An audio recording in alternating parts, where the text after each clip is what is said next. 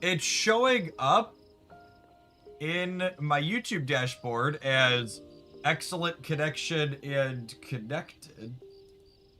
Oh, wait. I think I know what's wrong. Oh, I'm so dumb. I figured it out. And by I figured it out, I mean YouTube is one of the worst streaming platforms I've ever engaged with. So, we had an oopsie with an autofill. I was doing something in Google Chrome yesterday on stream, and autofill put some semi-private information up. So I privated the stream archive afterwards. That way it just like wasn't, you know, semi-private information out on the internet. And it was the last 4 of the credit card, like from the Google population. So it wasn't the whole number, but it was like the last 4. It's not like I need to cancel them or whatever, I don't think. But because I flagged or turned yesterday's stream private, it had the YouTube stream today as private when it tried to fire back up again. And the peak YouTube part of this experience is every single day I turn off automatic ad rolls and set it to manual, and it forgets that I changed that setting. But when I changed yesterday's stream to freaking private, it remembered and carried that setting over. Assholes.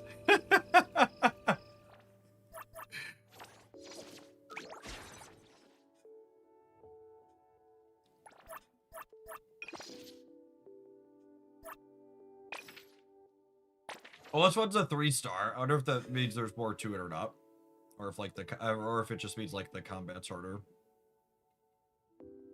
It's really a good way to teleport to there, huh? That place is...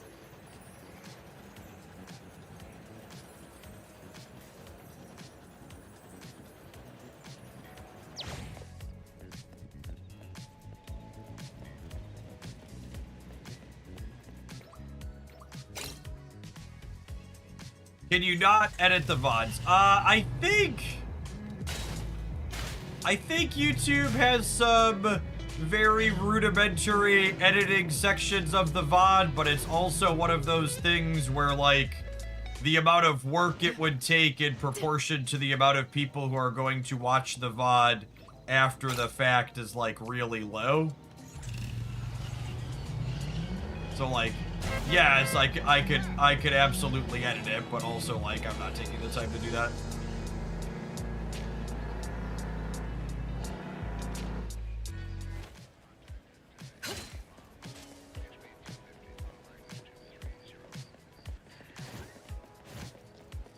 Juice ain't worth the squeeze.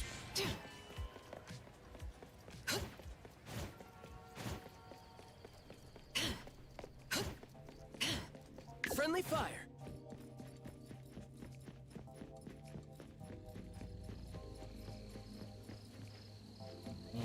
There's a raven up this way.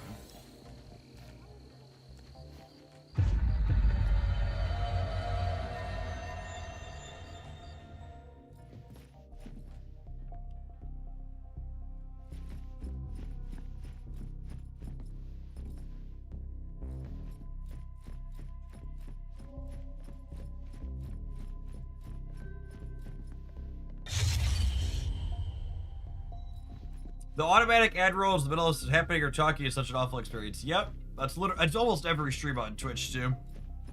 Did we just watch TV through a wall? We did get sucked into a TV through a wall. I believe that is what happened.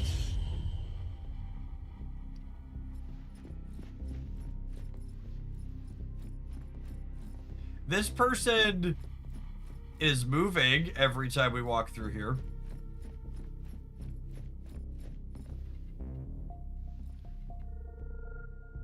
Wait, are they following me?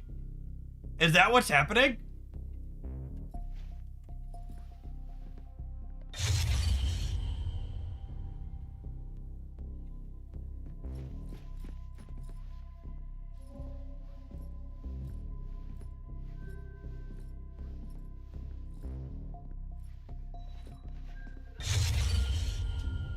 That's absolutely what's happening. This fucking guy.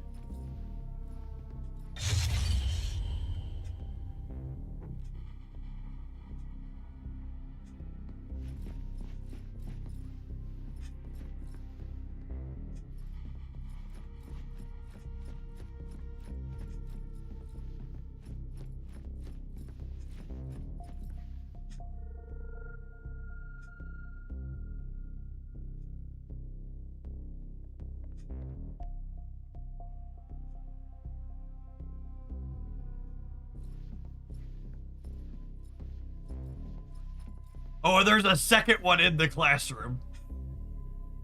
Well, that's fucking great.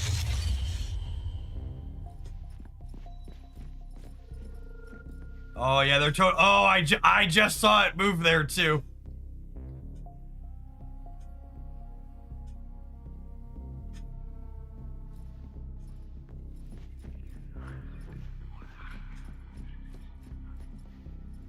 Okay.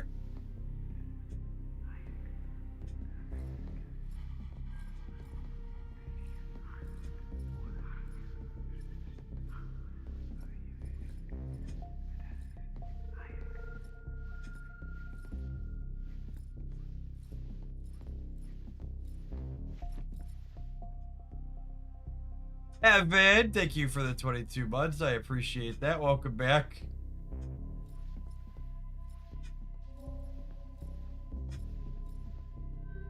Where are we supposed to be going?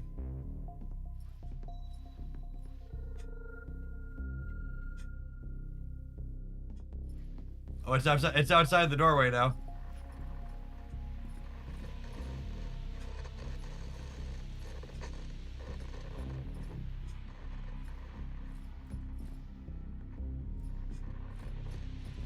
I can't look because I can't look away.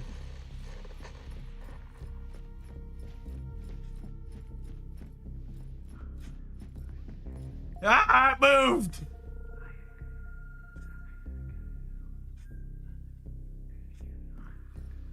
Does the map help? What's the blue spot? That's a good question.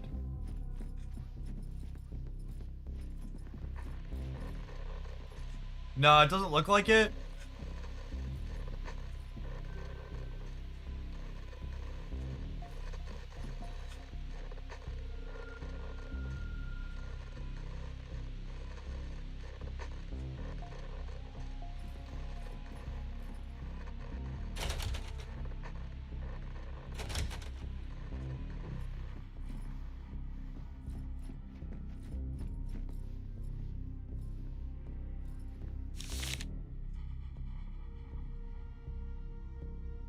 Put the keys back in the pot next time you use it.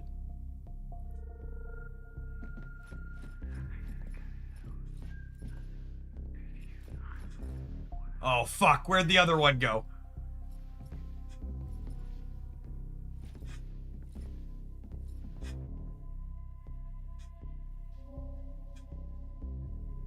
Okay, there's the other one. Where's the pot?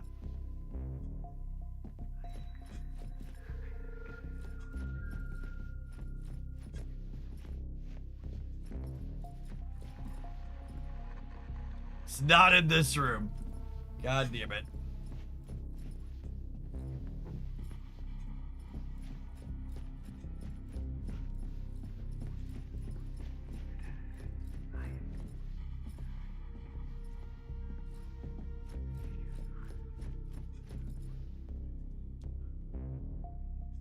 It's in the corridor. This fucking guy.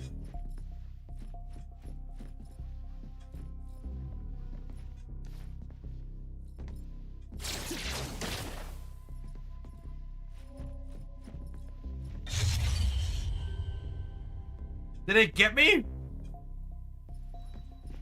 Did it get me, like, through the door?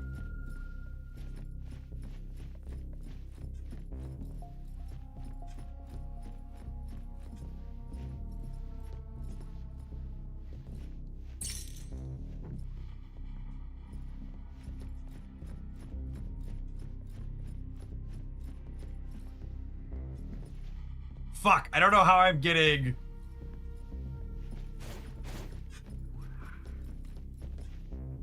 Okay, I got both of them. Well, I had both of them right there. Okay, I got both of them right there.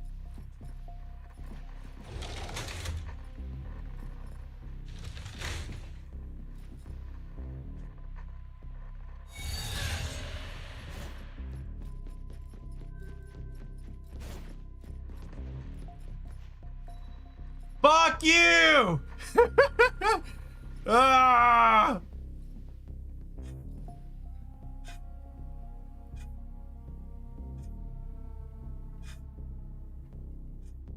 It's gonna like send me back. It's gonna like send me back to the start, isn't it?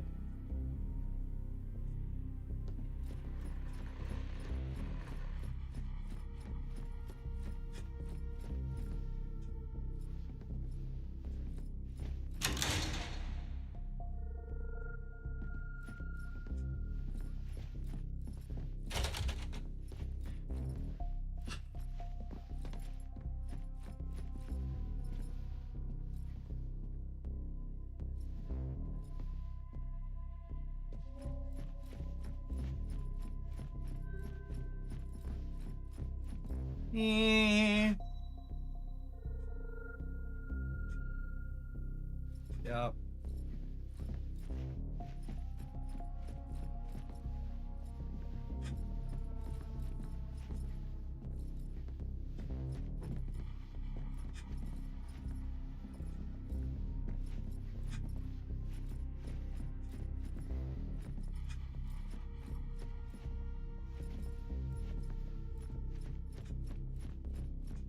I must be, is there another key somewhere? There must be another key somewhere, yeah?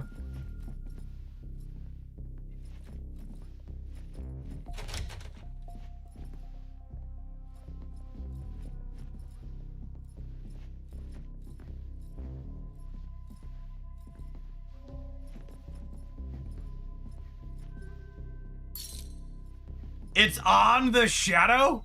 That's fucking weird.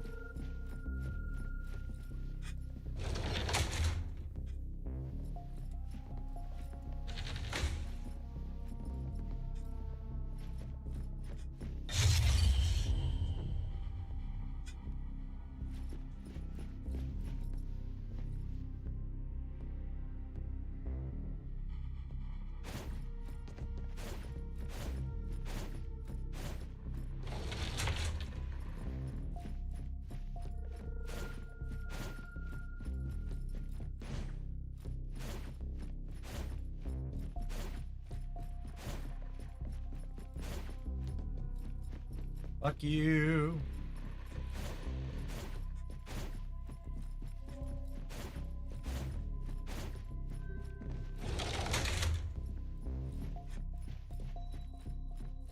There's another one in here. Yep. Okay.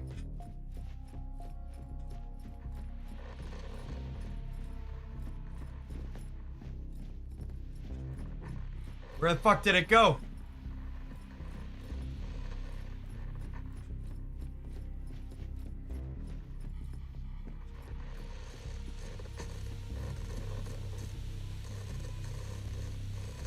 Sleep tight.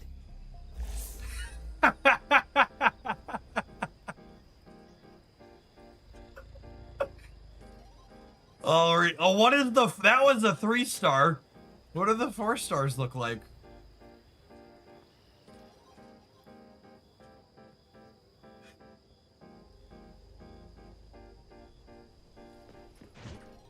All right, I'm gonna go get this what's it called over here. Well, well, talk about range.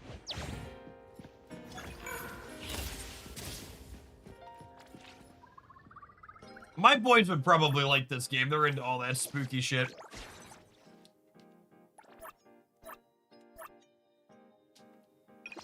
I play a lot of jump scare games.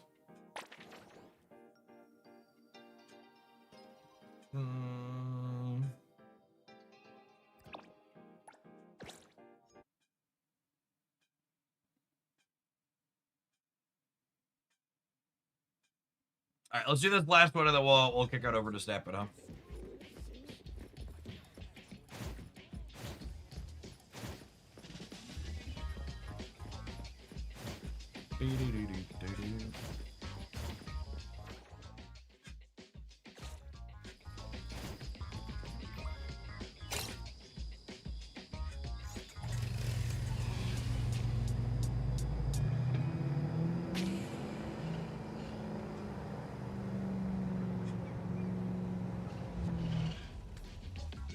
Hey there, little bird.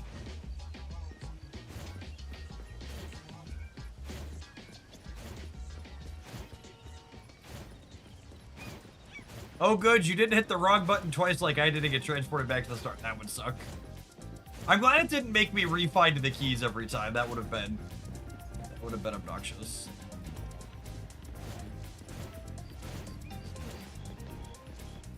Well, well, talk about range. Hey there, little bird. Hey, Penguin, thank you for the over 2 years of support. Appreciate that. Welcome back. Well, well, talk about range. All right, there's Hey there, little bird. a dice instance on the corner. I don't know where the actual anomaly is, though.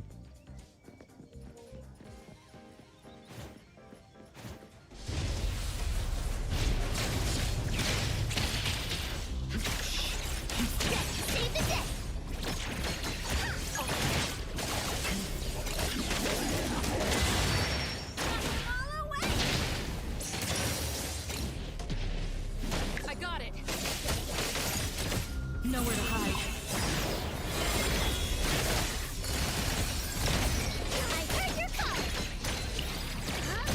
Here I am.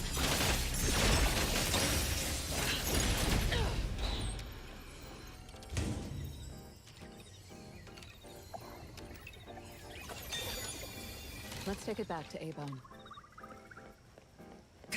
That place is...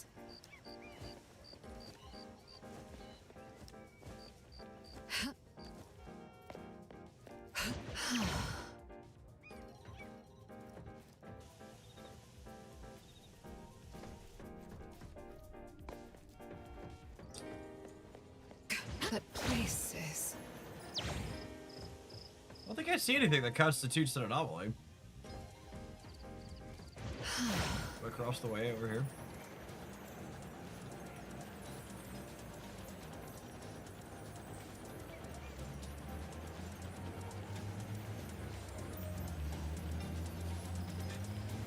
I've been loving this game. It's been a fun mix of stuff to do for progression as opposed to fun stuff. Agree.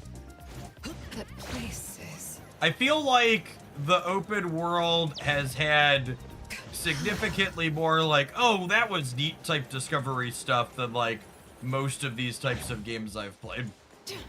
And not just like, oh, that was neat discovery stuff, but like, oh, I haven't seen that in a game before. Or, oh, that's not usually in this style of game. That place is...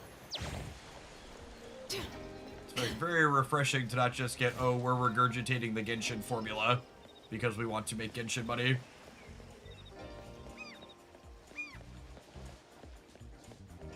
Was the blue indicator on this map useful, maybe? Maybe? Let's try that. Let's try walking in that direction.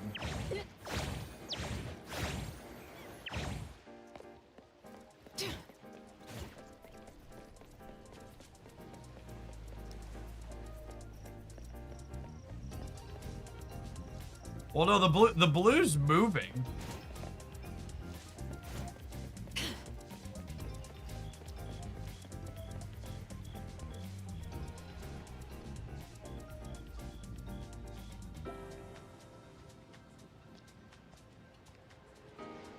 You need to be in a car at nighttime if this is the rider anomaly. Oh, how do I check?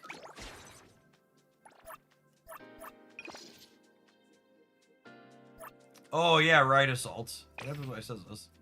Basic info. Defeat it in a motorcycle race. Wears a black biker suit and rides a motorcycle engulfed in flames, wandering the streets at night to punish night racing gangs. Witnesses claim that if caught, you would be consumed by roaring black flames and a fearsome scythe would claim the soul of the defeated. Oh, it does tell me that it needs to be...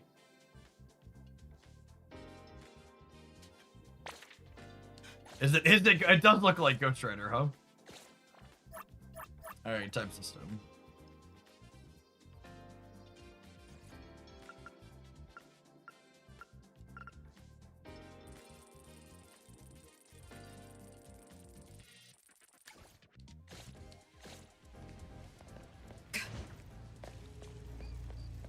Hold on, wait, there's crime.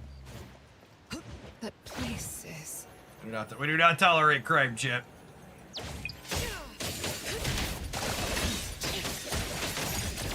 I heard such a bore. Time to eat. I got it.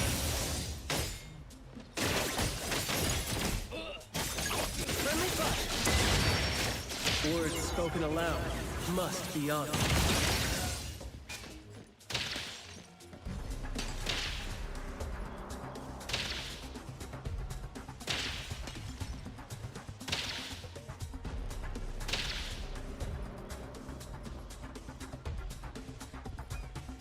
It's implying the crime is not over. Well, well, talk about range. Hey there, little bird.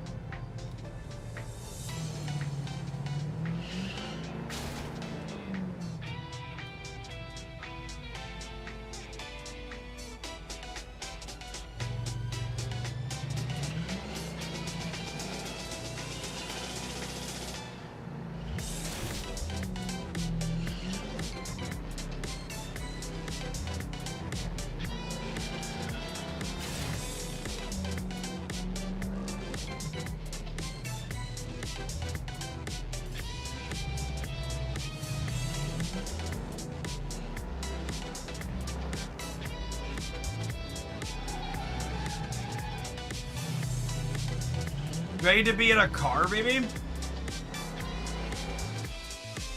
This is the racer anomaly. You need to approach it while in a car. Okay. It's weird that the anomaly specifically mentions motorcycles, but it wants you to be in a car.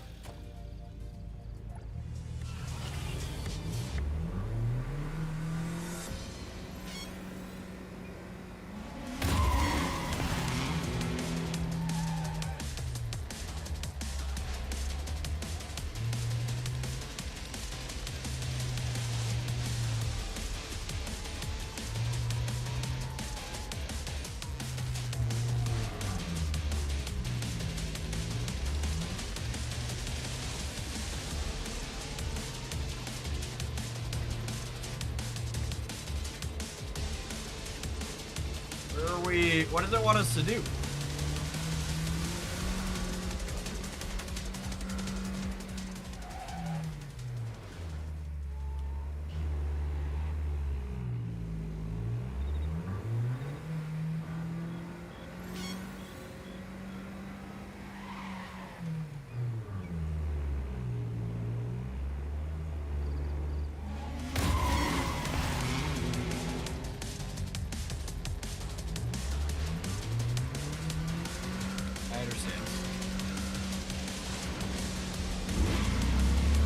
I understand.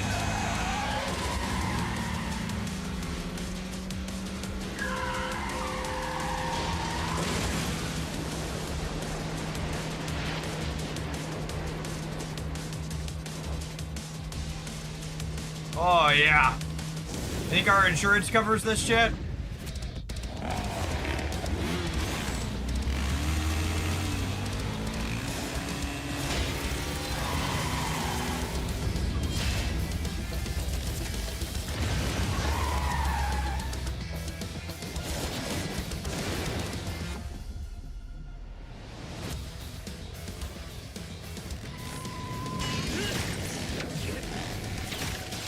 up your ears. I heard your calling. Please be a compliment to me.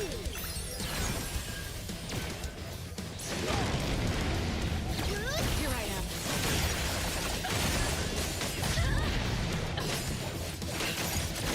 Mike. Watch out, fool. Time to switch up. Leave it to me. What you see is an illusion. Stay sharp.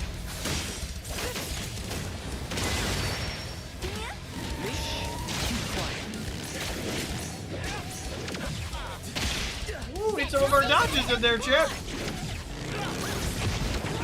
Look at us. Are we gaming? I think we're gaming. I maxed out my dodge stack. No mercy. Well, we were gaming. Let's confirm it. Blessing or a curse? Target locked. You don't know how to keep up. I heard your call. Now it's my time to shine. Me? Yo, think that's over.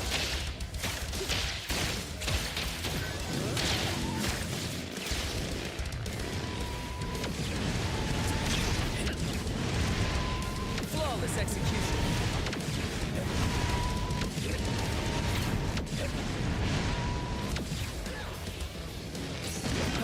That was close.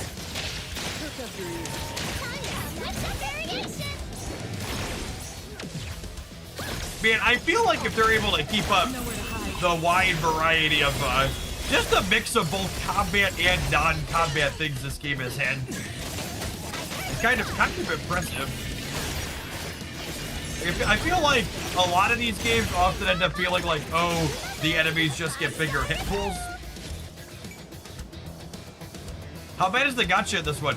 There's no 50/50s on the limited time banners, so pretty good. When you either hit the 5-star or you hit pity, you get the character. It's kind of unheard. It's actually, it feels like it's unheard of. I've never played a game where that's the case.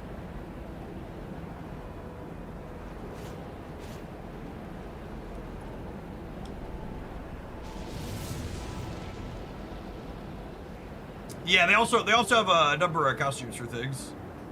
Friendly fire. The combat is incredibly colorful, and the writing has a more comical slant to it. This game has big comic book-esque energy. They've been saying in their ad space that they removed the 50/50. Yeah, good.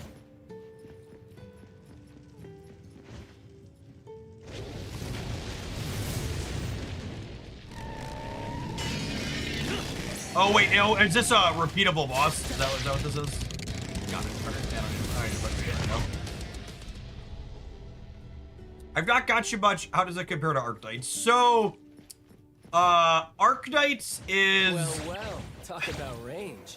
I haven't experienced enough of the combat in this game yet to fully... Like, I couldn't explain to you how team building works in this game yet. And for combat, I'm kind of in the pushing buttons phase still.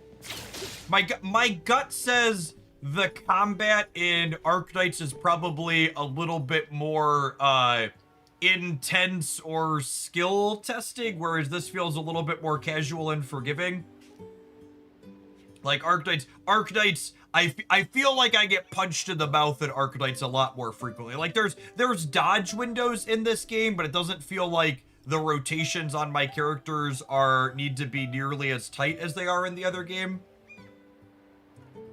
Yeah, I definitely haven't played enough or dug into the team building enough to understand the team building fully. So maybe it'll feel like there's more going on or more serious once I have a better idea of it.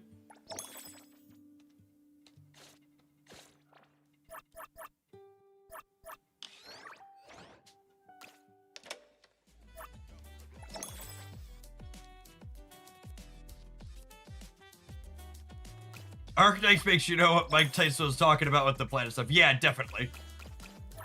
Arc Knights to me feels like some of the more intense and skill testing combat I've played in a game like this. The team building in Arc Knights is relatively specific. You're not just like looking for a reaction. The combo skill aspect in Arc Knights is a dynamic to team building that games like this and like Genshin don't have.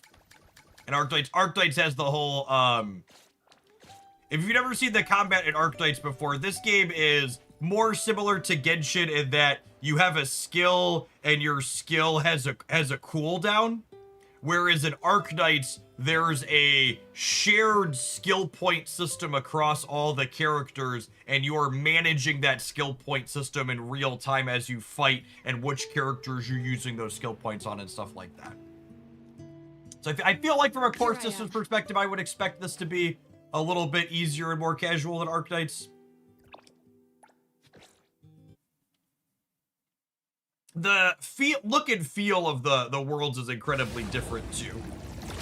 This one feels a bit more unique to me with the whole cityscape thing.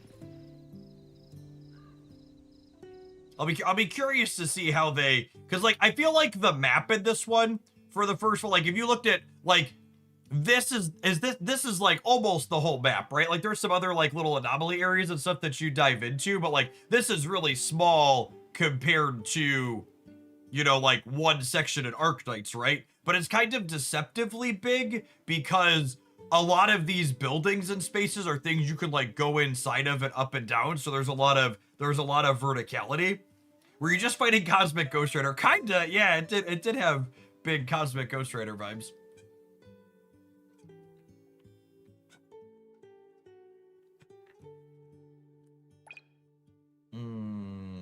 What is this? Unheard stories. Or are these...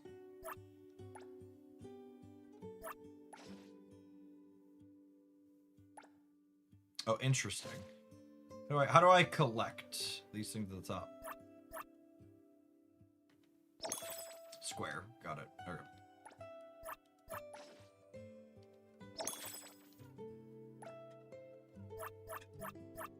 The arc you got from Ghost Rider was Hador's signature weapon. I don't know the characters' names, so saying Hador doesn't help me.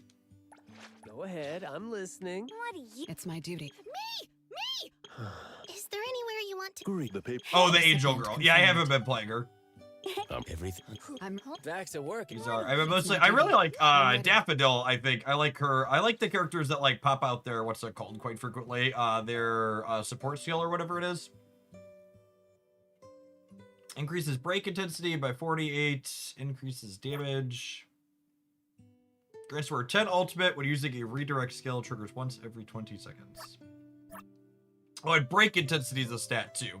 Yeah, I really haven't. And the character building in this game is interesting too. So there's not like traditional gear, but there's still, so like there's you have this, instead of like helmet, chest piece, gauntlet, boots, like typical type things, you have this console for each character, and there's a cartridge you put into it.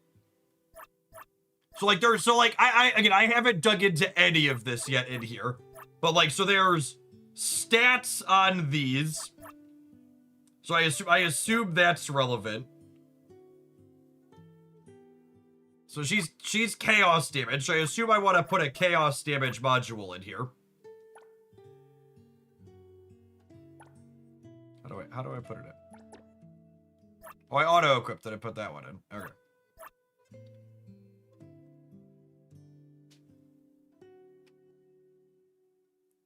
And then this is the other part. So you put a cartridge in it, and then this is the different gearing part. So there's all these modules that I assume you collect. There's probably something you spend some energy type system on farming. And then you fit these things. You fit these things into, how do I...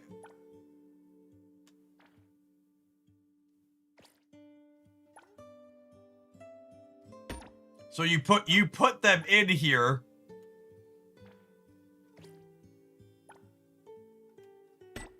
And you fill in And I assume ones that are like bigger have more stats. Can I rotate them?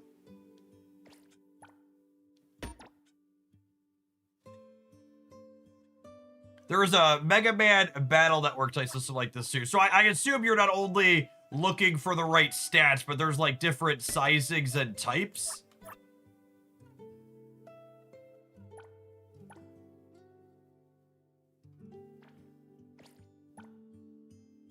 While I have chat here before we move on, where do I get more of these from, these modules? I assume they're farmed from somewhere. Is it one of I'm still, to tell you how far I am into the game, I'm still at the point where I don't know where everything is at in the menus.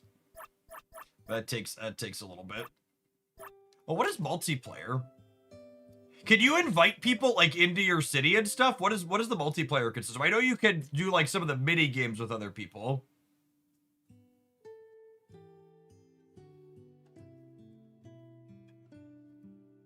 I do not have a specific referral link for this. We did a sponsored hour last week through the Twitch board, but that doesn't come with a specific referral link. You farm the cartridges when you have coins in the rewind minigame. Oh. Okay, hold on. So I need to go into here. Fine. Rewind. Okay, I have 1,000 coins. 10x.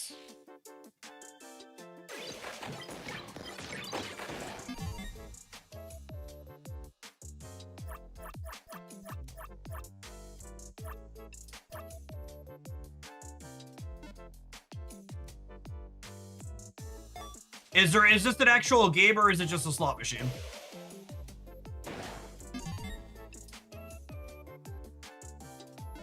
Am I mechanically doing something here, or is it just push button, just a slot machine? Okay, cool.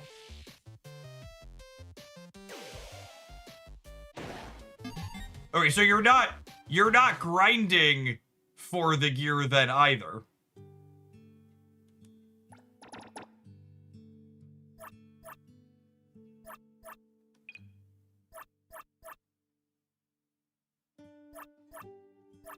More gotcha. Is that a currency that you spend from there? Oh, it did autofill his things in here, didn't it?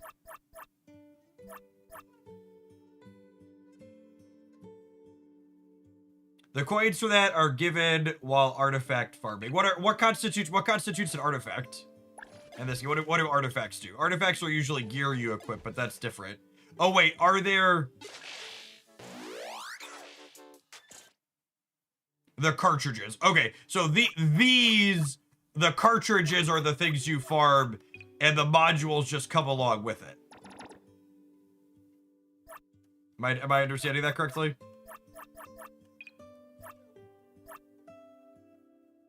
Yes. Okay. Oh, she doesn't have one of these yet. I should equip something on her. And she has a sports skill, so I assume that's useful.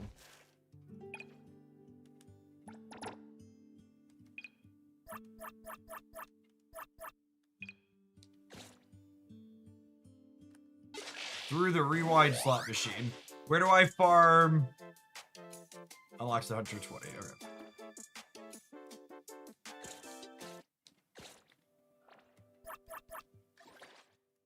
And did something in here.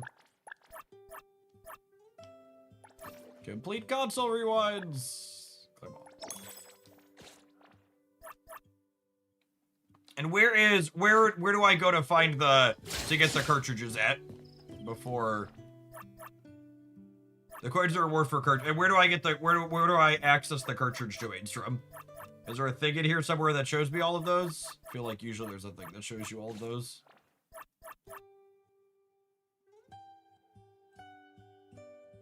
It's in the exploration guide, third thing down.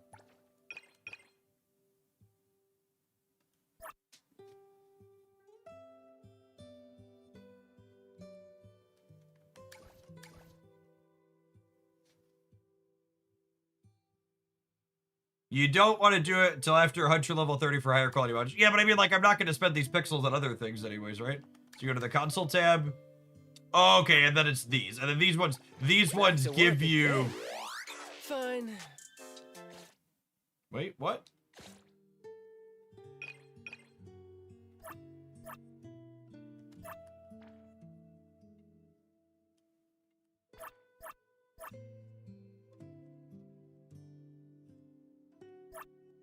Oh, okay. And then these want you to have specific types of pieces in the thing to get to. So this is the equivalent of like set bonuses then, where you need the right Tetris pieces in the console to get different ones.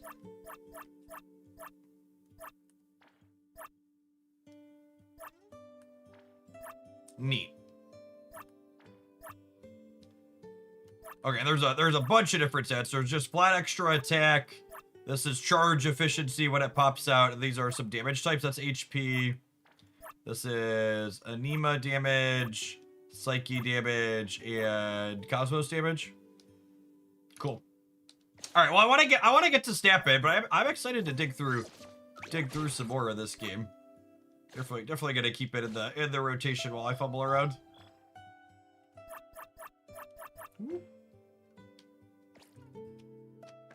I'm gonna tap an ad roll on the Twitch side and the YouTube side while I get things switched over. We're gonna be doing some Snapple app when we return. Thanks everybody for hanging out. Don't go anywhere. New season for Marvel Snap later this afternoon.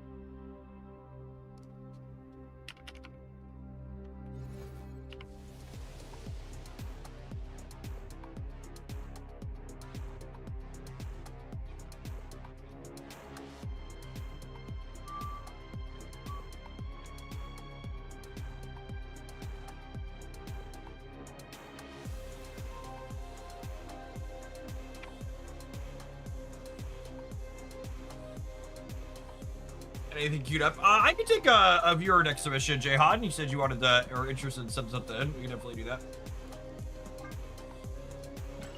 Ooh.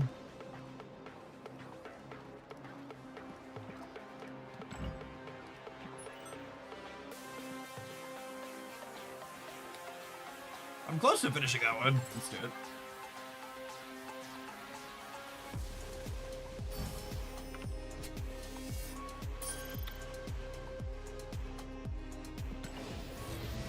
Mastery.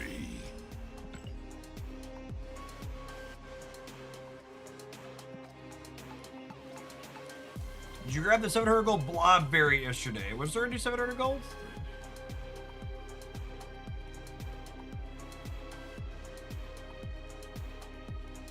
It's possible Karen Page giving +3 would be balanced, but we all know that number is cursed. If anyone could have it, it would be Page. Roller dude, thanks for always being here. Good morning, good morning. There are some Snap bundles that are Steam exclusive, I believe.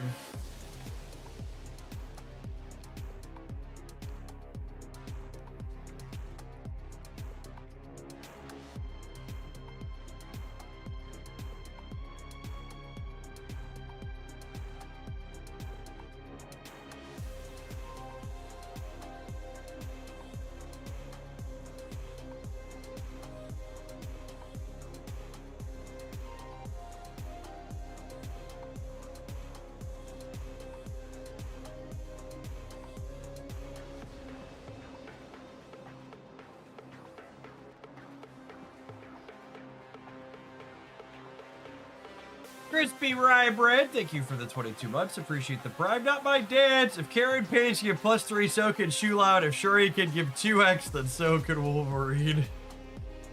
Gamers. Oh, gamers. Jocasta copy stuff. Let's do it.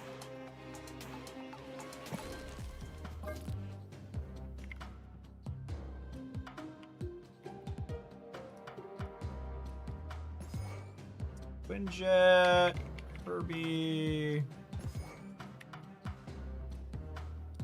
Iron Patriot, Valentina. Oh, not Misty. Valentina. Fingers the wrong place in the keyboard there.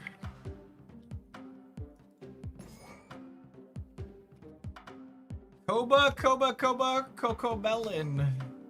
Do.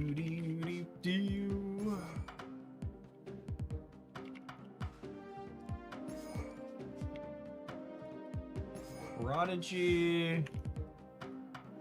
Omega Sentinel. Mommy.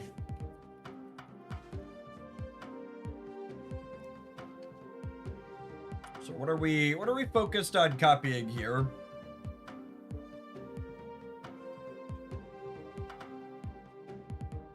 So we're casting either with Kirby or Omega Sentinel. And then Gambit can be another copy target, so way to blow things up. Yeah, this looks fine. Got decent sources of numbers and dash of interaction. Should I split Chameleon looking for my blue chat? I was split Chameleon one time. I had boosters for him. We must have rolled 150 boosters at some point.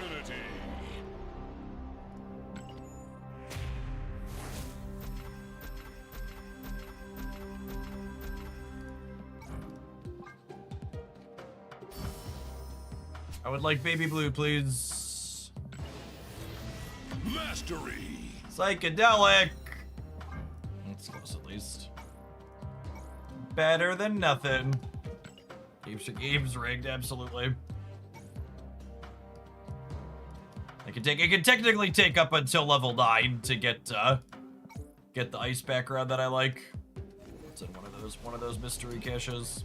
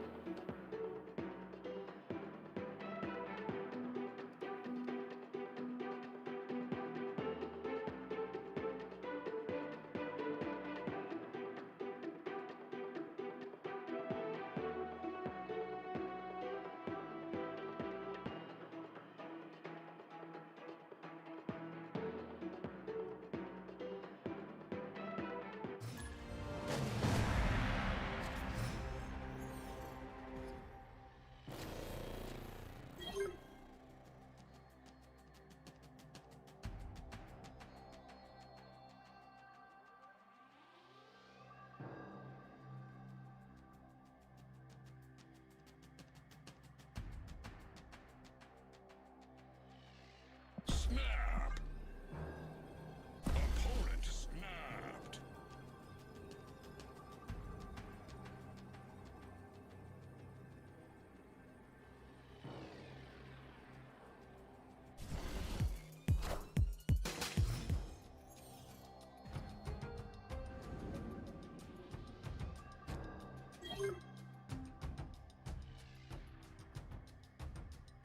Make a command for the VOD being taken down yesterday.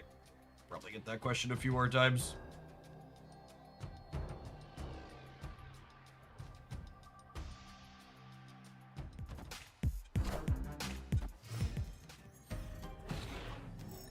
So we have the Jocasta combo in theory if this third location isn't hostile.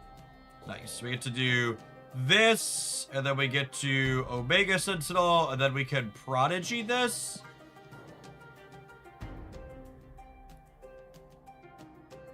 It's just wildly impractical to remove one segment and put the rest up. So, the way YouTube works is I would have to publish it as a regular video, and publishing a full stream as a regular video is also, like, bad for numbers, and it would be work I have to do for a pretty nominal return. Like, as a point of reference, I think my average stream archive on the YouTube side, I can actually I'm gonna give you an actual number rather than making it up. As our opponent is apparently leaving, that's sad. Our hand was good.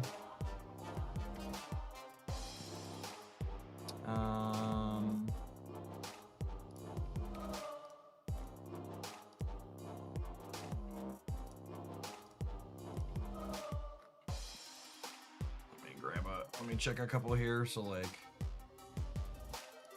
from last week, the YouTube live streams made $20, $12, and $15 in like total revenue.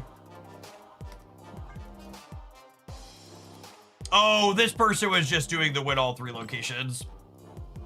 That's annoying. I got some gold tickets I can burn. Season's almost over. We can do that.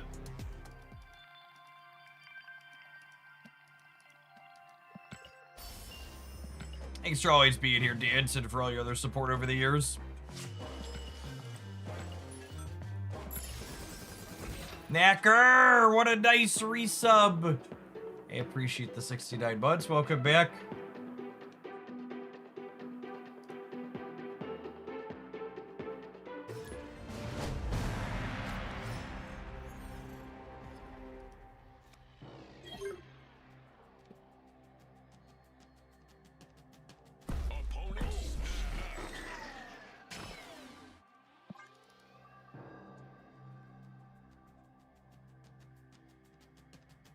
That's like a tank and a half of gas. Do you mean like do you mean a gallon and a half?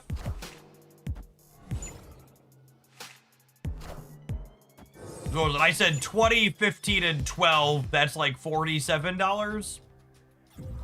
I filled my tank up from half last night and it cost me $39 because I'm expecting it's going to go up more as we head into the weekend. So I wanted to top it off before it does.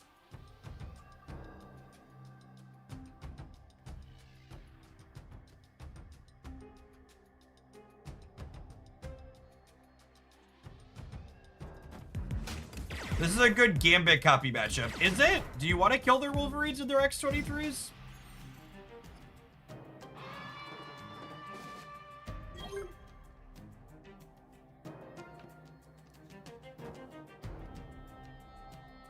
Yeah, you can't kill Death, and you can't kill Death, and you can't kill Null.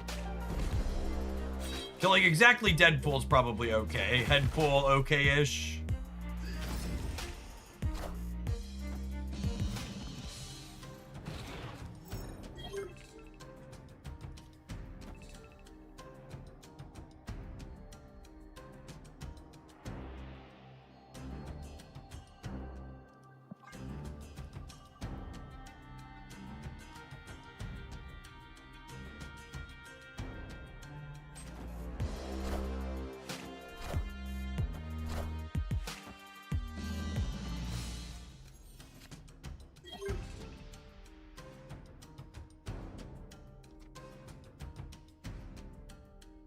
What is more Omega Sentinel activations?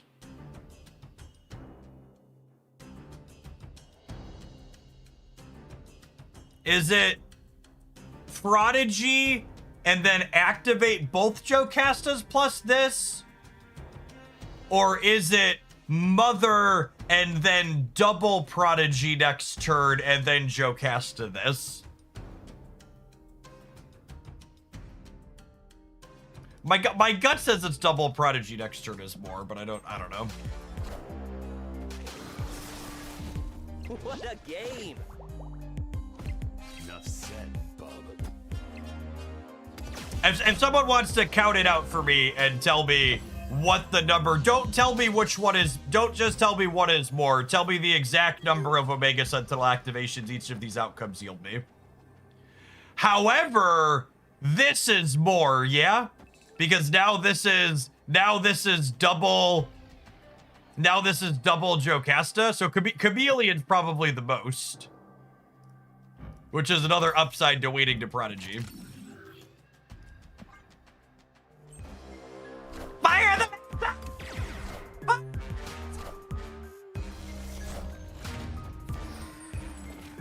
look at us share and share around.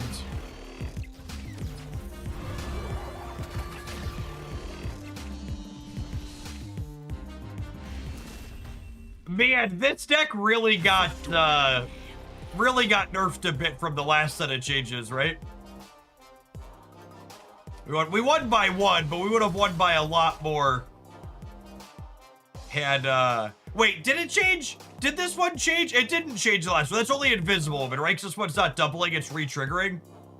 Re-triggering works the same. It's doubling with invisible movement first steps that changed. How many total did we get here? We got 1, 2, 3, 4, 5, 6. I feel like 6 is less than I was expecting to have happen here. Yeah, my gut instinct for how many I was expecting to have happen was way off.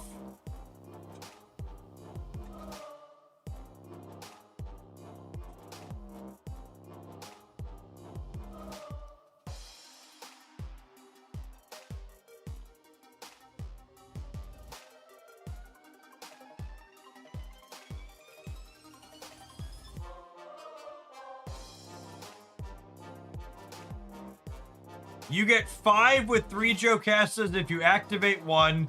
If you had activated Prodigy and Chameleon, it would have been 1 more. Yeah, okay. Because I guess, do they not reactivate each other? So this activates once, and then this activates here to activate here. Why is it only 5? Because shouldn't this...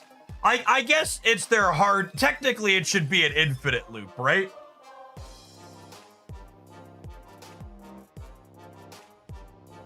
But the hard nose on the infinite loop means it just doesn't do a lot.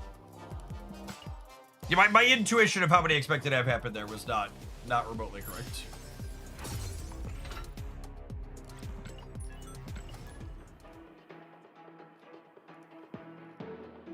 We would have actually had more if I would have activated 2 Jocastas, yeah?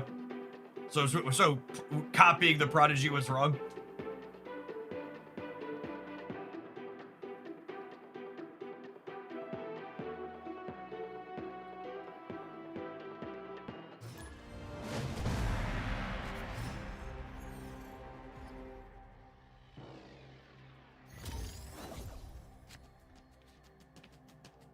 Snap. Opponent snapped.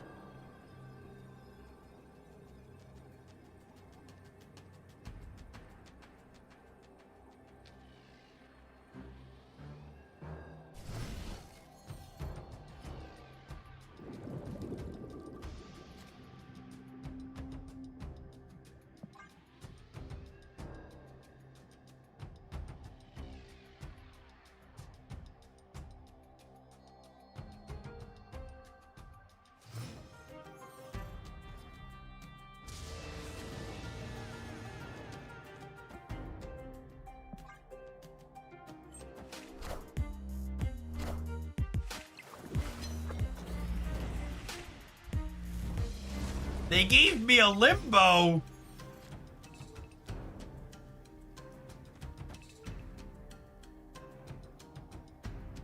Well, that's exciting. We're gonna make a really big negative number, says local man, about to be Cosmic Ghost Rider.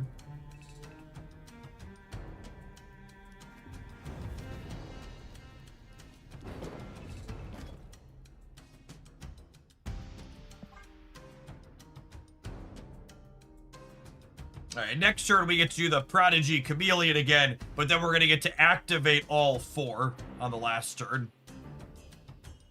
Because there's a turn 7.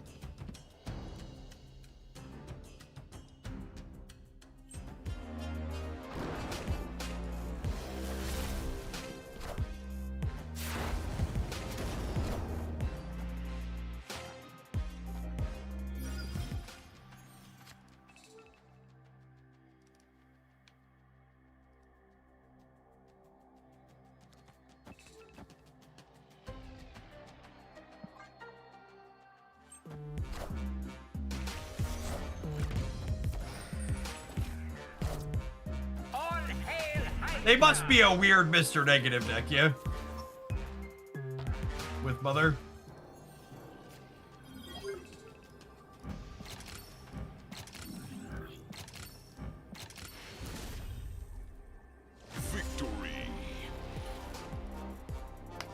Fine.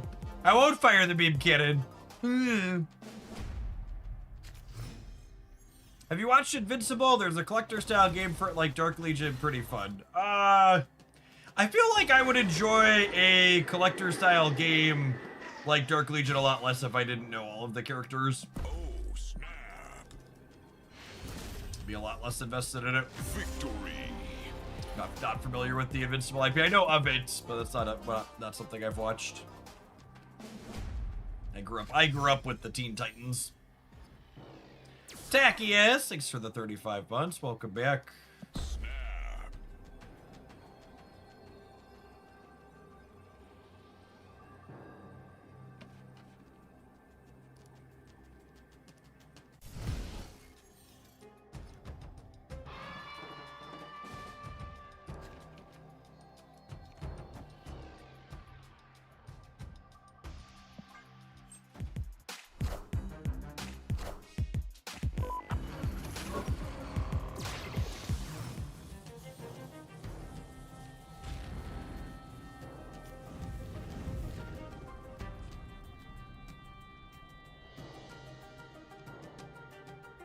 Opponent snapped.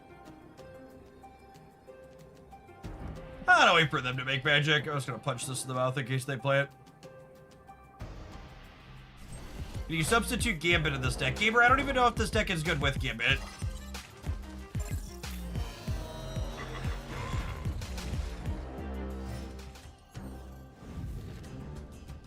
Now would be the time to watch it if you ever did want to. Season 5 just got announced for 2027. So, I don't know. Maybe I watch shows different than a lot of people, but you telling me they just announced a season for 2027 gives me less reason to want to watch a show now.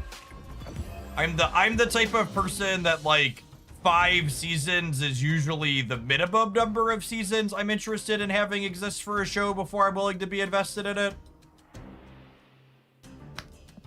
I don't really want to watch 1 or 2 seasons of something. I'm gonna sit down and like watch something for a while. The longer I have to watch something, the longer it is before I have to figure out what I'm watching next.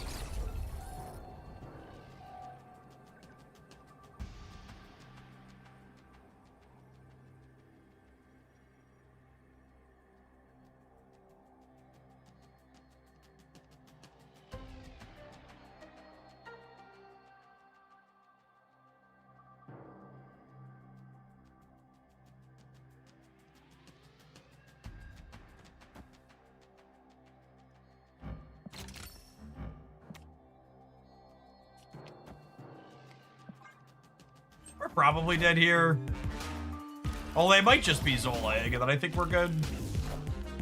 I see the way. Cool.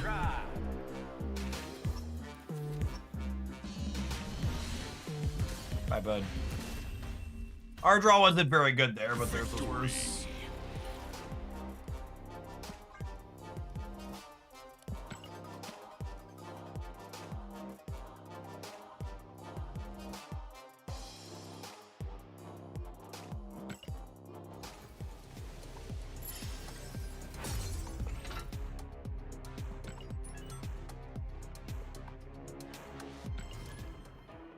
I'm the opposite. The less seasons, the better for me. Then I can watch more stuff. No, I don't need. It's more frequent decision paralysis is the opposite of what I want.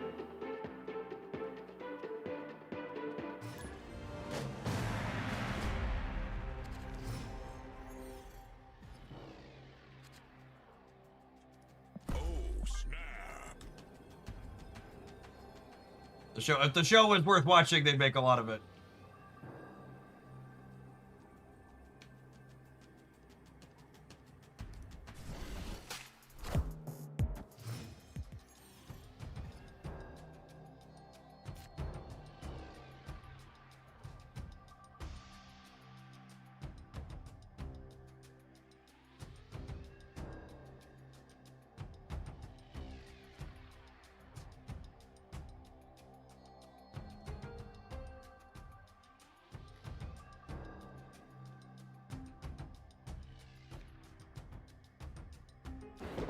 loading vents is really good for them.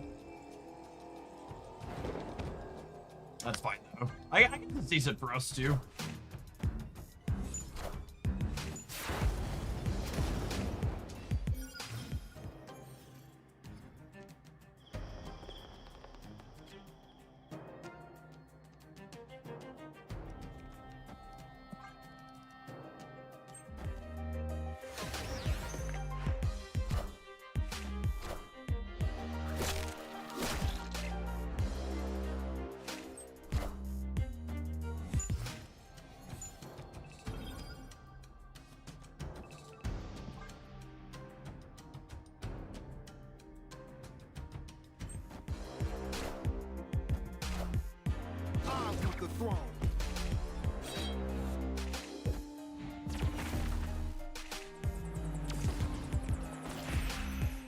What a game!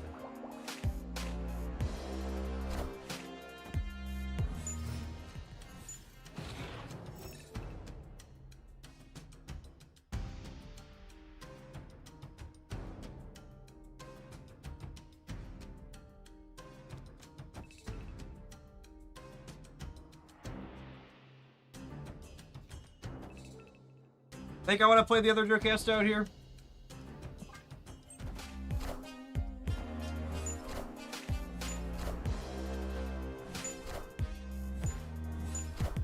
What's better, other Jocasta or other Omega Sentinel? I definitely need to change my underwear. That's another one of, I don't have any of these. I don't have any of these committed particularly intuitively to my brain. Other Jocasta lets me play the Gambit now as well, which is nice.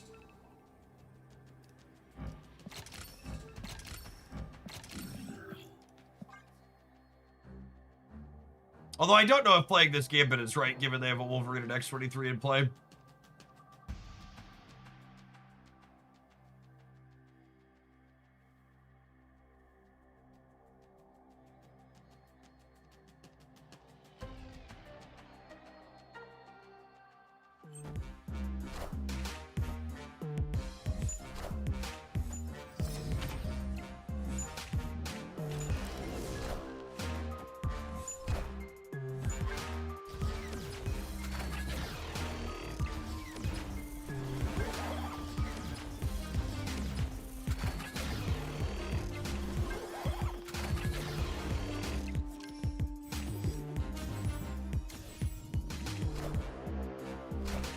We just gave them points by killing negative powered things. It's funny. It's fine. It was just a flex, chat. We were letting them know. We were letting them know we can help them out.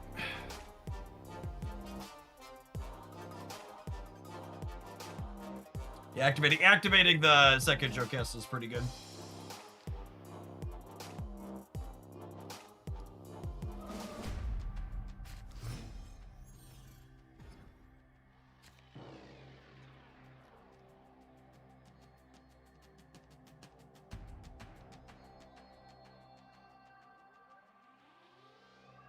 Snap!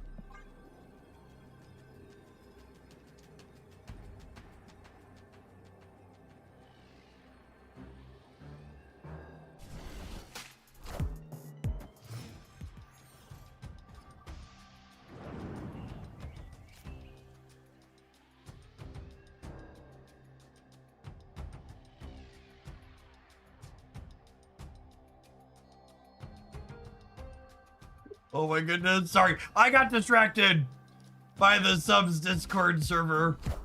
They were posting stuff from other Twitch chats. I just don't venture into most other Twitch chats anymore, and I forget how mind-numbingly stupid. It's at least $500 to get the deck, I'd say. Really, gamer? It's $500 to get a Marvel Snap deck? That's interesting. Tell me more. Tell me more.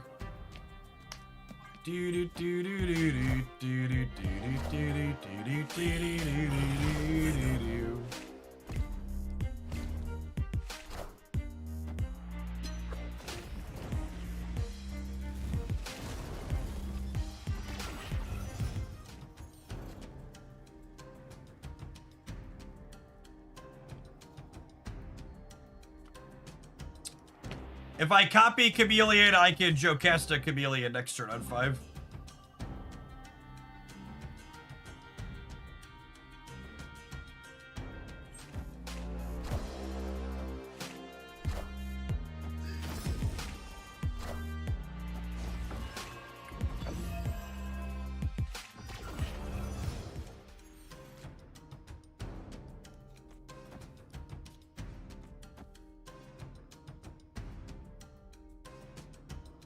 I'm curious though, how much money does a non-season pass card cost in dollars? The typical bundle rate is usually somewhere between $20 and $30 per card if you're buying the best bundles.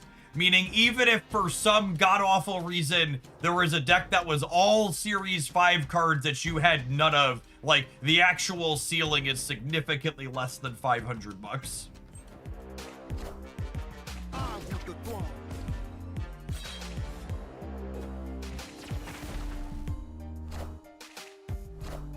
And again, that's like getting it all instantly spending dollars. I guess if you're buying everything at the absolute worst rate possible, it could maybe be that much. Like you're spending $500 on 8,000 gold a pop and then spending that gold in the least efficient manner you possibly could.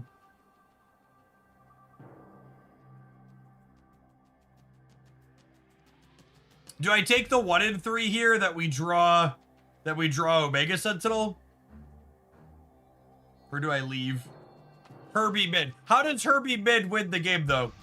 He'd have to roll exactly the +2 mode, which is less likely than drawing Omega Sentinel. Rolling the right mode on this is 1 in 4. Drawing Omega Sentinel is 1 in 3.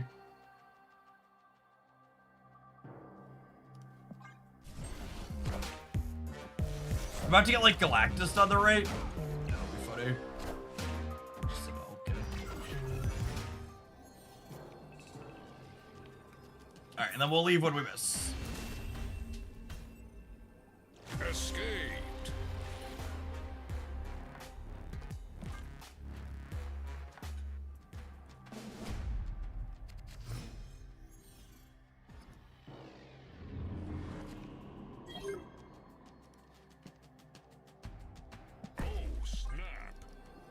Alright, Infinite Conquest. I guess this is the last round of gold, technically.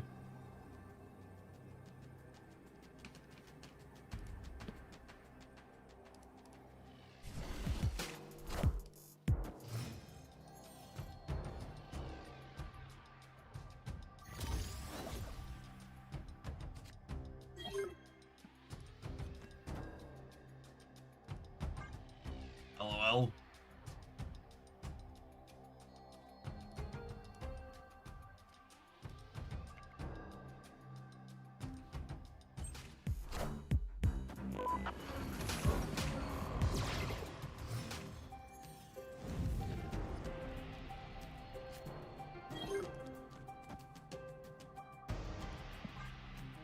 Oh, chat! The Vibes market is big up today. Do we decide that Iranian and U.S. ships shooting at each other in the Strait wasn't gonna keep the vibe down? It's nice. It's nice that the Vibes can ignore things like that. Never let a little thing like reality get in the way of making $1 or $2. It's because he can identify what a squirrel is on a test. I understood that reference. Unfortunately, I understood that reference. Enough said, bub.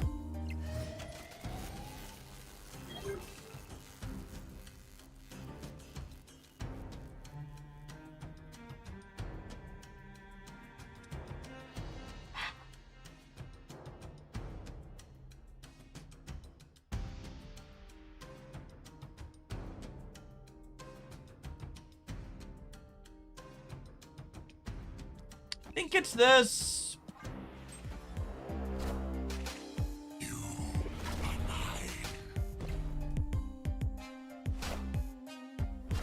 Cinco de Mayo is the ultimate Taco Tuesday. That's true, you know.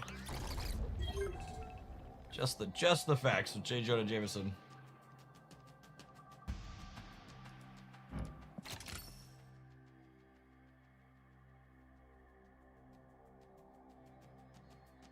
Copying Gambit doesn't really do anything for us, right?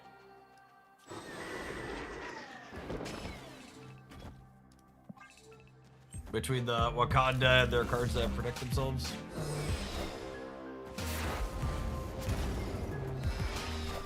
Ha!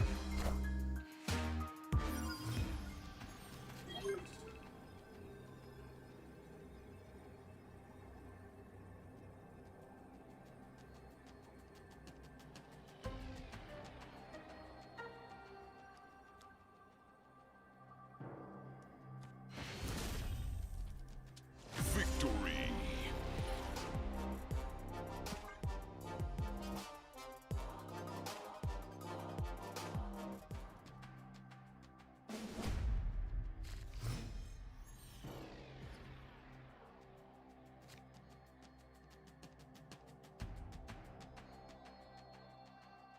Snap.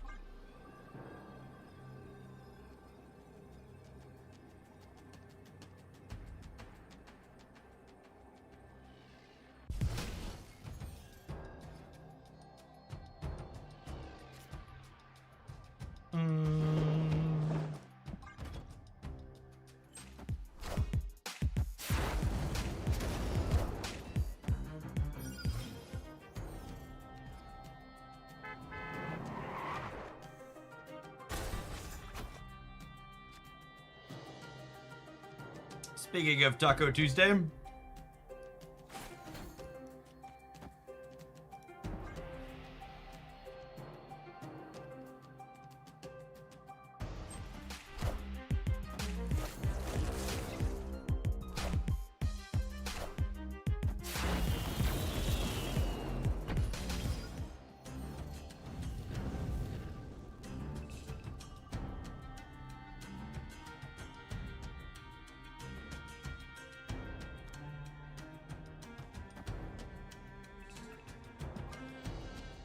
the limited time game mode runs over the start of the new season because it got delayed 6 days.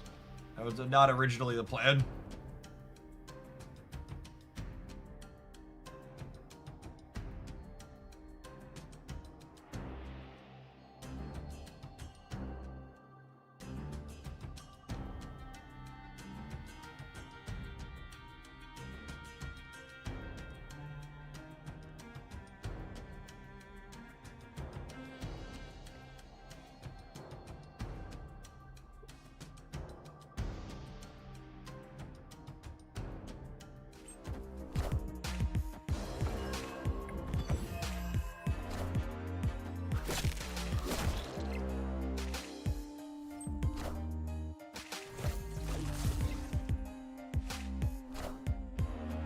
The throne.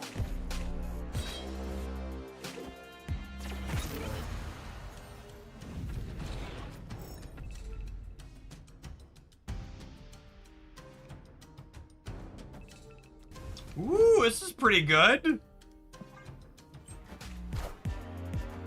If I wanted to be collection complete in Marvel Snap, I think it would cost me $8,000 to $9,000.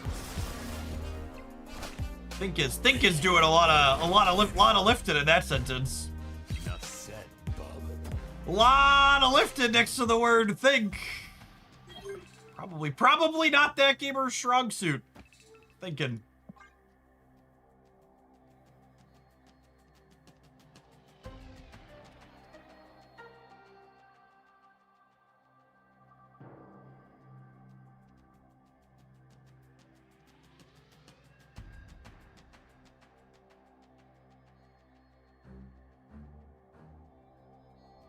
Do we have an estimate for 0 to complete at this point? I think asking that question is so intellectually fucking dishonest and stupid, it doesn't even deserve an answer. There is literally no other fucking card game on the planet where a gamer comes in and goes, I want to play this game. I need every card right away. How much does it cost me? You can't find numbers out there for how much it costs to get instantly completed Magic Arena or Hearthstone or any other card game because it's a nonsense concept. And literally the only reason people are so obsessed with being complete in Marvel Snap is because it's the only card game that doesn't produce a ton of shit terrible cards, so there's not a bunch of pack filler, so it's actually feasible to be complete here. Because in any other game, you literally just spend your time getting the cards you actually want to play with, and you don't worry about having absolute everything.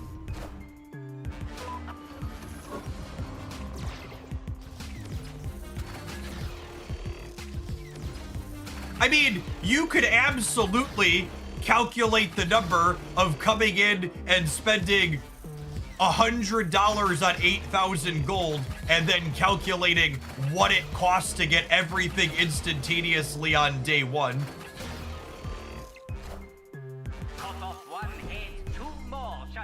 I think comments like that are because it's this person's first CCG. No, that comment is from Raven Hearthstone, who has lots of experience in lots of other card games. And they're framing their discussion of the Marvel Snap economy like that because they're intellectually dishonest and want to bag on the game and the economy. That's the cold hard truth.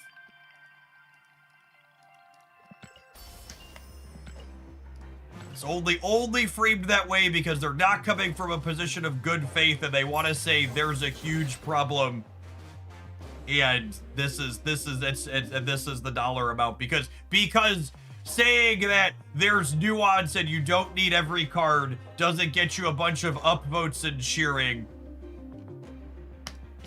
and being like giving you some outrageous outlandish number does. All right, we're gonna take a slightly longer than normal ad break, so I want to run and heat up my lunch. When we get back, I think we're gonna let this deck chase the infinite ticket that it earned down as far as it can go. We'll see you in about 180 seconds, gamers. Thanks for hanging out. Don't go anywhere. Oh my God, that was Raven. That's surprising. It's actually not remotely surprising if you're familiar with Raven. They're a very, like, those types of comments have come from them since Marvel Snap was fresh. Not remotely surprised personally as someone who's interfaced with them on social media at multiple points. Shock jock. Yeah, shock jock vibes is a great way to put it. I'll be back. Hear me.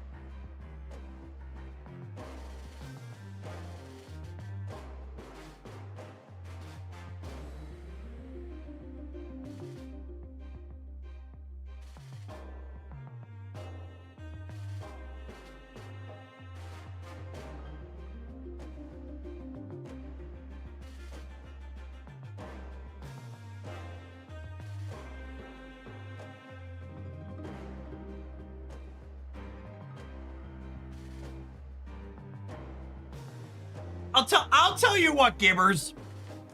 I was thinking while I was eating lunch, when I was eating my lunch up, when I'm done with lunch, we'll calculate what it takes from a brand new account spending in the least efficient way possible to get every Series 4 and 5 carded tokens.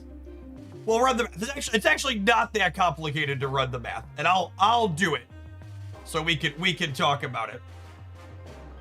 But I want to play some Infinite Conquest with this, and I want to eat my lunch here. I want to eat my lunch here first. Speaking of my lunch, I would like to give a quick shout out to one of our wonderful sponsors of the month who is feeding me many times this week and this month. Check out Factor75.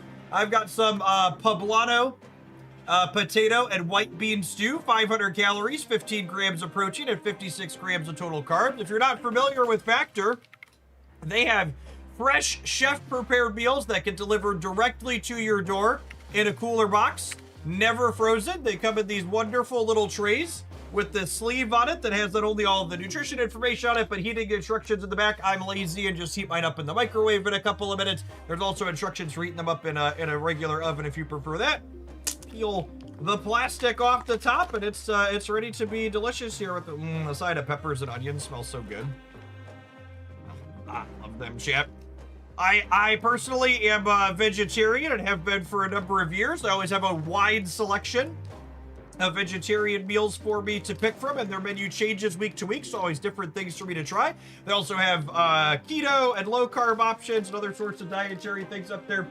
So check them out if you want some great, delicious food delivered right to your door, ready to heat and eat. Using my link, you can get 50% off of your first box and free breakfast for up to 1 year, as long as you keep renewing once you started from my link. Appreciate the folks that check them out, and shout out to Factor for sponsoring the stream this month. All right, let's start this. Let's start this Infinite Conquest. I'm gonna go back into my void here. Woo.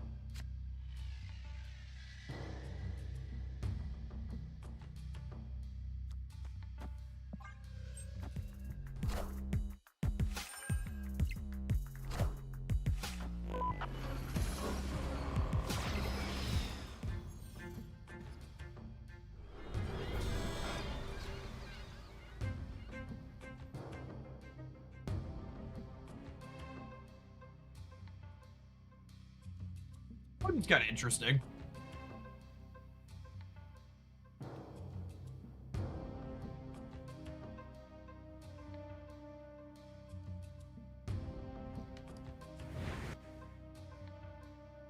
I think I'm not playing anything. I think I'm not playing anything. We're chilling. We're chilling. We're chilling. Do I put in a bounce enjoyer?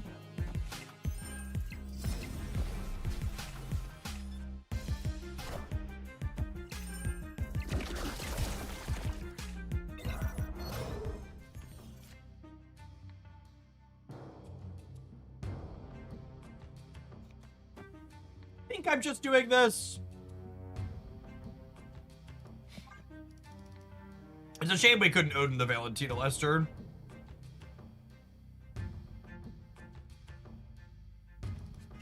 I just saw some stat clickbait that was maybe Mother is too much. I genuinely think a lot of Marvel Snap's balance vibes issues are related to the fact that too few cards have been playable. Like, and again, it just goes back to the running joke we have here where, like, there's only two types of cards in card games. Unplayable ones and ones that need to be nerfed, right? It's just essentially every time we have a remotely playable card, there's just like hundreds of people calling for its head because like, you know, it did something instead of doing nothing.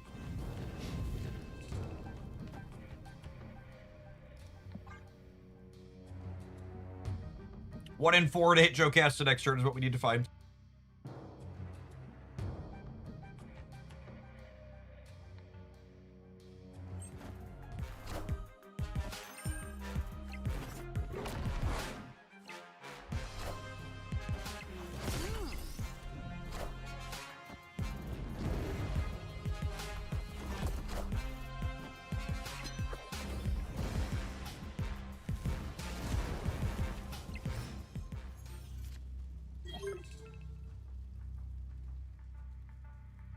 You only missed me heating up my lunch, Hawkman.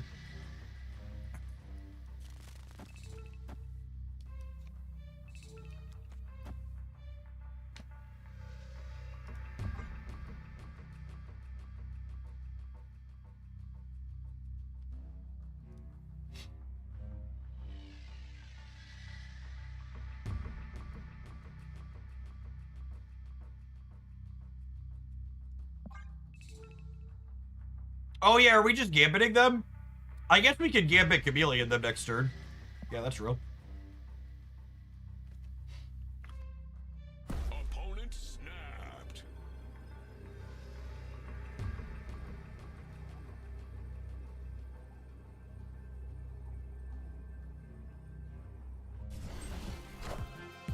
Are ye worthy?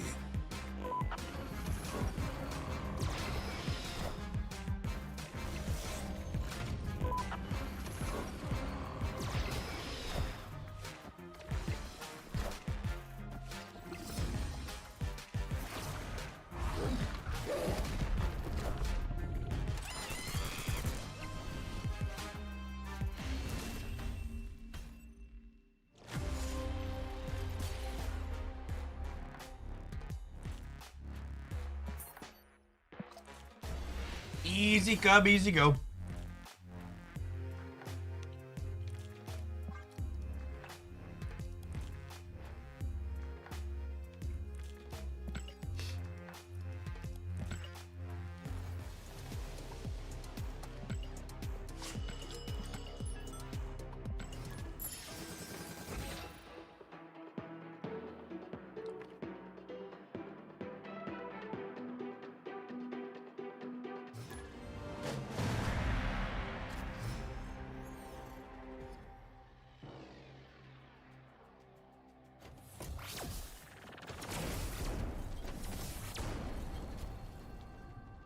Snap. Opponent snapped. Kirby Joe Cast is really good into World Ship. This stew is so good, gamers. I don't know what the sauce is, but it is delicious.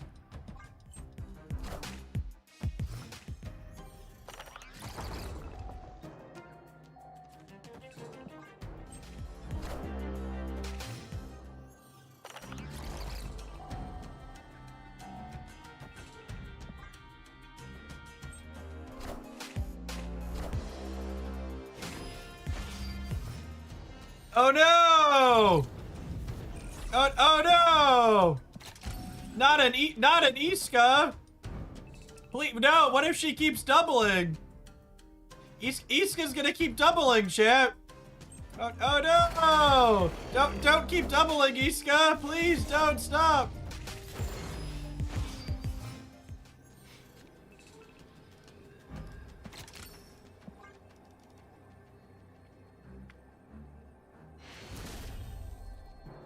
Victory.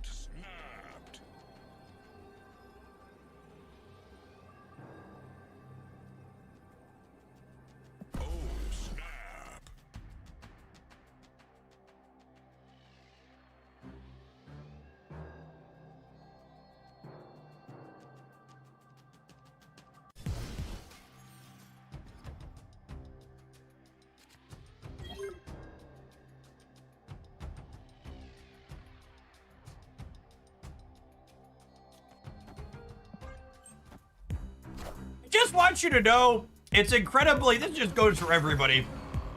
And coming in and like saying GG's or whatever when you play me and like you're a regular member of the stream is one thing, but it's like deeply weird champ behavior to come into a community that you're not a part of and don't participate in and make your first messages in chat about beating the person you're watching. Again, it's very different if you're like a regular member of the community of the stream compared to someone who's just like literally never posted a message before coming in to talk about how you won.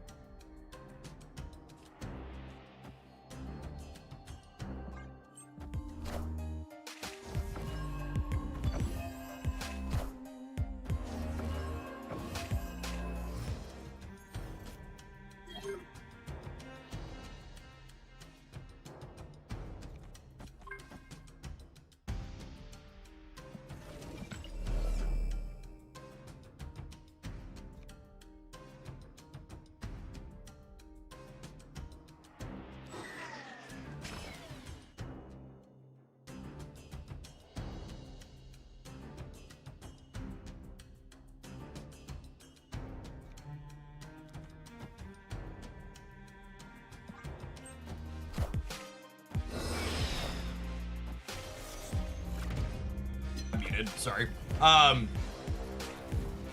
Next turn I can Jocasta Chameleon. I can't Jocasta Chameleon this turn because then my hand is over full. And I don't get to draw. I need to be able to draw Omega Sentinel. And then the way this has worked out, I'll still be able to draw Omega Sentinel next turn. So one in 3 to get to do something here.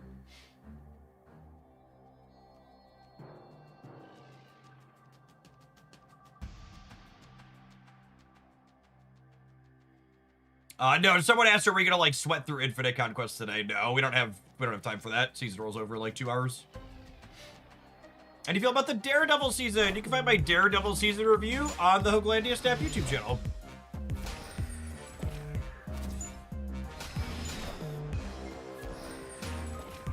I probably would double Red Guardian here. Why? So I can punch Grandmaster? Red Guardian literally does nothing.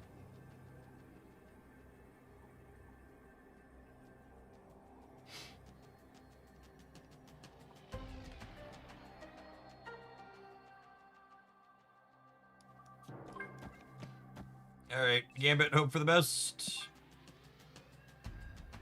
This archetype definitely feels like it needs a second activate payoff. Herbie's like a payoff. Because you can't draw him late. I don't know if there's another good one you could play, but like this has been the problem with these Omega Sentinel decks in the past. Stop the Maverick. Red Guardian hits the lowest power thing. Does not do anything against the Maverick here. Grandmaster is 3 power.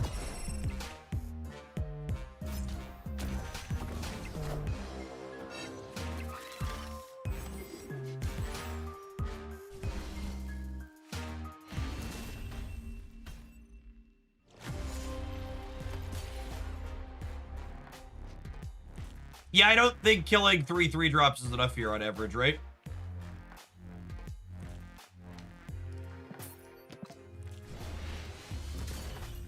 If I kill, I guess if I kill exactly 2 here, but if I kill, like, Mother in one of these that's not enough, I can kill any of the ones over here. Yeah, I would have had to have been pretty lucky.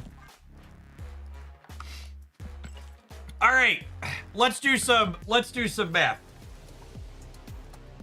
How many, I need counts on how many cards are in, I need counts on how many cards are in series, regular and seasonal step packs.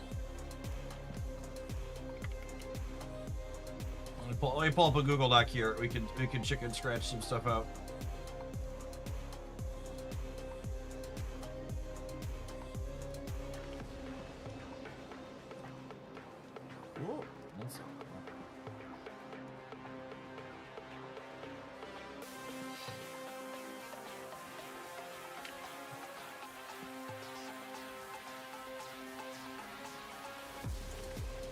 Collector S5 cards. Collector S4 cards. Seasonal S5 cards. Seasonal S4 cards. Yeah, I need counts on these things, gamers.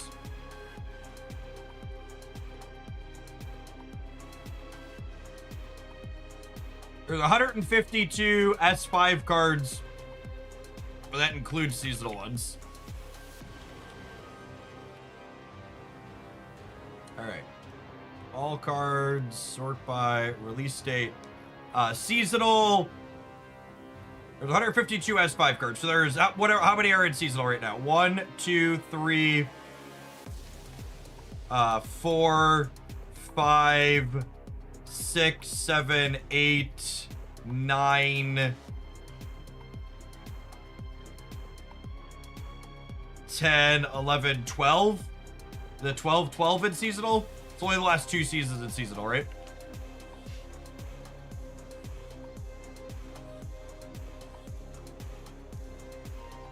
So 140, 12.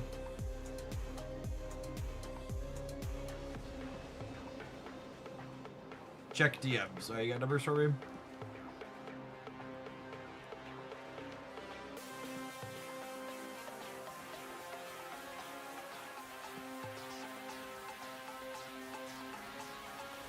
I mean, this isn't right. What am I looking at here?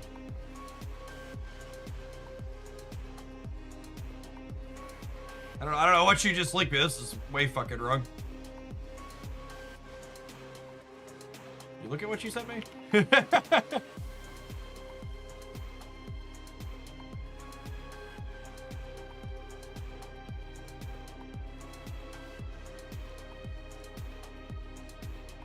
Okay, so Series 4 cards are the last 3 seasons.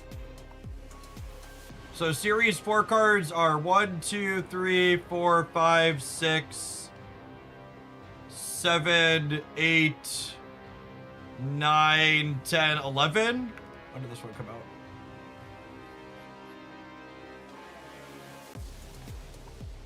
Is there a release date on this website somewhere?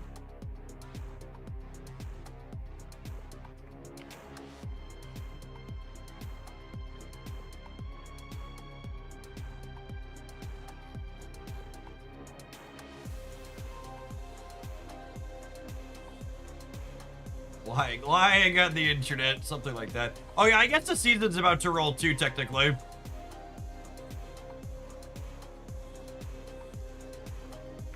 Look at patch changes. Release. 11/20. Oh, that was... We've not had a lot of S4 cards, yeah. The seasonal S4 pack is really small, yeah. Release 12/18. Is this right? Yeah, I mean, I guess this was January. It's just the limited time game mode ones? So even the January ones are out, right? Dragon Lord is January. Oh, these are really, because there's a delay in when they hit, right? So February, March, April. There's only 4.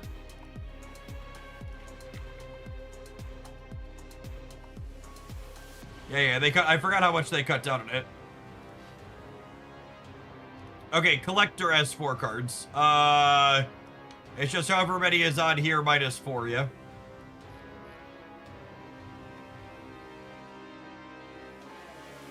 One, 2, 3, 4, 5, 6, 7, 8, 9, 10, 11, 12, 13.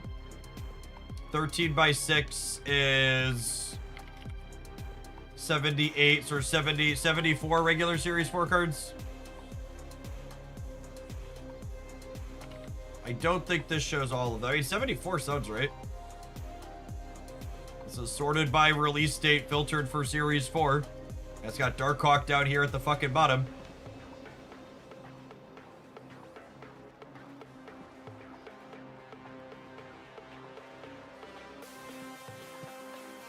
That sounds right. Like 200-ish S4 and S5 cards. Okay, what do these cost just for clarity? Because I'm not a pleb. I don't buy these things. These are 4,000, and these are 2,000, and these are 5. I buy these, and these are 3. Is this right?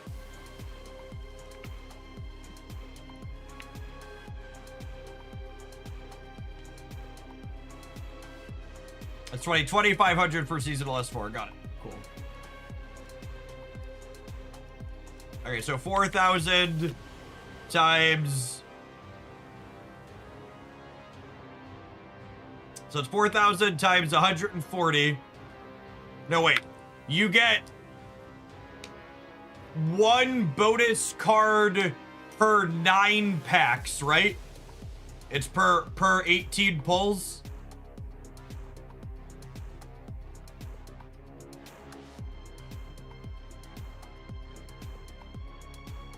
It's per 36 pulls. Do you have a reference on that? Where's the reference on that? I'm pretty sure it's 18. It's 18 pulls.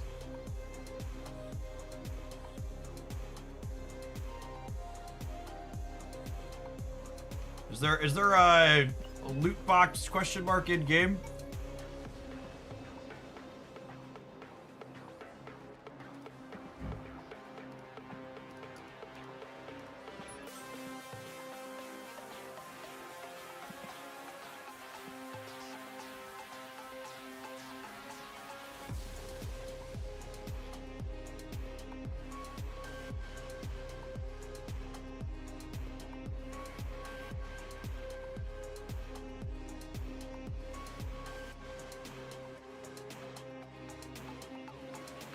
Oh, I hate looking at loot box tables.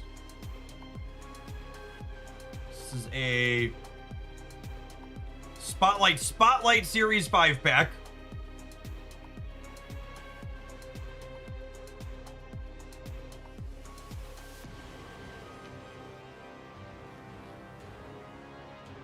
It's per 18 packs then. Chancy's pretty convinced it's per 18 packs. We'll count per 18 packs. And then Steric, you said it's about a 10% refund on average. Is that what you're saying? So in reality, does that include the guaranteed extra? Does that 10% include the guaranteed extra or no?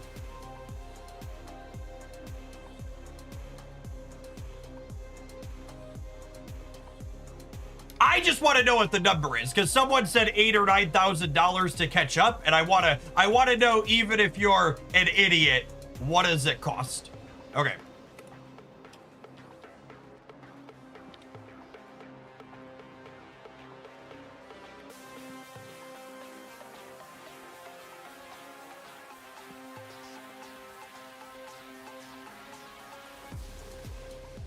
Oh no, I want to know. Let's assume you're as bad with your money as you can possibly be when coming back. What's the absolute? I mean, and not even coming back. Starting from fresh.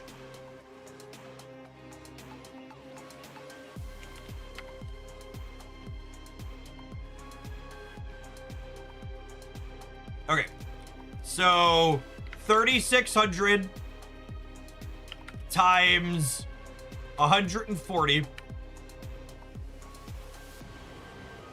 Plus 1,800 times 74 plus 4,500 times 12 plus 2,500 times 4.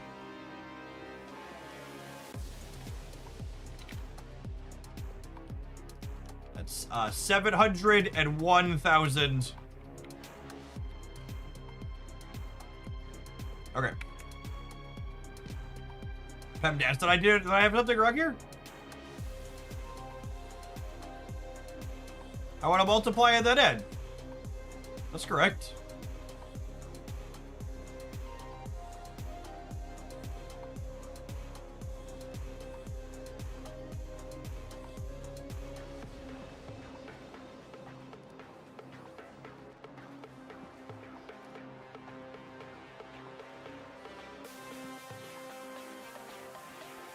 Oh, I guess I guess if we're really going as dumb as possible, you have to buy the tokens at this rate, right?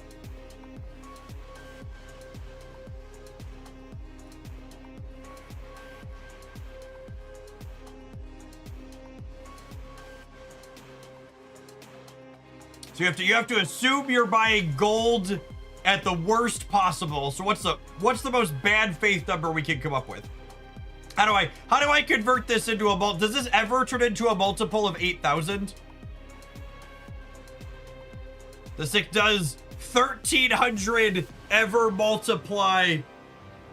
No, wait, this is 30. Does 6,500 ever multiply to a multiple of 8,000? I don't think it's math. So 12, 13, 1950, 26.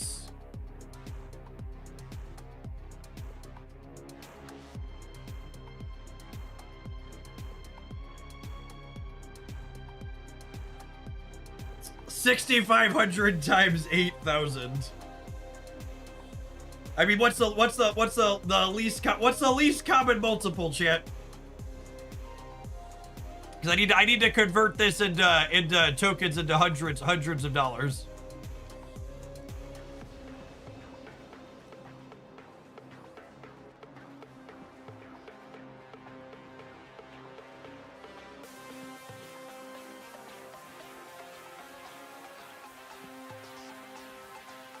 Oh yeah, I forgot they put that in the client for some people.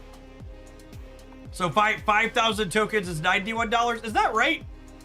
1,500 gold. Because it's the shittiest offer is 8,000 gold for $100. That might not be USD.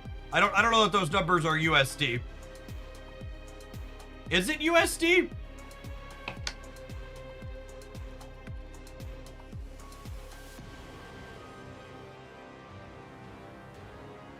.91 times 8,000 is 7,200. So that number is wrong. It's an overestimate. Yeah, those numbers aren't right, Dance. They're wrong. They're wrong at the baseline.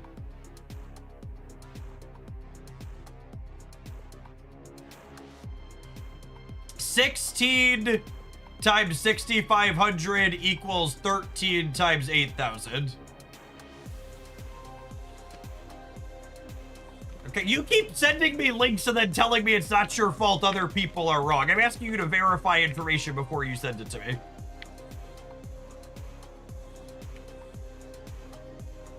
Okay, so here's the thank you for finding me the least common multiple. So basically, 1,300 USD turns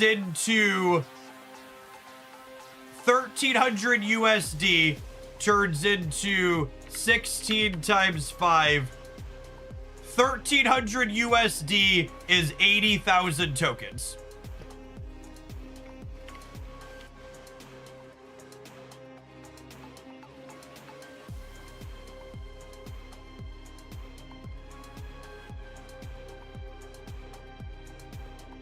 I believe is that math, yeah? So then I just take this.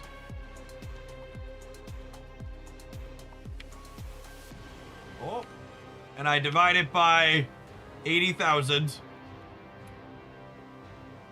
And we multiply by 1,300.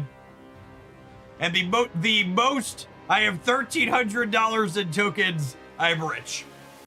So a brand new Marvel Snap account spending in the least efficient way possible would cost 11,000 USD starting from nothing to get all of the tokens you need to get absolutely everything on day one instantaneously.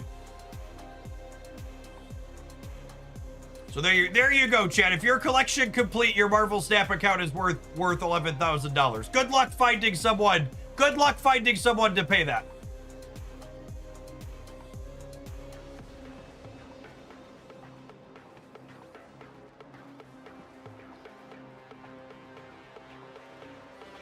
someone is clipping it. Absolutely.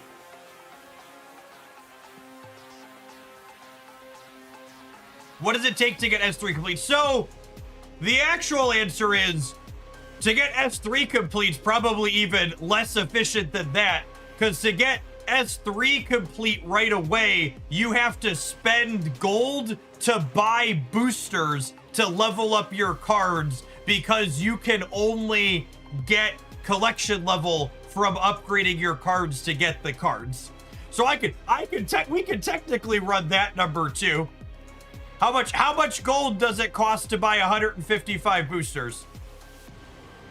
Oh wait, you could just buy Series 3 packs. Oh yeah, how many Series 3 cards are there? Yeah. I forgot. You could buy Series 3 packs for 1,000 tokens each.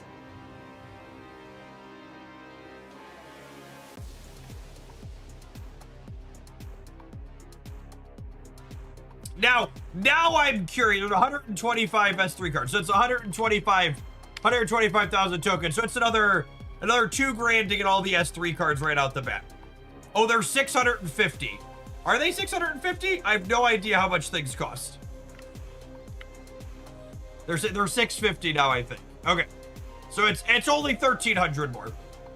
So it's 1,300 more. This is all. And it's another 80,000 tokens or so to get it from here. Now, here's a number I would like to convert. So this is $1,300 to 80,000 tokens. I'm curious how much better the rate gets, not even including bundles, just by converting your gold to credits and getting tokens that way.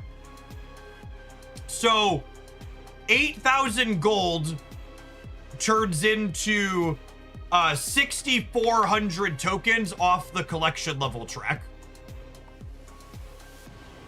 So times 1,300 to give us the same baseline. Or times 13. Math, 6,400 times 13. It's actually not that much more efficient to go up there. It's a little bit more buying tokens directly. And then this is 83 too. Upgrading cards for credits, because buying tokens is worse than upgrading cards for credits. Yes, but you do, that's true. You do get the S3 cards for free along the way when you do this, and you get cosmetics. So not only is it a better base token rate, but you're also getting all of the S3 cards incidentally while it comes up.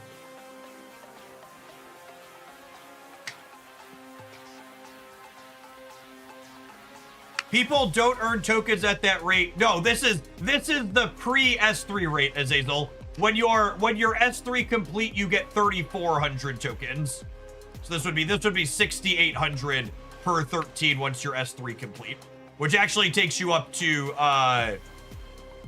88,000. So this is upgrading cards for credits, not S3 complete. And then 1,300 equals, what was that? 88. So what was that count? It's called Calculate. It is an open source calculator app. 88.4.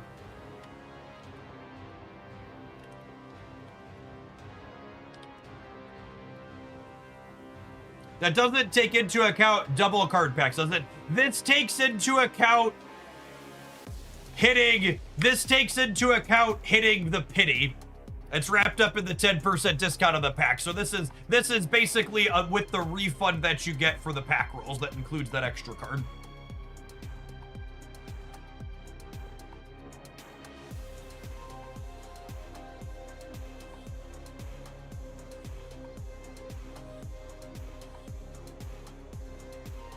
So this is as least efficient as possible. And again, it's so like, I would challenge any of you to go online and find me coolly easily calculated numbers for what does it take for a brand new Hearthstone player to have every card in Hearthstone? What does it take for a brand new Magic Arena player to have every card in Magic Arena?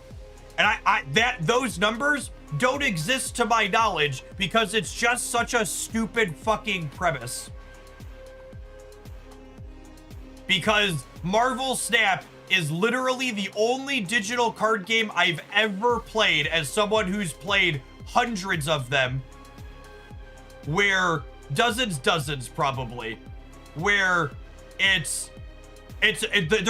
there's few enough cards in Marvel Snap that like getting everything is feasible. Whereas like, you know, like how many cards is this, right? This is 214, 226, 230 plus 125 S31. There's less than 400 Marvel Snap cards. That's one fucking Magic set. And you need 4 copies of a Magic set. There are less cards in Marvel Snap right now than there are in one Magic the Gathering set. And you only need 1 copy of each Marvel Snap card. So it's not even just calculating what does it take to get 1 copy of everything in Hearthstone or Magic Arena. It's what do the playsets cost to actually be complete? What is having 4 of every mythic? It's just like an absurd number that nobody remotely reasonable is thinking about.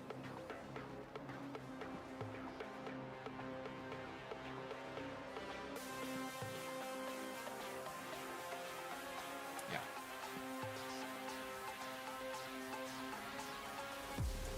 This is just like classic gacha numbers where like the number to buy things rather than playing the game over time and waiting for better bundles is like this is the price anchored price, right? Like this is bad because it has to look bad and expensive so you feel incentivized to buy the things that look good. This price exists to generate FOMO. It does not exist with the expectation that anybody's actually going to spend on it. It exists so that way when a bundle comes up and you look at, let's look at previous cash bundles and you look at, can I filter based on dollar amount? I think I filter based on dollar amount, yeah. It's filtered this way. Sort descending. It's filtered so that way when this Isan bundle comes up and it's $100, it's like, oh, this is $100 and I get 2 Series 5 cards, and then this is almost 3 more Series 5 cards, and this is almost another Series 5 card. So if this is like 6 Series 5 cards for $100, as opposed to, you know, this calculation where $100 was 8,000 gold, and 8,000 gold is 2 cards. And that's the point, right? Like, even if you're looking at this from like the absolute worst case scenario, it's like at a glance here on like the good big bundles, this is what 3x what the worst case is, and something like this, and that's pretty normal, right? Like here's another one. All these $100 bundles are like 5 to 6 cards. They're 2 Series 5 cards. And then they're a giant stack of currency that turns into a bunch more Series 5 cards. It is actually 3x value. Unironically, they are 3x value. That's actually fucking hilarious. I didn't think about that. They are unironically 3x value.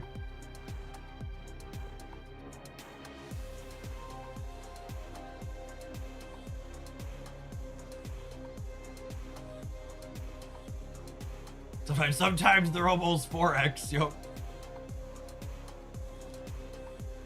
That's funny.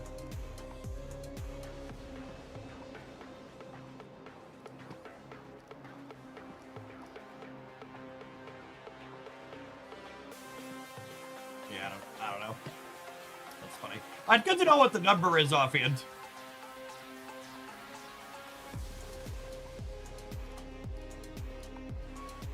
I'm excited to see someone reference this segment and use it to be mad.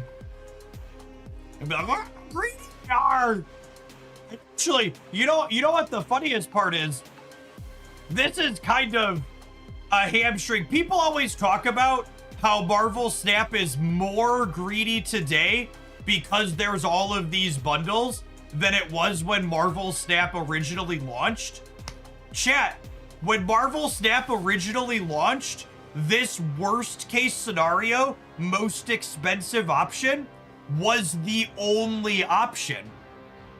When I started making content for this game and I was rushing headlong to get Series 3 complete as quick as I could, I spent thousands of dollars on 8,000 gold at $99 a fucking pop. And these bundles made this game not only have more sweet cosmetics, but they also made it markedly cheaper to get cards. They made it significantly cheaper.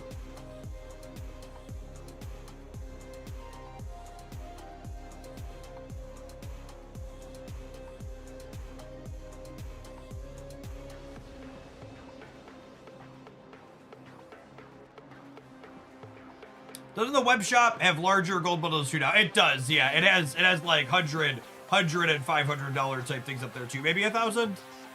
Definitely bigger though. That's kind of an interesting question. That could be one that's an interesting calc in good faith.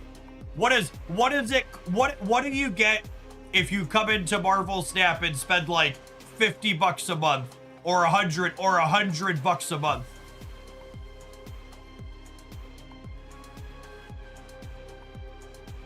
Like if a new person showed up and was gonna spend $100 a month, how quick? Actually, I feel like if you wanted to calculate what's the biggest value, I feel like 120 a month is probably the number I would look at, because it's season pass plus and one big bundle, right?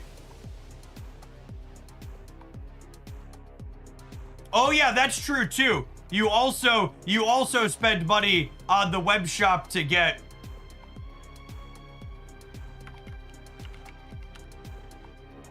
Cause you get stuff from here too. You spend 100. It's a series 4 for 50. It's this for 200. And for reference, this is less than what I used to spend. This is less than what I used to spend on Magic Arena. Magic Arena, when I was making Magic the Gathering content full time, I spent between $200 and $400 a month on average to stay set complete. And that was before there was a decade's worth of sets, right? Like that was when it was starting.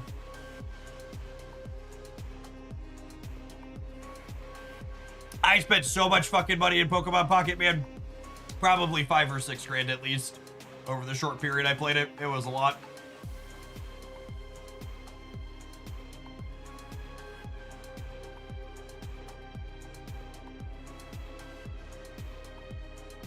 Don't tell me Arena is a decade old. It's pretty close, right? Arena launched in... Well, they back added sets too, Travis. Arena launched in the fall of 18, I think it was. Was it 18? I think it was the fall of 18. I go back and look at my metrics. I can tell you exactly. I mean, we can Google it too, but I think it was 18.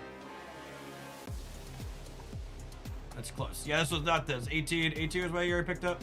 Yeah, definitely 18. This was the year I went full time. Was when Arena launched.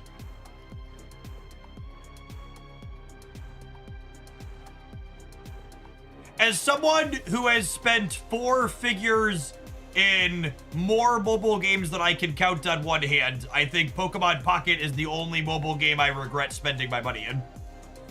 It's real bad.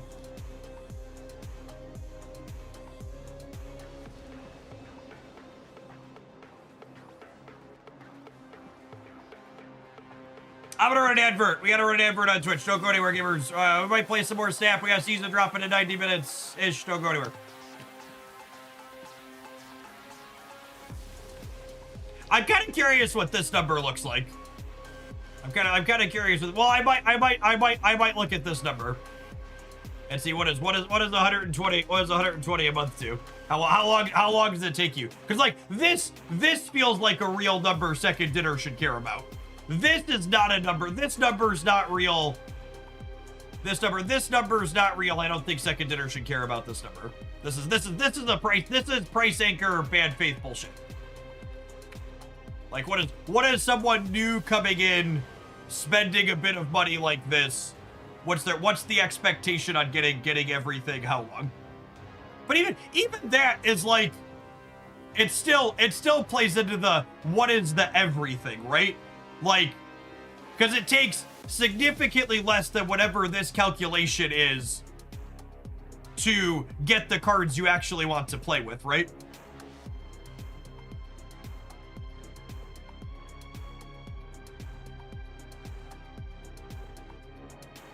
So the $120 a month, you get 5 cards from the $100 pack. You get 2 cards from the season pass, and then that's so that's 7 cards.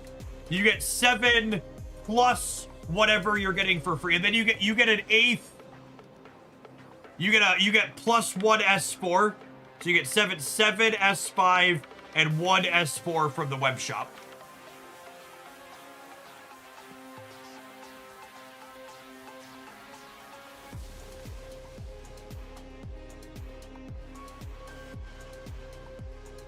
That's got it. The whale track doesn't give you a second S5 card till here. Oh yeah, the web shop comes with an extra S5 as well. So this is 8. This is 8. Yeah. That's 8 on the web shop. And then how many tokens do you get per month? Oh, I'm gonna have to go. I have to go look. God damn it. I have these numbers written down somewhere. Oh.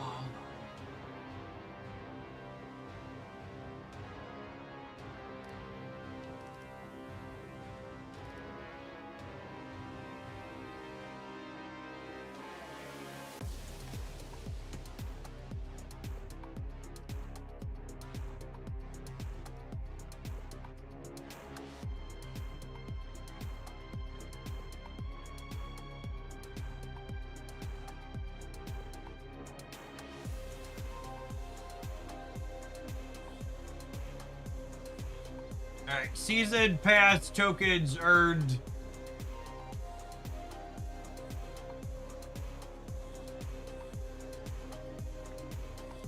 Oh, there's a website where they've calculated it.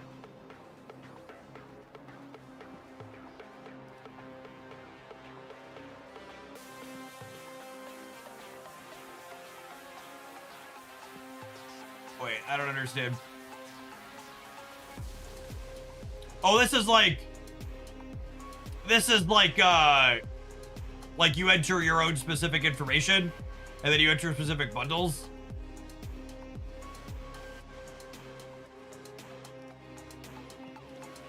The reference number for tokens is season pass tokens per 13 weeks.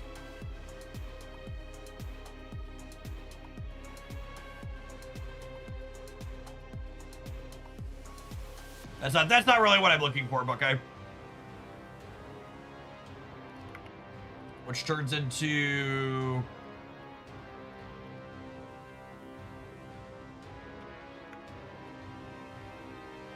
So you get 21-ish S5 cards per... So this is like 29-ish. Oh no, I multiply that by 3.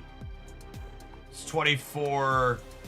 So it's like 45 S5 per 3 months. Yeah, I just rounded to 21. Per 13 weeks, just to keep the... and they release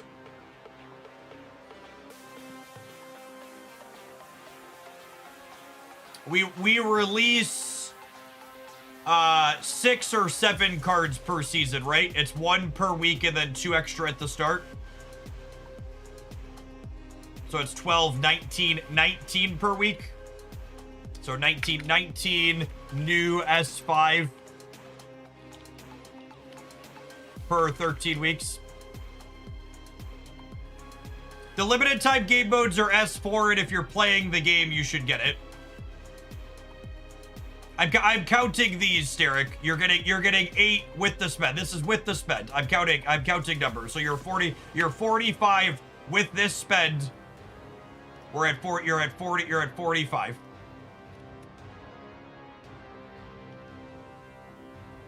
So in a year, you get, there's 4 13-week seasons. So this is 180 S5 cards per year, and they release 76 S5 cards per year.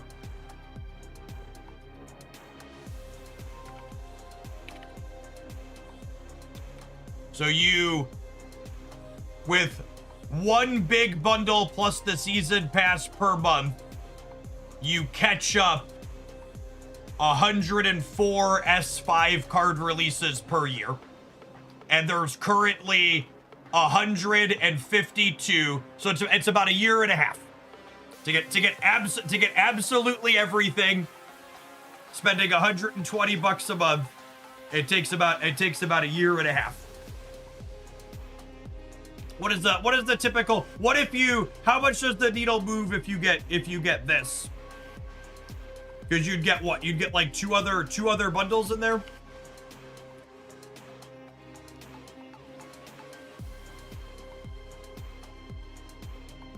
Do they do $200 bundles per month? Do they do $200 bundles per month?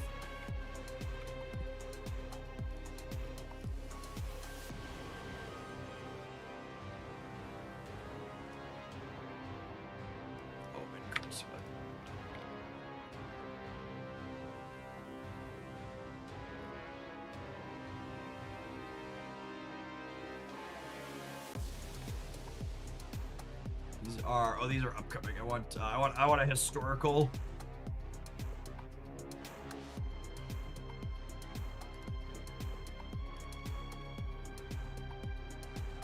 Oh, this is your previous.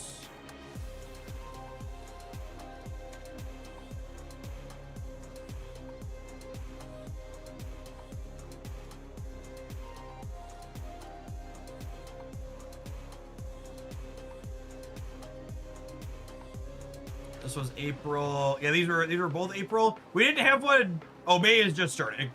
Yeah, so we had 2 in April.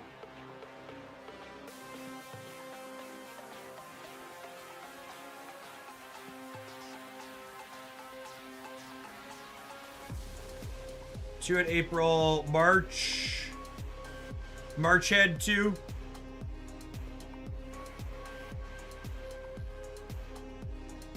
March had 3. Okay, so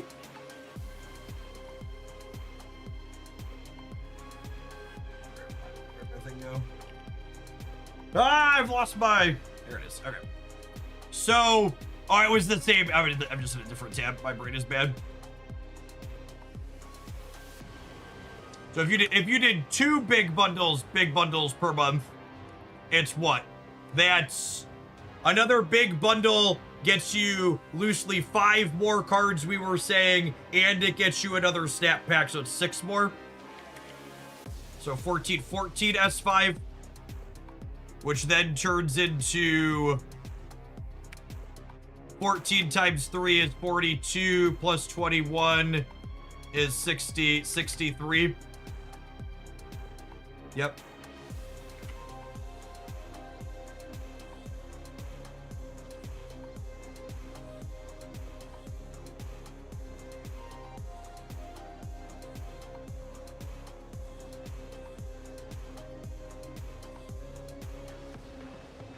63 times 4 is 252.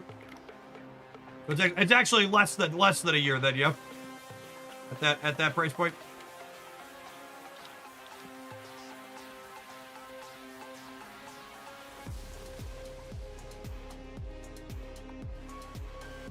Yeah, you could count gold pass too, but Carlos, thank you for the 37 months.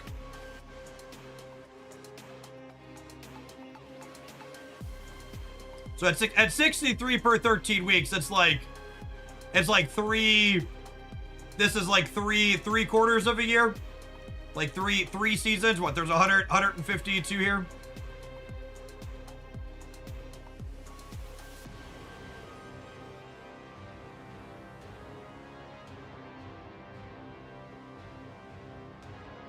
Yeah. Yeah.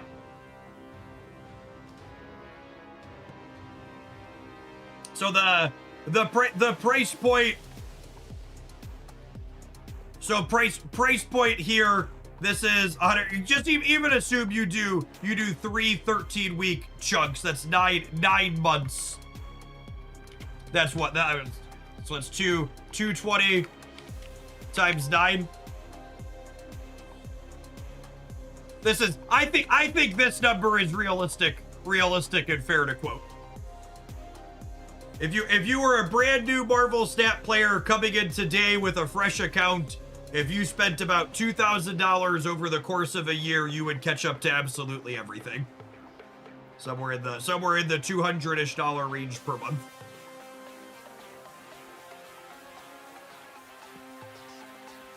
And that's a number plenty of people will still be plenty mad at. But again, like, I spent more than this per year. Yeah, this includes new cards as they come out, J Turbo Banana.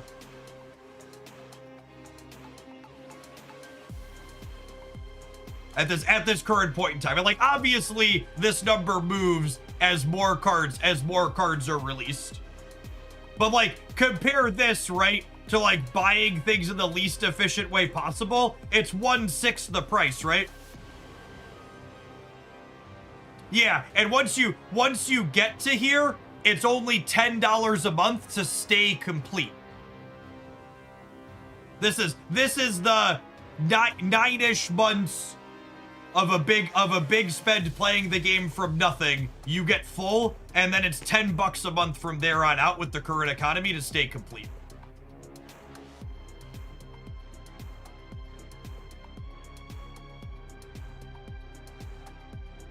And then in comparison, and again, this is operating under that assumption that you need absolutely everything and you can't play the game without everything, or it's not fun without everything.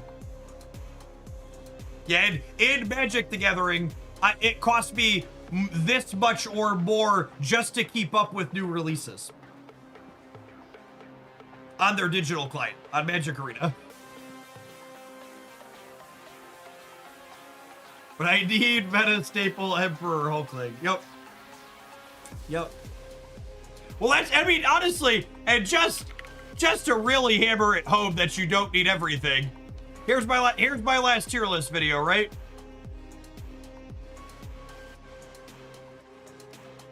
And I think skip these. It's so big I had to fucking scroll it. There's what? 1, 2, 3, 4, 5, 6, 7, 8, 9, 10, 11.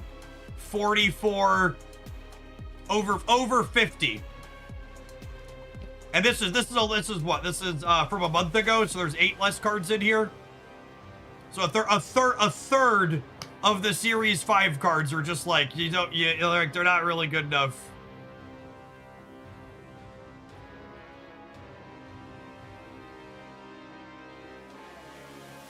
Yeah.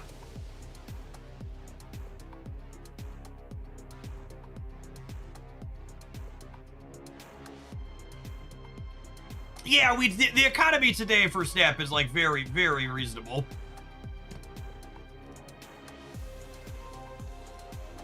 I'm gonna be honest, this was actually a lot. When we started writing these numbers down, I was expecting this to take much longer.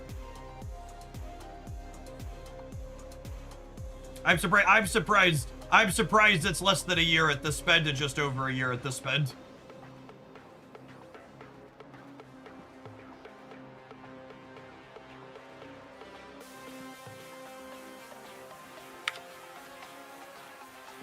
Yeah. All right. Thank you for coming. Thank you for coming to my TED Talk. Should we play some Marvel Snap?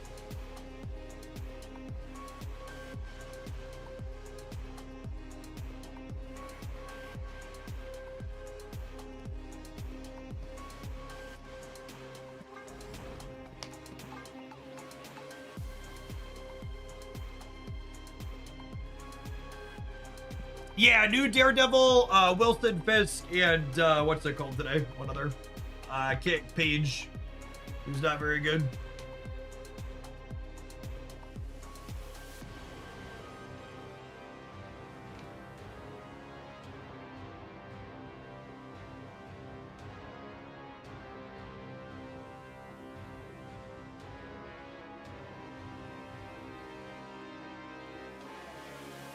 Yes, Karen Page being a build around to get a 411 is like really scuffed. She'll get the manager for you when you lose trying to play. I would like to see Ben Brode's manager, please. Why is this card so terrible?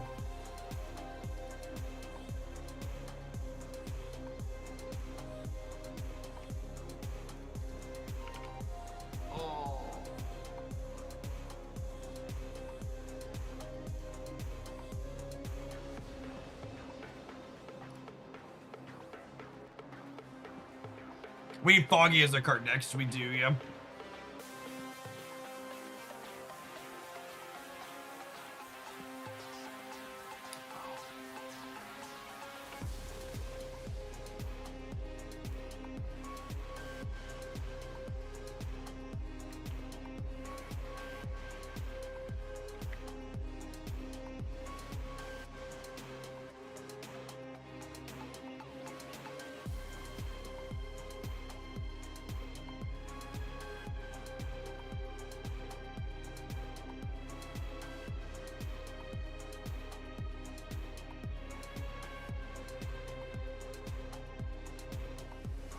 One second, gamers.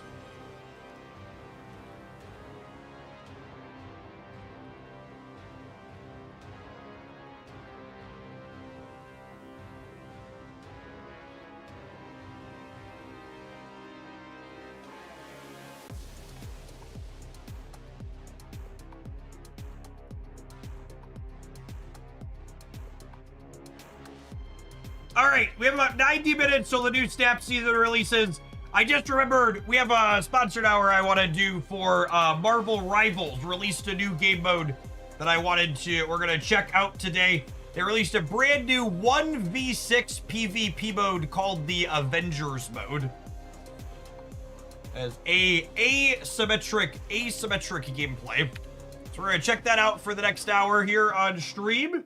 And then we'll jump into the new Marvel Snap season when that's live at 2 o'clock. You want an easy way to support my stuff? Hanging out on the Twitch side while we check out some of the Marvel Rivals new game mode. Folks in chat saying it's pretty good. I'm interested to see how that works. I'm curious how 1v6 works. My notes say, choose to play as Loki or fight alongside the Avengers, and entirely free for all players. There's also Avengers-themed events in Times Square. All right. So let's hop on it and see what this looks like. I'm being eaten. There is a Mastodon there.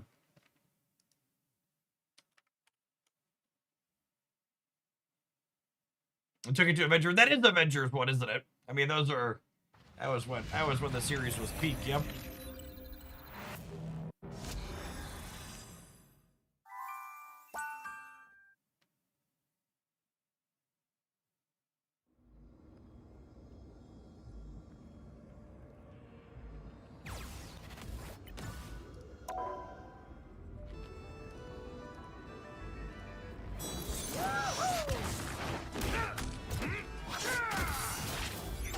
Is that Deadpool fighting Devil Dino?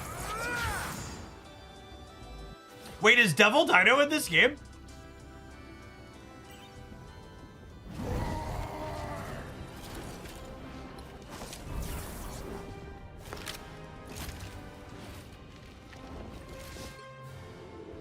Devil Dino is rumored to be next. That's sick.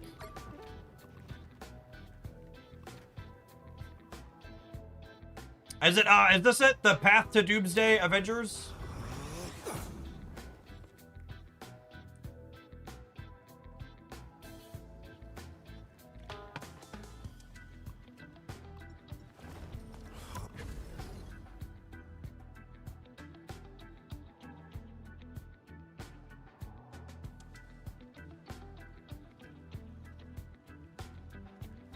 There's a new PvE mode as well. The sponsored thing today has to be the new Avengers mode. What's the PvE mode like? Hell, that's something people are typically interested in. Noble heroes assembled, determined to stop Loki's schemes. Oh, you have to play as the Avengers. Freedom's an idea that will never die. That's cute.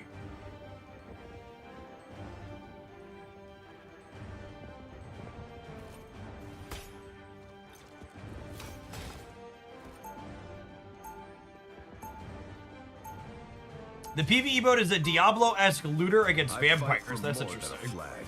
I fight for an idea, one bigger than all of us. I feel like I need to This spot is look at my character's buttons. The story unfolds in 30 Liberty seconds. Rush, Living Shield.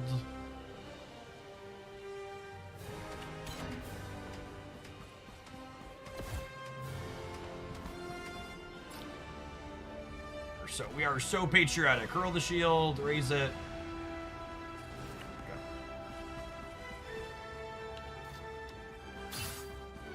Five, 4, 3, 2, 1. Mighty warriors, answer the call to battle and venture forth to the mission area. Yes, Iron Man is playable. Stand down. Iron Man, Hulk, Hawkeye. I think Black Widow was another one.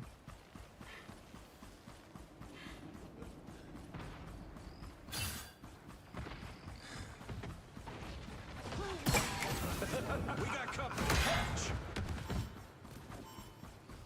Are there like other random enemies, or are you just fighting against There came a Loki? time when both sides fought for the sacred pet. Sorry, soldier. Cap, get up. We need you. Sorry, soldier. Loki's tricks paid off. Stand down. He took control of the mission area with ease. Switch to Thor. I am Asgardian, but I feel a deep kinship with the mortals of Earth.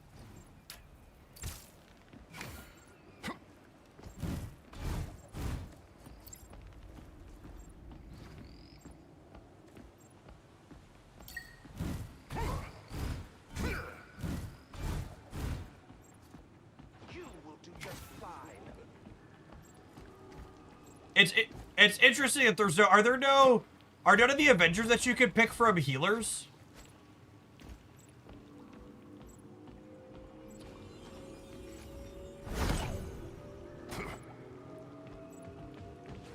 Our adversaries gather. Loki's plan took shape. He's halfway to victory. Come to me. They're all tanks and DPSs. That feels like an interesting choice. What battle can continue without Thor?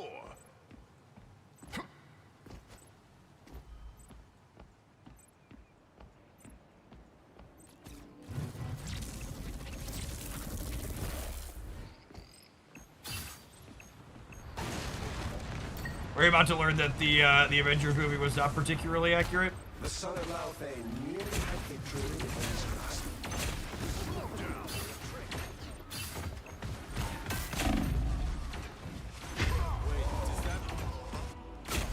Lovely trick. Render me assistance. Render me assistance. I am your. To battle Feels very again. challenging without having a healer, huh? Of course, the god of mischief proved his might and struck down his foes.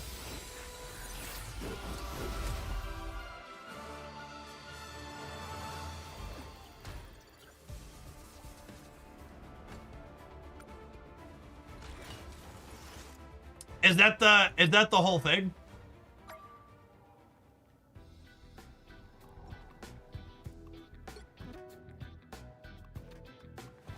Oh, you can change to all heroes.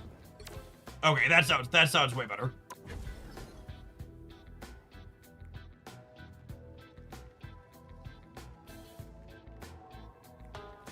Oh yeah, the estimated queue time is lower here too.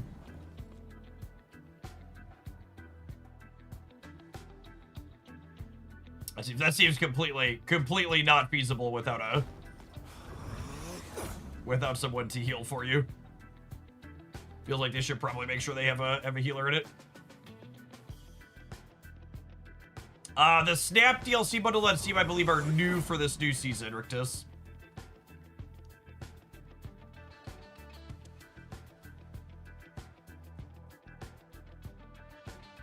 Estimated time 4 seconds.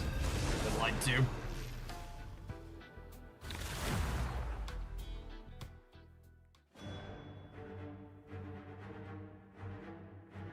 Noble heroes assembled, determined to stop Loki's schemes.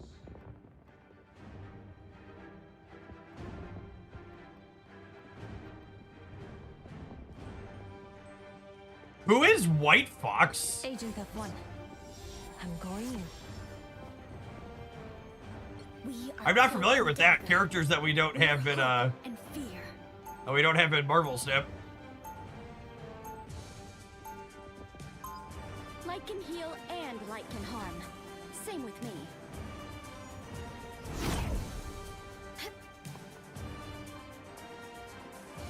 People are always afraid of Ty, but they just don't know him.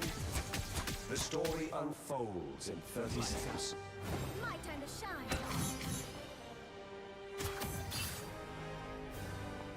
White Fox is the newest healer. She's the head of South Korea hero group, basically Nick Fury but furry. That's funny. Ryan Nova, thank you for the over 3 years. Welcome back. 5, 4, 3, 2, 1. Nick Mighty Fury. warriors answer the call to battle and ventured forth to the mission area.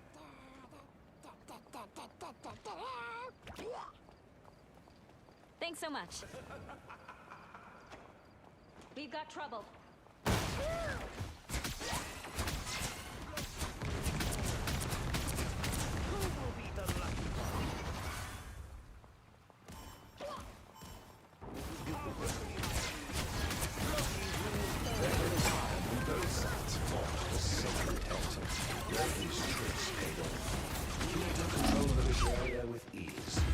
Wait, what?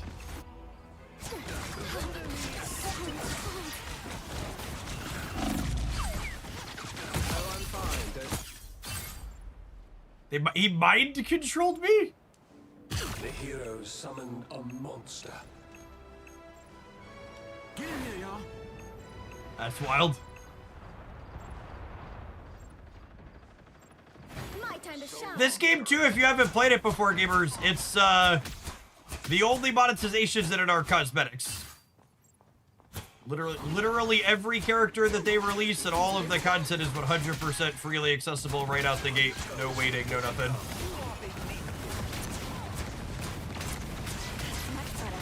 If you think it's something you'd enjoy, you should absolutely dive in. The horror of the Hulk. Loki's plan took shape. He was halfway to victory. And I know what some of you are thinking. Don't worry, the wider community in it finds other things to complain about, even though they can't complain about monetization. My time to shine. I know you wouldn't feel at home if your gamers were happy. Hold still. I'm trying to help.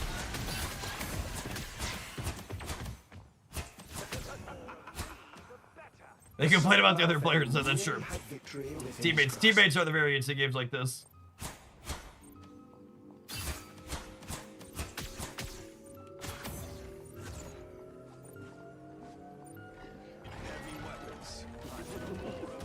power shift. The heroes reclaimed. The heroes summoned a monster.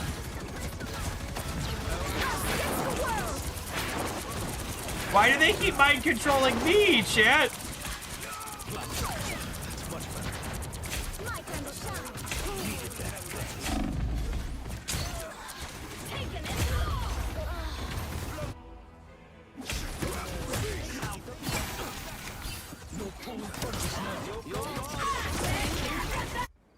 Daggers back. The area fell into the god of mischief's hands once more. The victor was still uncertain. Thus the battle raged on. Power shifted, and the heroes reclaimed the area. Behold the horror of the Hulk, the monster Hulk. Come to me, my legion. Render me assistance. Render me never stood it. The area fell into the god of mischief's hands once more. The victor was still uncertain. Thus the battle raged on. Of course, the god of mischief proved his might. I got something. Yeah, maybe we shouldn't be the healer. I feel like I want to go try White Fox out. I usually like the supports of this game.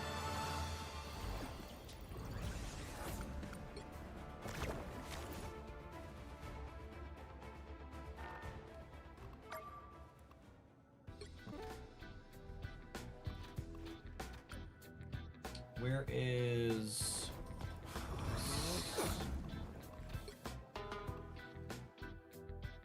Supports are the old man position, absolutely.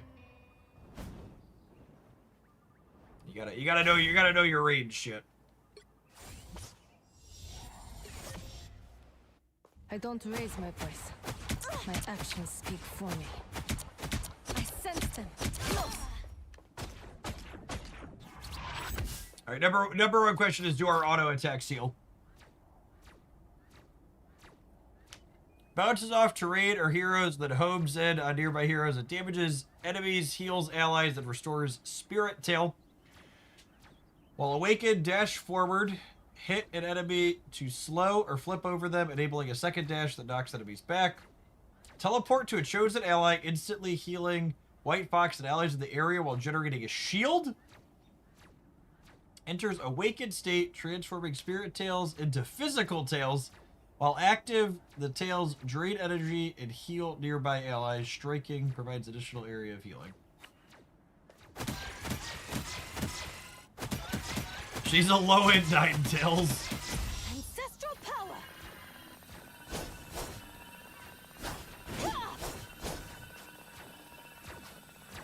I'm hit. Cover me. I'll praise in your place. Okay, so when we do that, she puts a circle down around us. Revive us. Ooh. Form change act. Hand mine. Oh. The hunt All continues. right, when we put that up, we get like we're like melees. Okay, we have to get the tails. Double kill. She's actually based on the same being as Ninetales. I mean, it definitely has the same energy. Oh, and I like that you visibly get tails in the back of you. Form change active. Target locked. That's very Grammy. The hunt continues. Double kill. Carried away. Okay. I dig it. What's the ultimate do? Manifest the full nine-tailed fox form and continuously heal nearby enemies. Cannot receive healing effects from others while in this. Shangwat Shigan.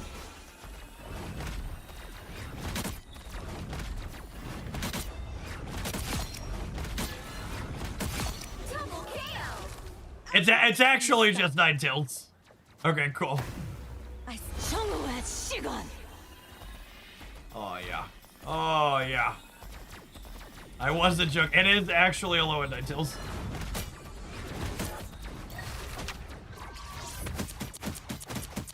The hunt continues.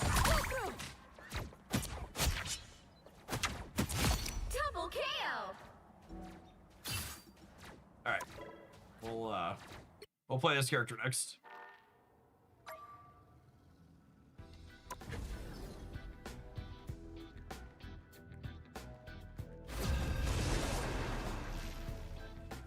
Great. Appreciate folks hanging out for our sponsored hour of Marvel Rivals. Shout out to them for supporting the stream today. Marvel Snap season kicks off at about an hour. We're gonna play another half hour or so of this. Then we'll kick on over to some Snap. We'll build some decks with the new cards, and we'll dive on into when the season kicks off. Agent F1. I'm going in.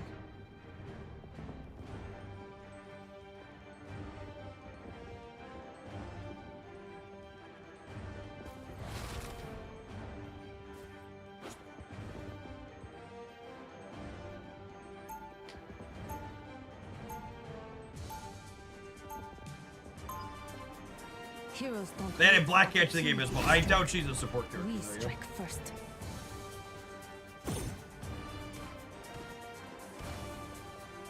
I don't raise my voice. My actions speak for me. The story unfolds in 30 seconds. The Loki narrating it all is a nice touch.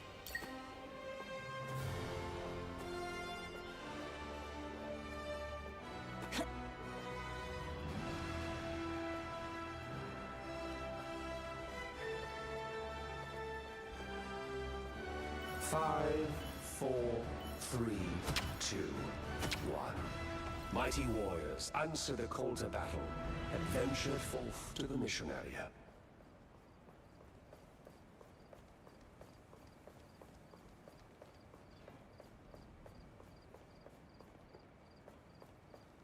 Oh yeah, I don't play duelists.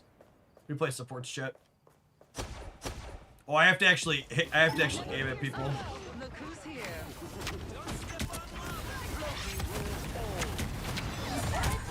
There came a time when both sides fought for sacred territory. Loki's tricks paid off. He took control of the mission area with ease.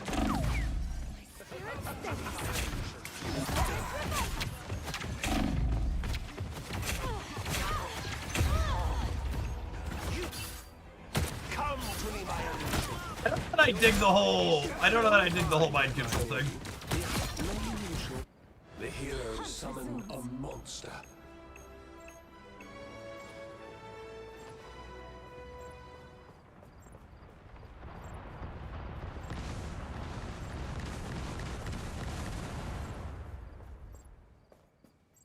Alright, well everybody seems to be dead, so we're gonna wait a second.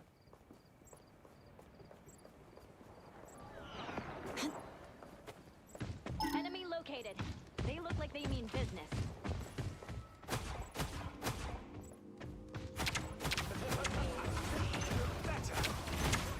Loki's plan took shape. He was halfway to victory. Behold, the horror of the Hulk. The hero summoned a monster. The hero summoned a monster. How should the heroes become? God is suffering.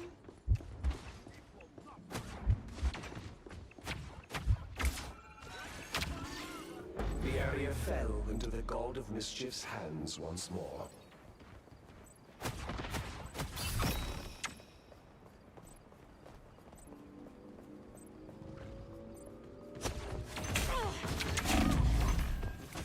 Behold the horror of the Hulk.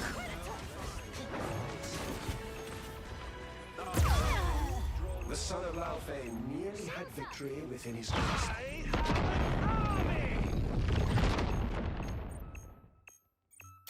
I've survived so much. The Fox Awakens. I think we'll probably try the PvE mode after this one. Mind control right off the edge. Yeah. The hero summoned a monster. The victor was still uncertain. Thus the battle raged on. The hero summoned a monster. Loki had an army, but alas, they had a Hulk. Power shifted, and the heroes I don't know that it. I don't know that this mode seems like it's particularly well balanced. It could just be that, you know, 4 teams in a row, all of my teammates are as bad as me, but they haven't seemed particularly close in favor of Loki any of these times. And someone in chat mentioned the only way to have fun is to play Loki, so I feel like I'm willing to bet that. The hero summoned a monster.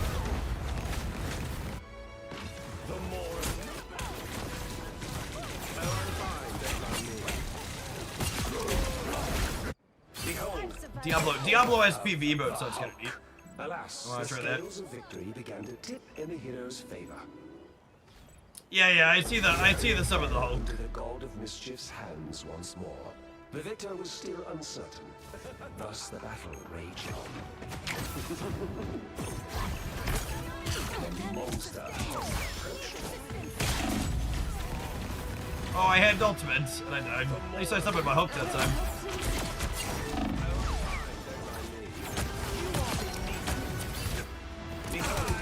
The Hulk. And thus the dull creature fell. Of course, the god of mischief. Alright, I'm gonna queue up for an ad's gonna run on Twitch because Twitch doesn't turn ads off during their sponsorship stuff for whatever silly reason. But we're gonna try the PvP mode.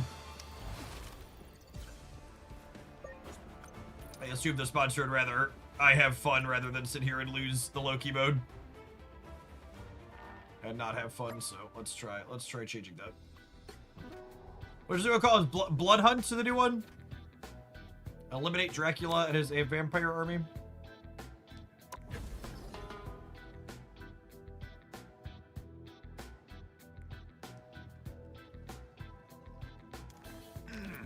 That sounds amusing. I like the zombies mode a lot.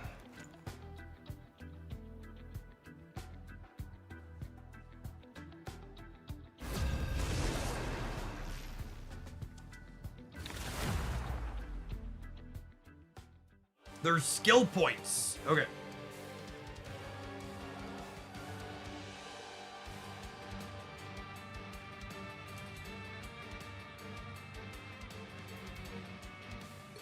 Dracula wishes to reclaim my city.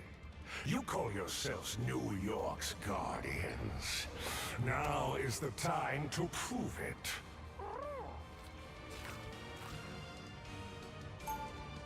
I am Jeff. Vigilantes disgust me, but I hate vampires even more. Defeat Dracula. and Ultimate his ability, minions total and save damage. Our home. Fascinating. Now, who's the real monster? Dracula's Nornstone has spawned a new breed of undead. Take them down and secure Times Square.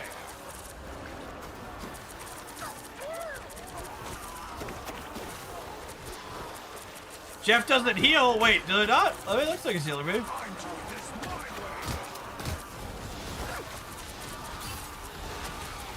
Dash Fan, thank you for the 40 months. Welcome back. Appreciate that.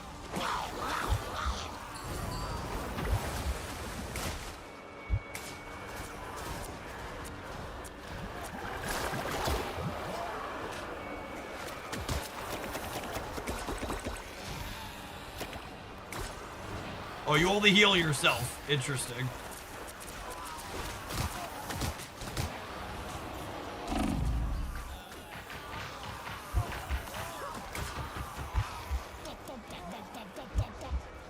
Leave them to consume.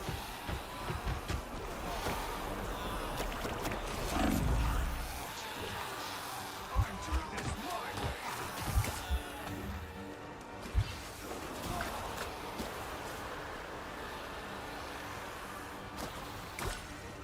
It's weird that you only heal yourself. That feels strange. Quickly. The creatures are coming from Grand Central Station, and they seem to be running from I guess that's something. probably a balancing mechanic to make it so you don't need a healer. A hero at You don't need a their healer all the time. I hate to admit it, but I'm impressed.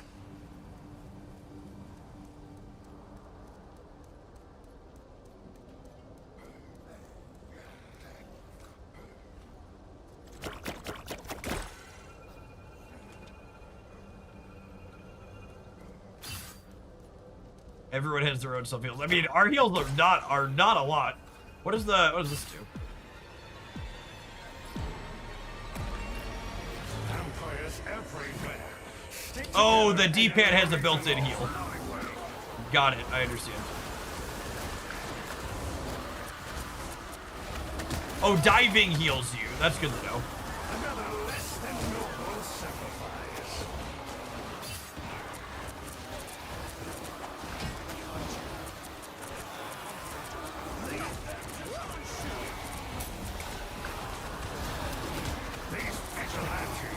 Okay, so D-pad left is a healing thing. Okay, I'll probably pick a different character next time. Like, can I change characters midway? I picked Jeff because I thought we were going to be providing support for our teammates, but with the dynamic of the game mode, I think I'd rather be someone that's shooty. Go through that building up ahead, and stay on guard as you approach the station. You can't. Okay, we'll have to do it again. Try someone else.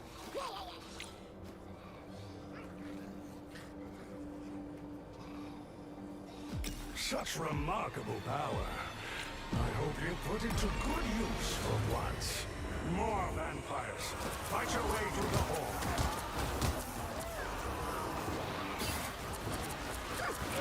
I'm doing this my way.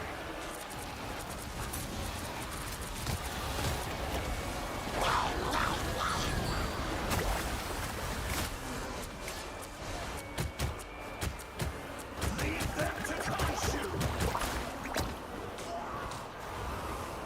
Do you think Jeff gets a bellyache after having so many vampires inside of him, Jeff? Feels like you would have a bellyache.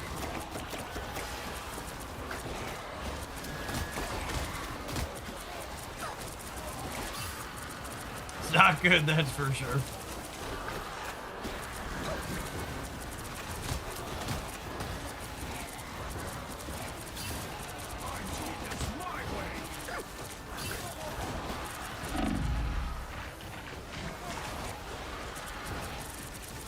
Clearly, Jeff doesn't read enough fantasy romance novels. Having vampires inside you is all the rage. I understood that reference.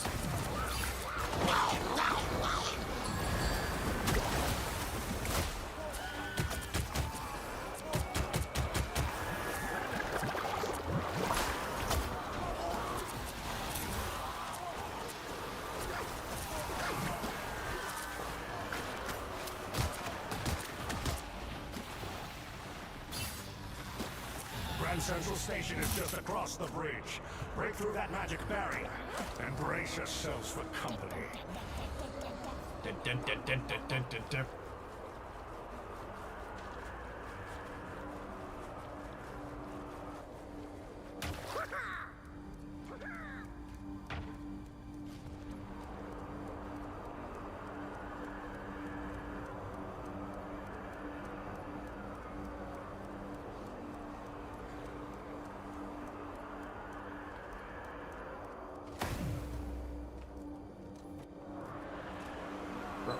Ruh-roh, Raggy. Oh, thank you.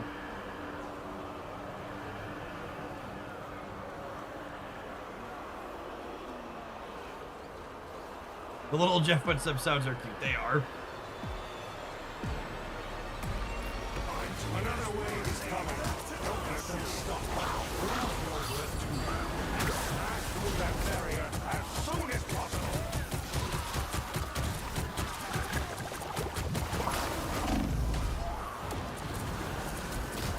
Oh, is that a biggin? There's a biggin, shit.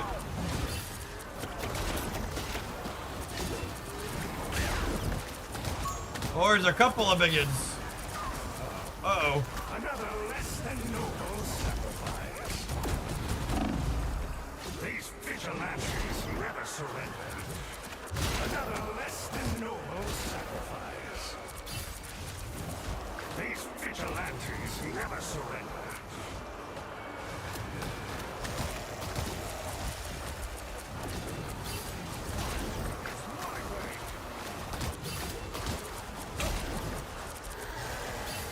Thank you, Moon Knight.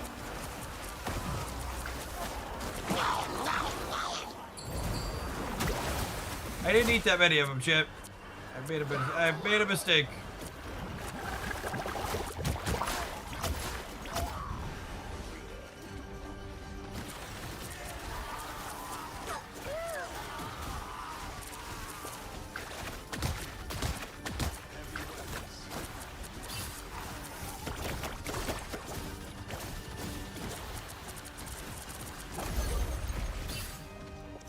Move forward.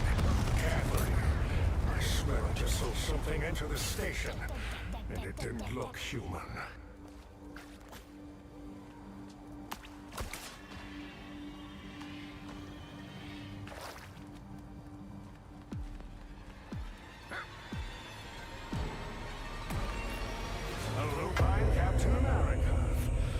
Those freaks from the Monster Kingdom, no doubt. Easy.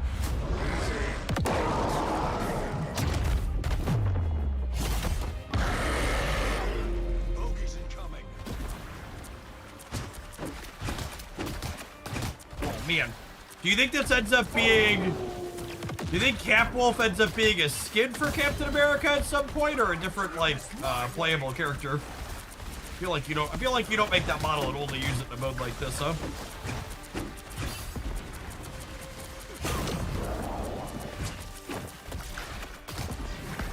It's a skin. Okay. But a skin before the game mode. Okay, yeah, that tracks.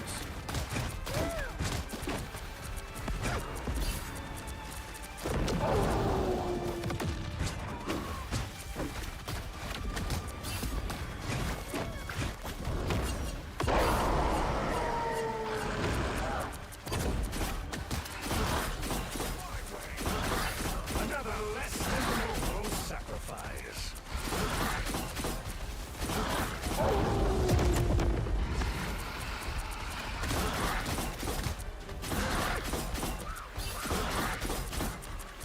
These vigilantes never surrender.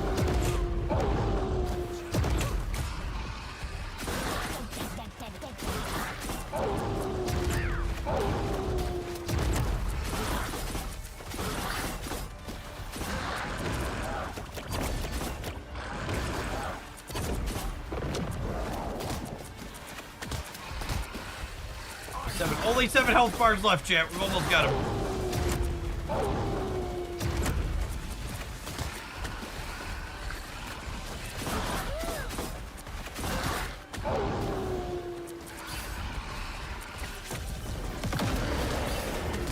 Excuse me, you were supposed to only have 7 health bars left.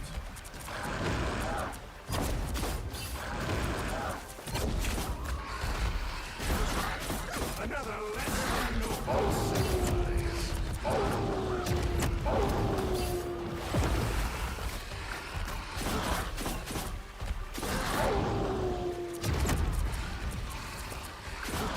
Vigilantes never Nice. That Catwolf is down. The Monster Kingdom may be a bigger problem than I anticipated. For now, though, enjoy your spoils.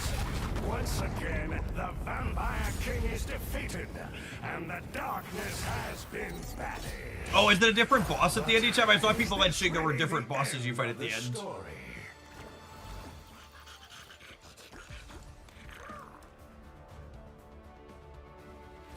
Loot. Oh, do you like customize your character?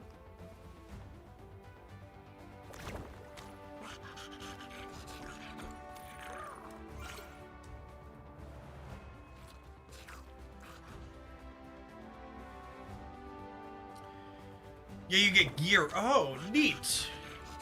So how do I equip gear? Do I equip?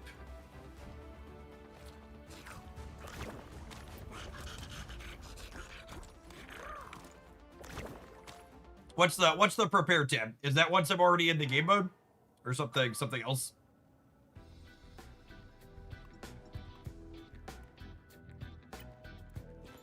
Ah.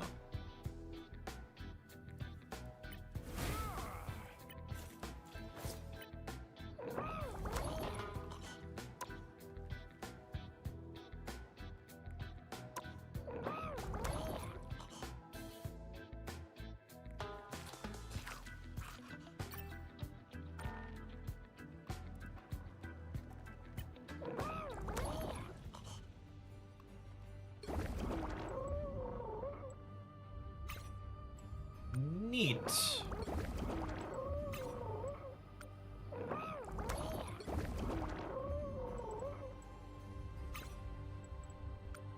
Okay. So the other people who did better than me weren't necessarily just pushing their buttons better.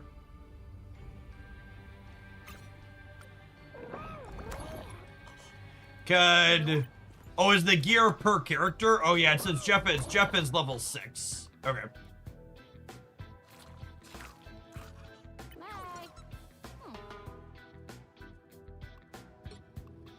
We have treats here regardless.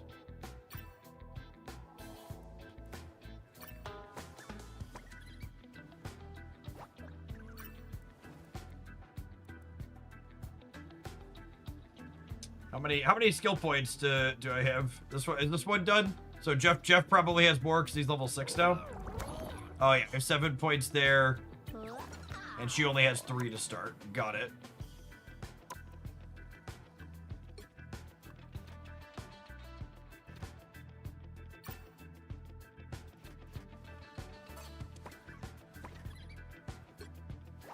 Alright, I feel like I want to try it with a different character.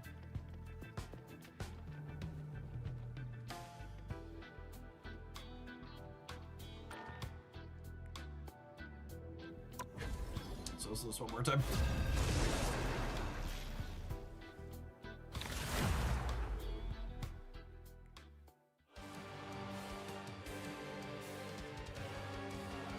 Dracula wishes to reclaim my city. You call yourselves New York's guardians. Now is the time to prove it. Squirrels versus vampires? Seems fair to me. Rocket upwards with a bounce over tail. Vigilantes disgust me, but I hate vampires even more. Defeat Dracula and his minions, and save our home. Okay, so launch an acorn to unleash squirrel guards, imprisoning the first enemy. Dracula's Nornstone has spawned a new breed of undead.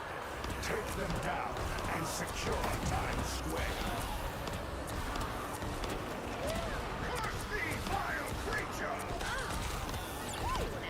Okay, so R1's instant reload for us here.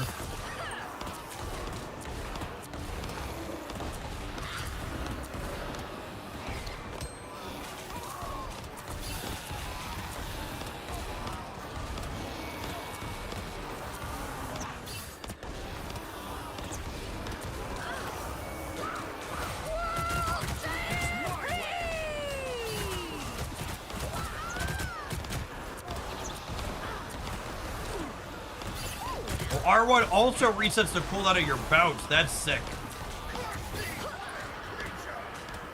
What's the big? What's my L2 do? Is it just like damage in a line? Move quickly.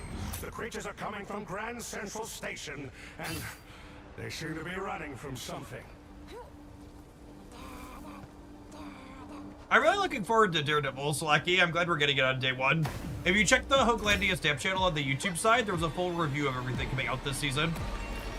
Vampires everywhere. Stick together and eliminate them all. A hero at their peak. I hate to admit it, but I'm impressed. L2 is the stun. Okay, so it doesn't do damage, it just stuns.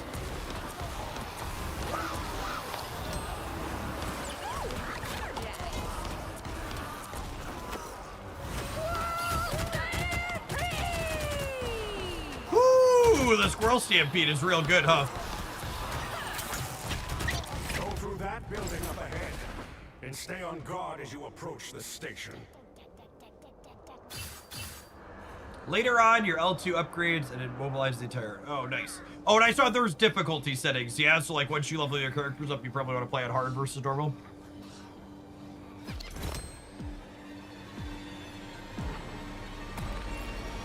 More vampires. Fight your way through the horde.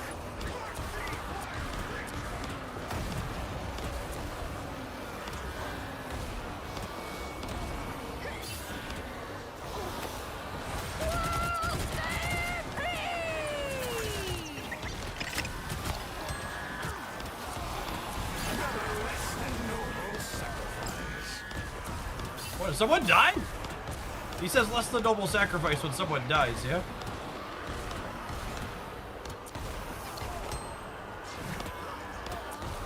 These vigilante. Grand Central Station is just across the bridge. Break through that magic barrier and brace yourselves for company. Howdy, is it Todd? Appreciate folks hanging out for our Marvel Rivals this afternoon. This vampires mode has been fun.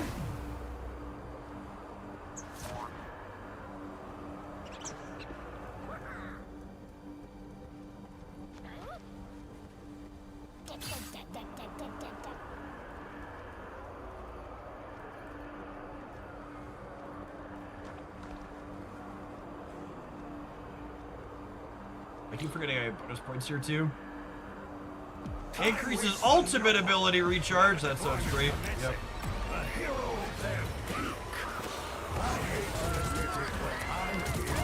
She seems nuts here. Holy.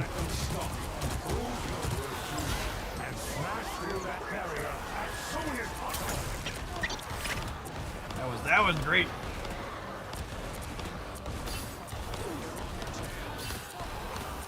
It was nuts. It was. Less than noble sacrifice. These vigilantes never surrender. Oh yeah, the faster alt recharge is fun.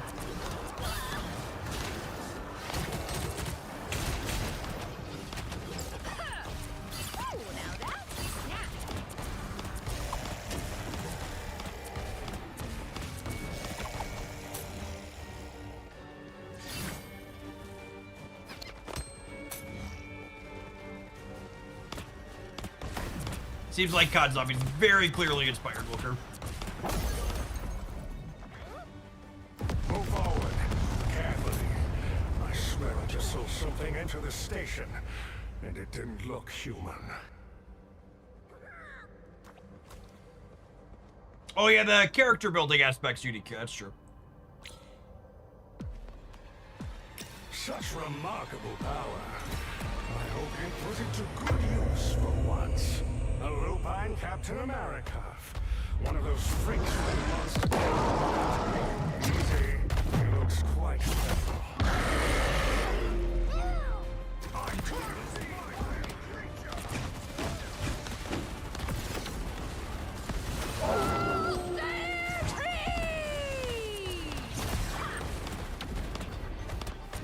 Yeah, I feel like our teammates in this one must be higher level. We're clearing through all the bits much quicker than we did last time.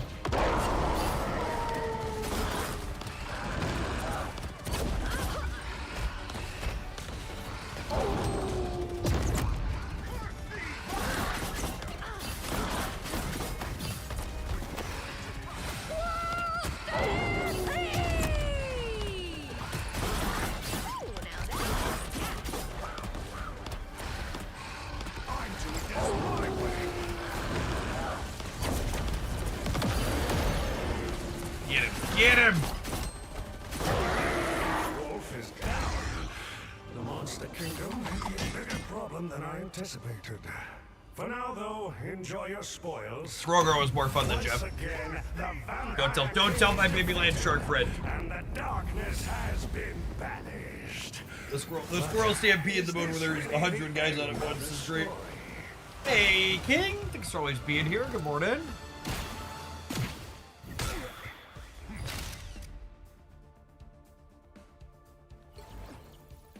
Oh, we do. I did markedly more damage than when I played Jeff. We were number 2. Oh wow, they were all level 1 as well. Huh.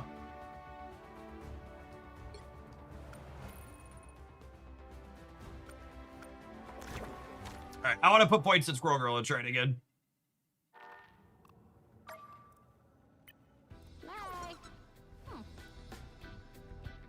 Squirrel got played projectile explodes on hit, imprisoning it. Okay, so that's the one we want, yeah?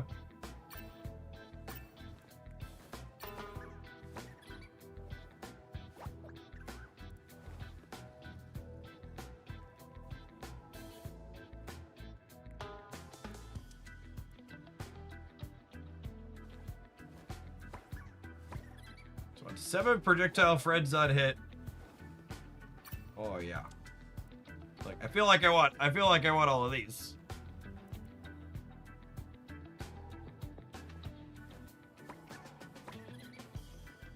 Oh my god, this bounces. Okay, that's kind of fun. All right, I don't know. We're mostly just pushing buttons here.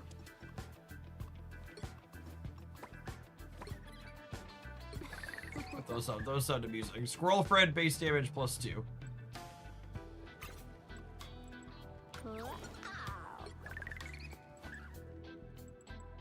Oh yeah, there's so many different stats on these items.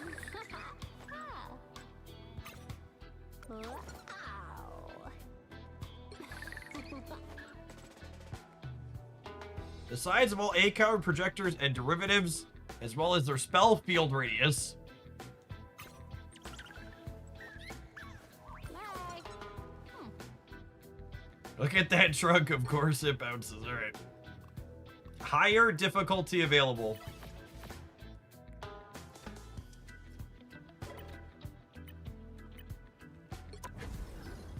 All right, are we gonna get smoked at hard, chat?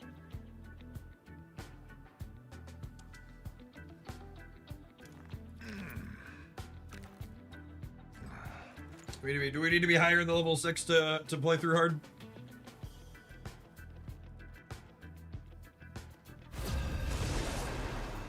Yeah, Rivals did a couple of. This is actually their second PvE mode. They were both kind of horde based like this. Did zombies have gear like this? Wishes to reclaim my city. You call yourself. Look at all New these York's squirrel guardians. enjoyers. Now is the time to prove it. Squirrels versus vampires? Seems fair to me. Vigilantes disgust me, but I hate vampires even more. Defeat Dracula and his minions and save our home. A hero at their peak. I hate to admit it. Zombie I'm squirrels. Oh wait, these are venom squirrels. Dracula's Those are sick. non- Oh, I love that we're 4 squirrels, chat. Undead. Take them down and secure Times Square.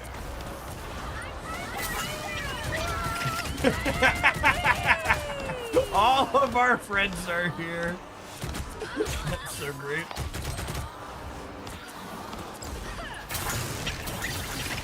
Oh my goodness, the AoE on that is hilarious.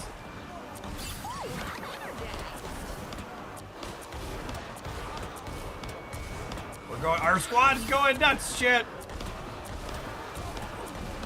Whoa, wait, there's flying things too now? That seems problematic.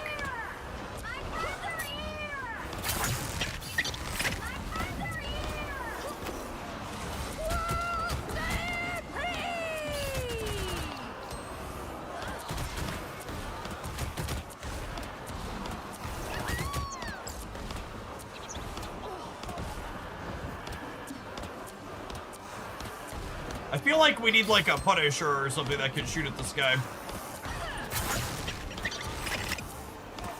Oh, that acorn can pulls him down. That's nice.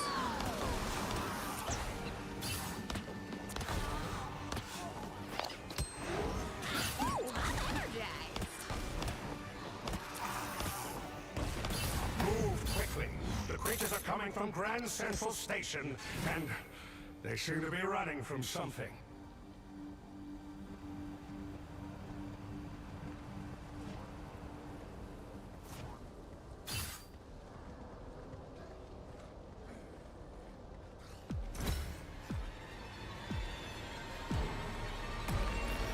Vampires everywhere. Stick together and eliminate them all.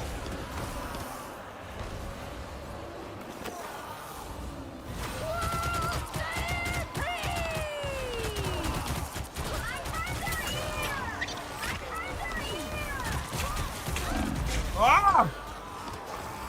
Oh, that was close. That was the closest we've come to death, chat.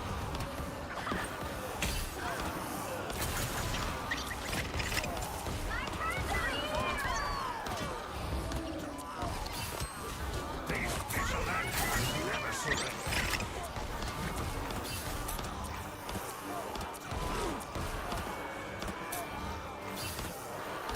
The tail bounce being a lovely oh shit button feels good. And stay on guard as you approach the station. Oh god, everything's attacking me. Bounce, bounce, bounce!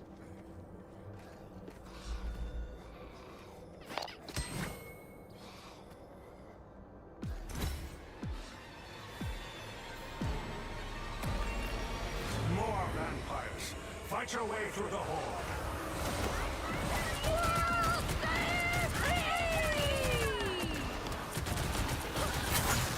Ah!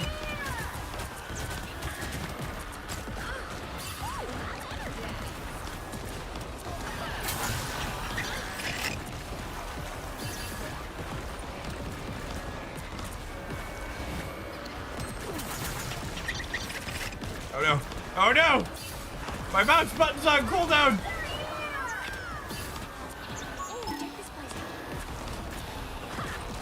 Oh yeah, there's a few different enemy types here on hard mode, huh?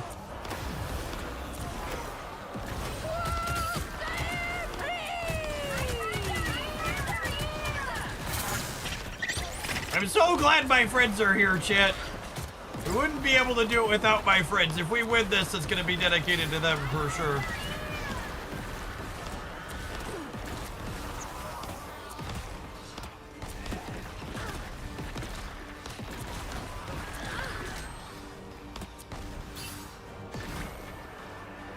Oh, I have level up points too to spend at some point.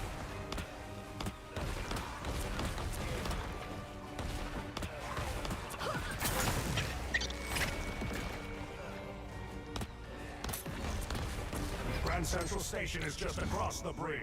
Break through that magic barrier and brace yourselves for company. Such remarkable power. We're all about that ultimate recharge.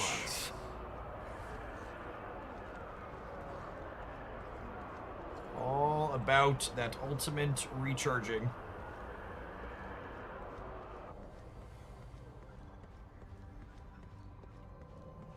Is this mode permanent? I think they rotate through them. So like the zombies mode isn't up right now, right? I think it said it had 90 days on it. They seem to be up for a good long time. Time waits for no one. Rapid deployment commencing. Another wave is coming. Don't let them stop. Move over and smash through that barrier as soon as possible. Watch your tail.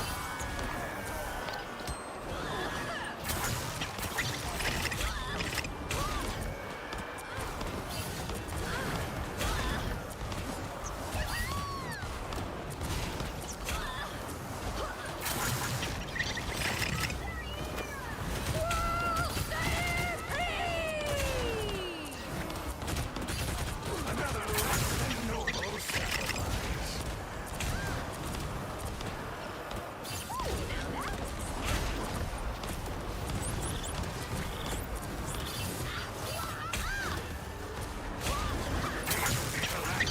Never surrender. My friends are here!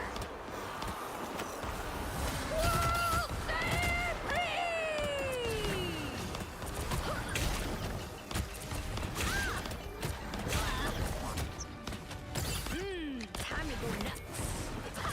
Time to go nuts, gamers.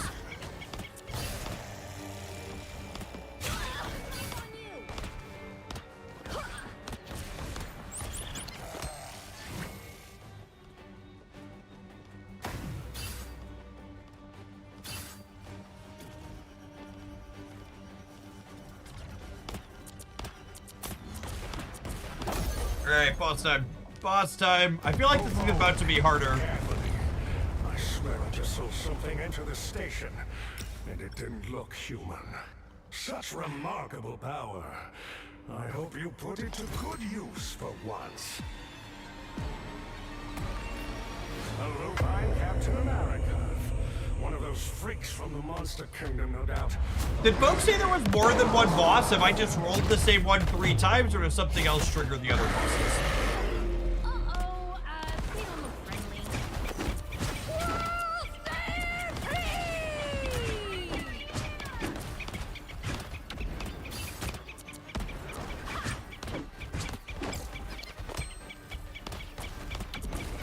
You'll see momentarily. Oh, okay. So now that we're playing on hard, is it different? This is our first time not playing on normal.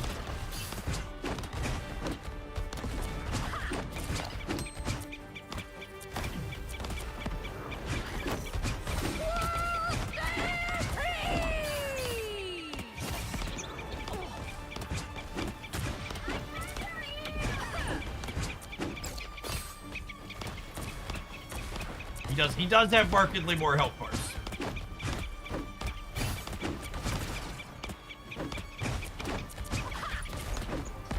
It'd probably be helpful if I could hit with that skill. Ah! Uh-oh, they don't look friendly.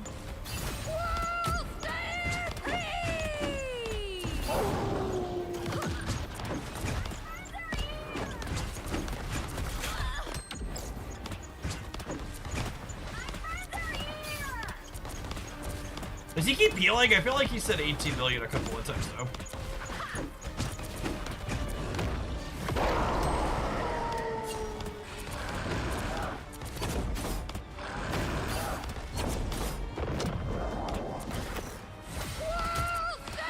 If you don't beat him in a certain time frame, he starts one-shotting you. It feels like that might be the case. So I feel like we've been wailing on him for a little bit.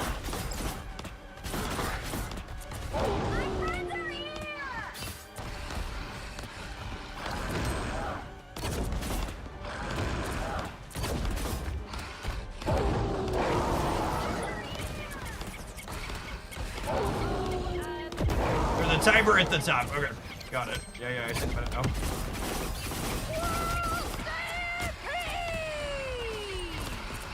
Might be okay. I don't know. It's probably gonna be close.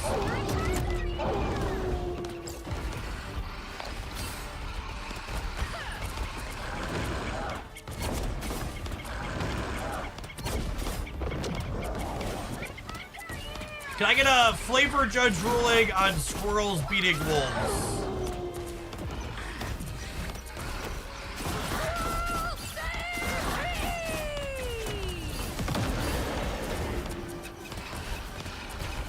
They beat EverQuest.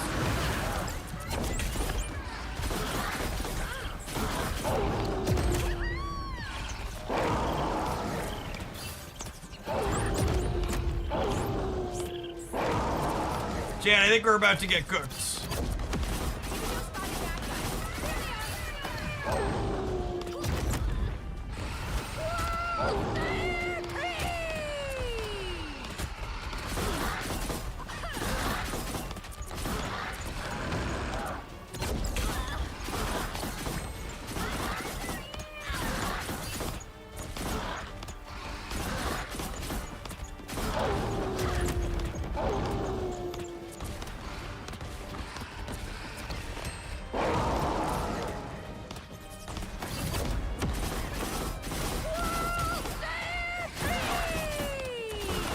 Oh, he's so close!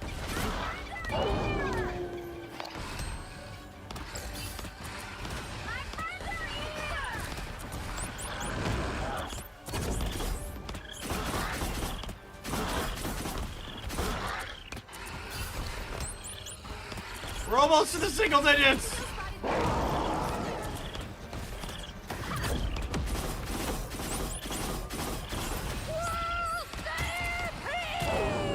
Get him! Wolf is down. Excellent. The Monster Kingdom may be a bigger problem than I anticipated. For now, though, enjoy your spoils.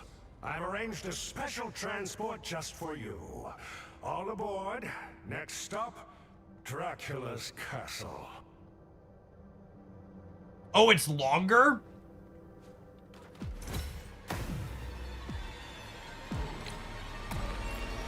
These tunnels are crawling with vampires. Deal with them before you become their dinner. Such remarkable power. How much longer is this one, gamers? Is it gonna take me more than 10 minutes?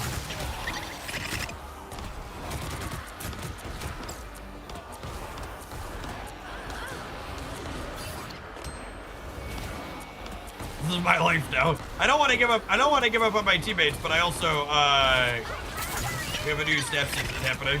I did not realize I was committing to longer.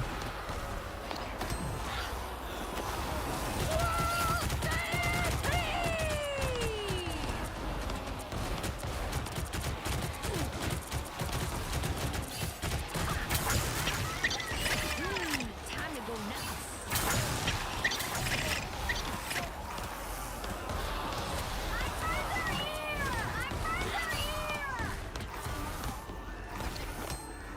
This mission has gone off the rails, as has your train. You'll have to walk from here. Luckily, the castle is close. I feel like the corpses should be stacked higher.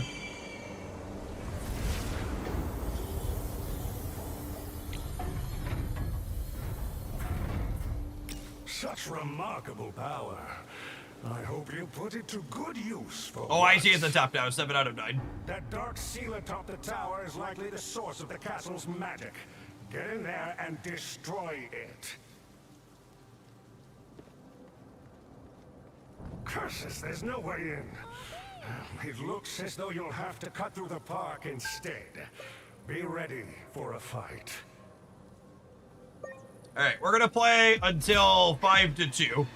If we haven't finished it in 15 minutes, I'm gonna switch over to staff, so we're there for the start of the season. But Hold your ground. we won't give up on our allies before then.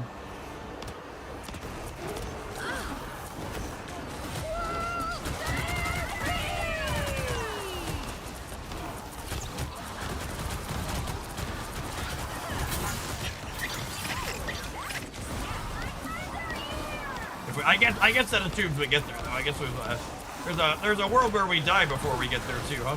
Ah!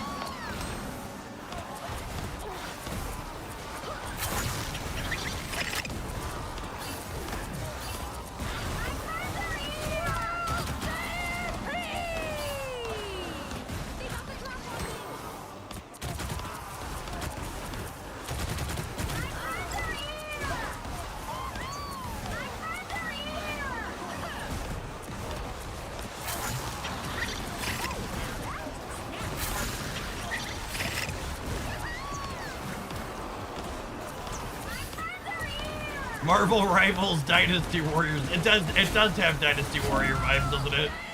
Oh shit! There's a path leading through those rocks. Follow it.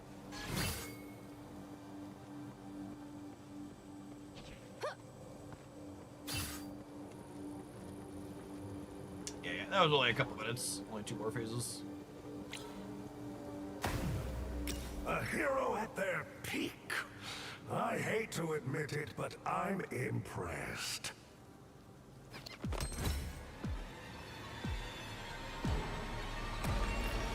Clear those vampires from your path and keep moving forward.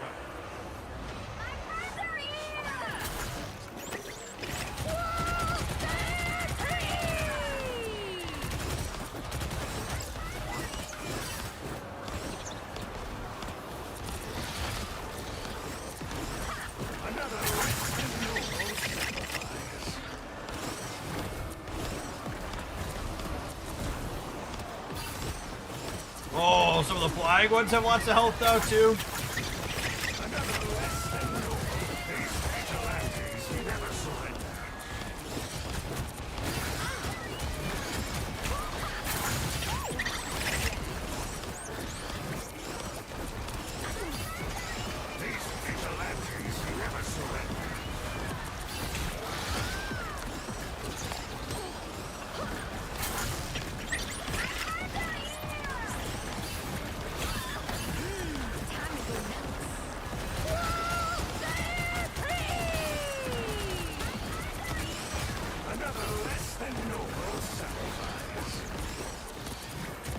Might be cooked, chat.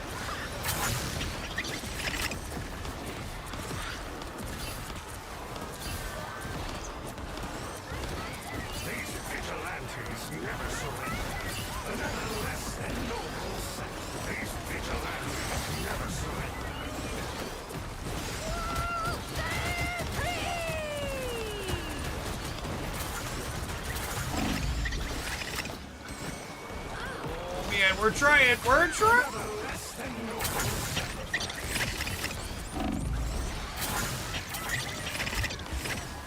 Oh, we about to die for the first time.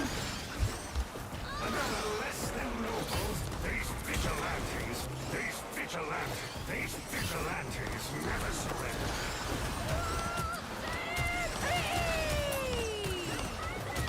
Are you still playing champions? I don't think I'm going to be doing too much more champions. I mean, 30 more kills.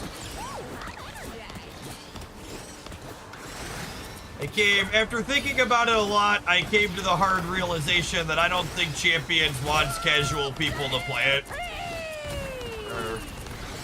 Game doesn't do anything to make it accessible to casual people, and I think that means it's probably not a good game for me to be playing. I don't know how anybody plays that game at a remotely reasonable level without playing it 80 hours a week.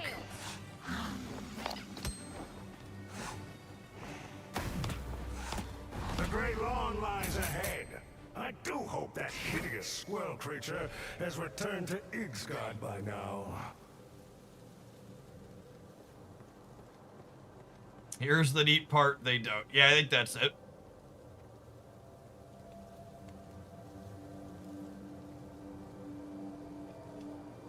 Time waits for no one. Rapid deployment commencing. Tosca. I'm afraid your furry friend has been turned by the vampires. Exterminated.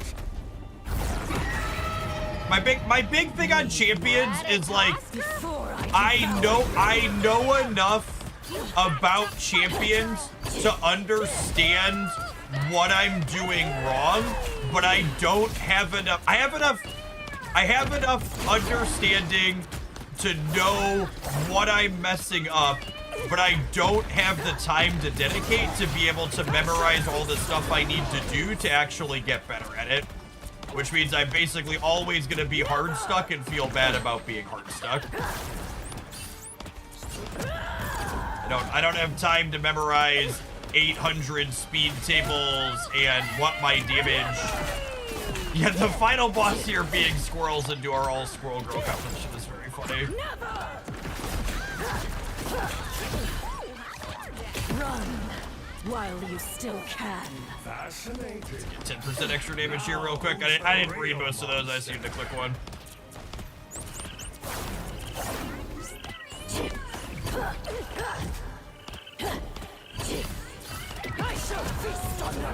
The game ends no matter what. 2 minutes to reset for the perfect. I don't know that we have enough damage between our team here to actually kill this.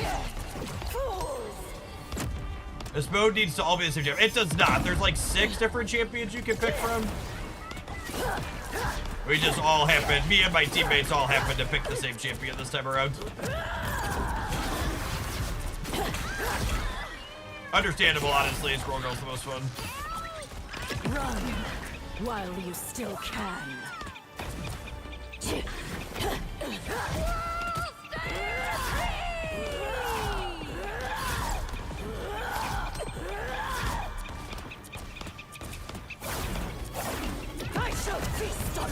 Yeah, that's true too.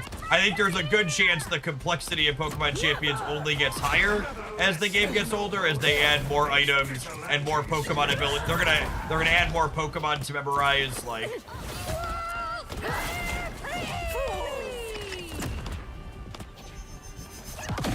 And like from a purely like content / sustainability perspective, like I don't know. While you still can. I don't know that I expect it to bring meaningful new people into Pokemon Champions once it adds mobile. Like I was expecting, like content numbers were only okay, but I was like, hey, maybe it'll go up when it's on mobile. But I don't really see people who aren't already VGC players getting into Pokemon Champions. It's just so obtuse.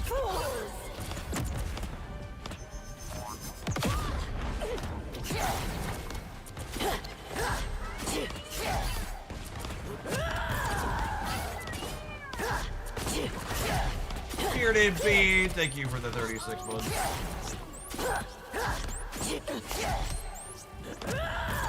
Another less than noble sacrifice. Leave now, before I devour you. These vigilantes never surrender.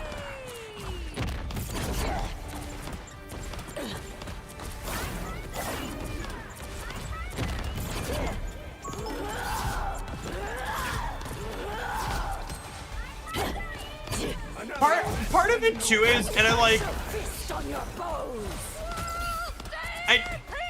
and this is something that, like, I don't know, feel free to disagree with.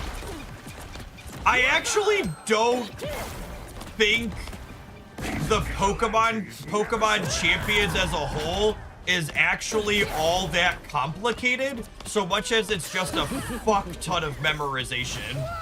and I don't think it's that interesting to add complexity through. It's very, I'm not surprised that Mogwai likes it, because it honestly reminds me of fucking Artifact, where like, it's only complicated because it expects you to do a bunch of memorization. Like, the surface level of like what it expects from you strategy-wise is actually not all that much. It just feels like a lot because you have to have 12 tables memorized in order to do it. It's like Artifact was complicated because it required you to do a bunch of math simultaneously. Like, none of the math was hard in Artifact, but it required you to do a lot of really easy math in a short period of time. Thank you. Serving Dracula is nearly as absurd as you heroes working for me. Oh. Once again, the Vampire King is defeated. All right, I really need to run to the bathroom. Shout out to Rivals for sponsoring. We played longer than the sponsor thing, because I wanted to finish this. Scroll Girl was fun. The PvE mode was fun. I don't know that I really enjoyed the Loki mode. It seemed kind of lame. If I'm being hashtag not a sponsored opinion. this mode was really sweet though. All right, have an end roll. I'm gonna run to the bathroom. We got a Marvel Snap season coming up in 10 minutes. We'll throw some decks together here when I get back. BRB.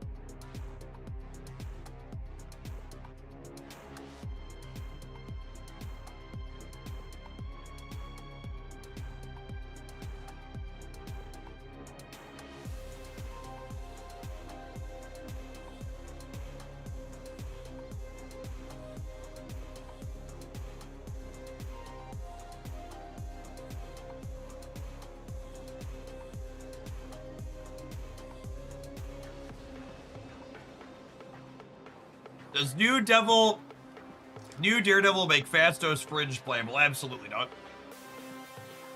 0%.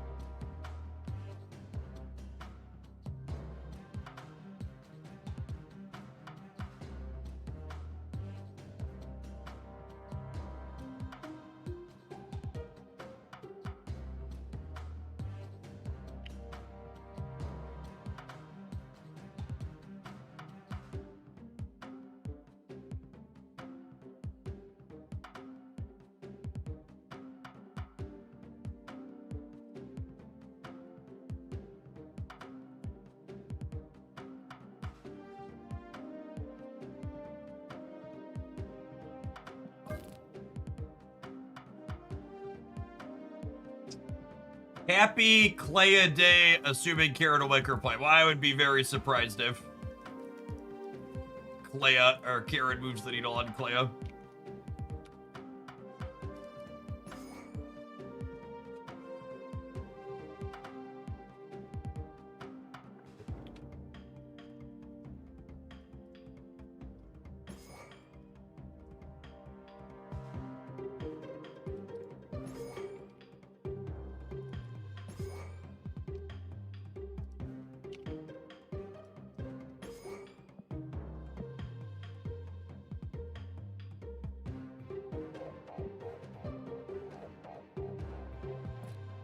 Sort by power.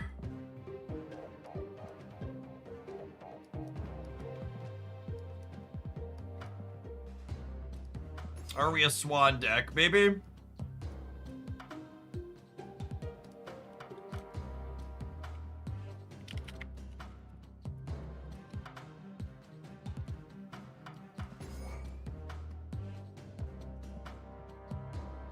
Just equate myself with the sixes here real quick.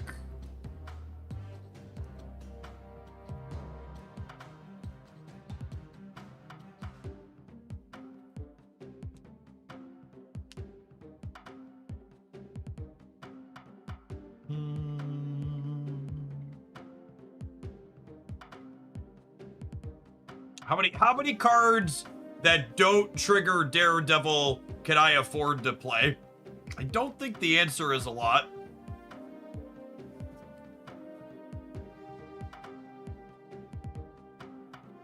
I already have Techno and Adam here. We're gonna have Daredevil and Fisk in the deck as two more. Those trigger Fisk triggers him though.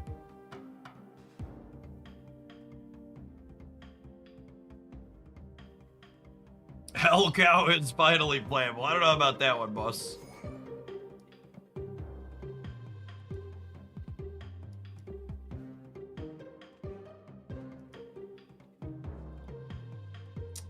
What's his name? Starbrand is probably good here. It's good with Adam. You want Cosmic Ghost Rider as a tech card? Yeah, baby.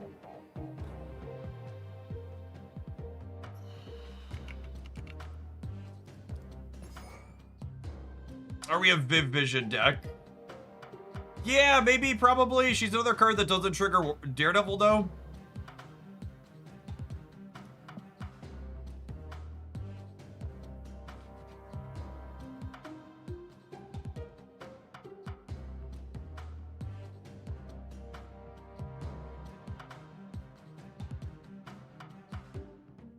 Is Ares good with the demon in the deck? Maybe?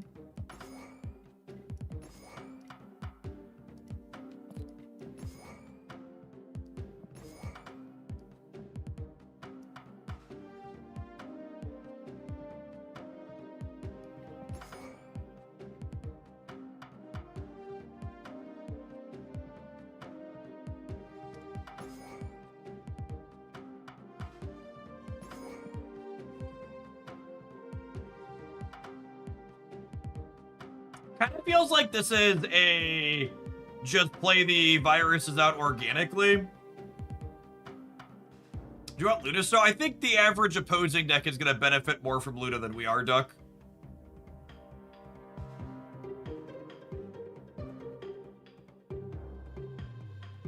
I don't hate Stardust as another tech piece. These are Daredevil's tech cards, yeah.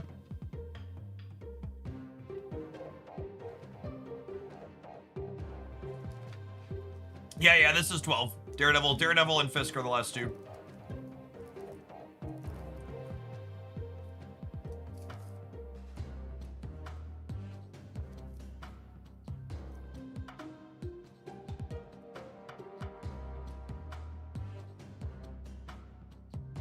This seems fine.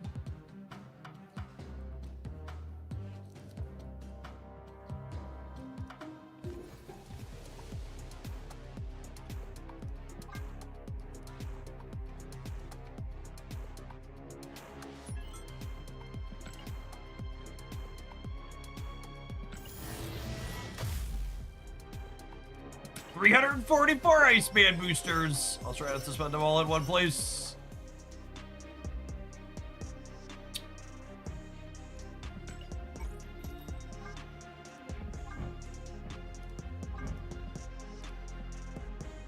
Imagine giving me a hood variant this sick and then giving me a basic fucking ass demon with it. I just want to be clear, second dinner. I'd have bought this if there was a cool demon behind it. I'd have given you an extra 20 bucks. But as is, I'm literally never buying another hood. Like, I have a hood that gives me a custom demon. Hey, look, it's one of those good value $100 bundles we were talking about. If you're ever buying things past the season pass, chat, these are the best things, one of the best things to be buying. The order to buy things at Marvel Snap are season pass plus, gold pass, and then the bigger dollar bundles with multiple Series 5 cards in them. Ew, these cards. I actually really like these cards. I think these cards can go together in a ton of fun decks. I think this is an excellent pair of cards to put together. They're cards that not a lot of people have that play really nicely together.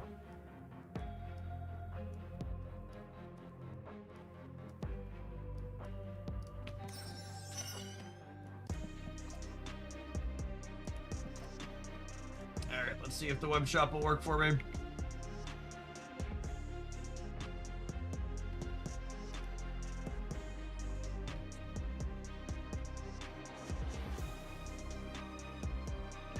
Alright, web shop doesn't appear to be working. Let's see if I can purchase on mobile.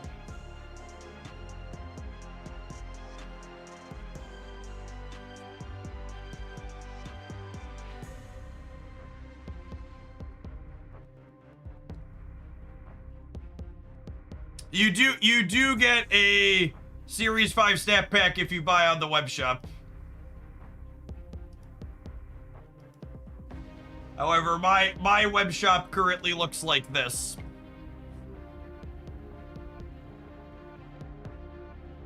What's the Wilson Fisk variant situation look like?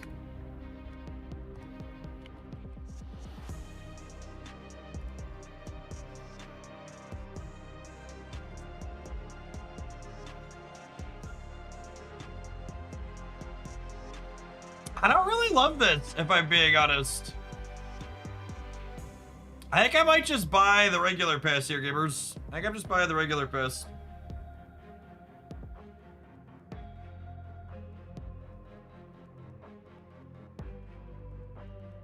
He looks like Trump. His hands are way too big to be Donald Trump.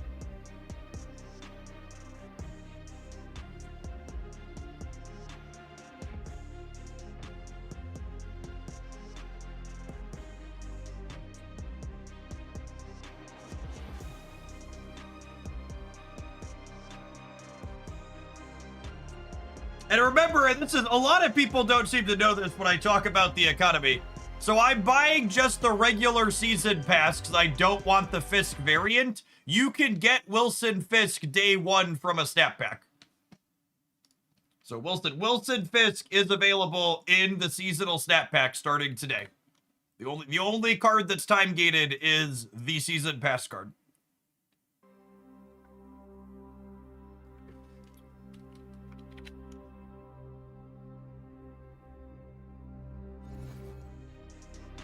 I'm gonna open this up, and in here, in these packs, I've got Wilson Fisk and Kieran Page here.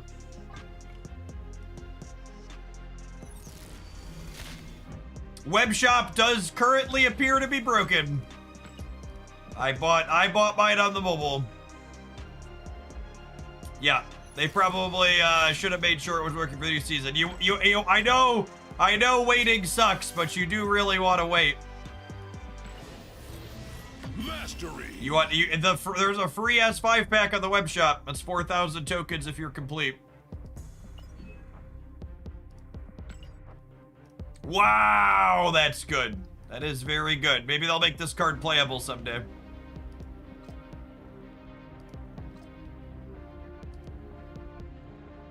Thaddeus Ross plus new Daredevil is a mediocre match made in heaven. Yeah, I believe you. We'll do that at some point. I'd buy that for $1.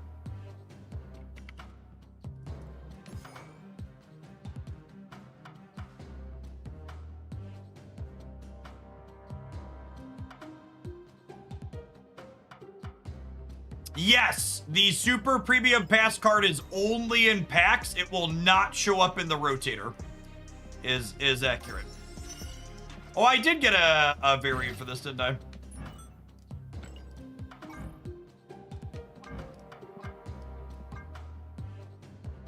I don't actually know that I like this, but the day one variant is hard to pass up, so I guess we'll use it. Is Shu Lao still worth buying? I think every deck that was previously playing Shu Lao still wants to play him, and they're pretty reasonable.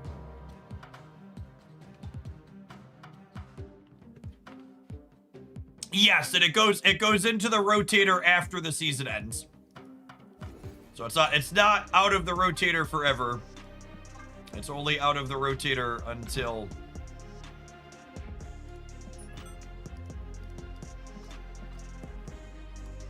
okay. Let's play some Snap, huh?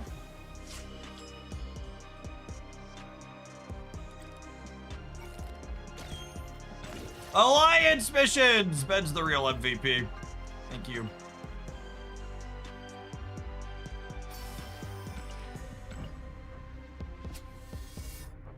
Hello, Carter. Mastery.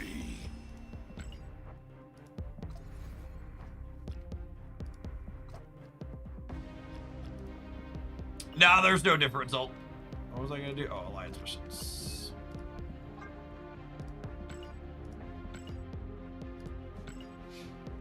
Legendary.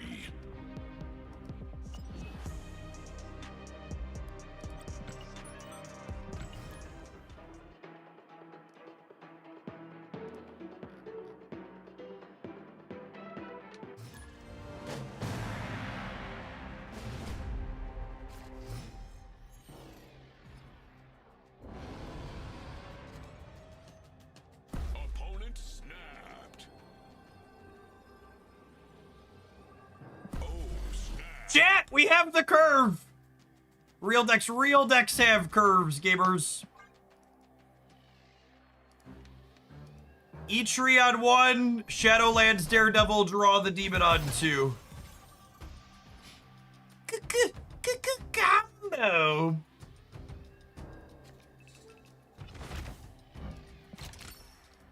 So Daredevil here shuffles 3 demons into our deck.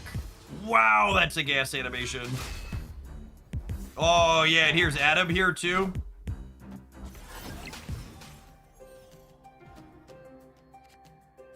I was just about to say the only way this hand gets better is if we top deck Technovirus. And lo and behold.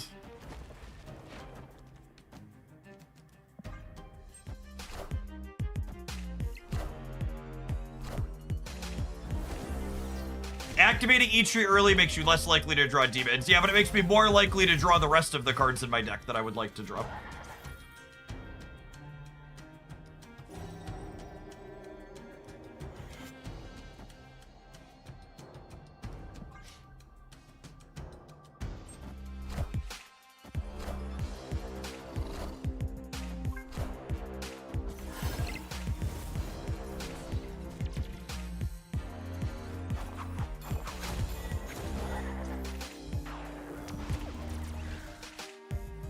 The Fun Fisk animation.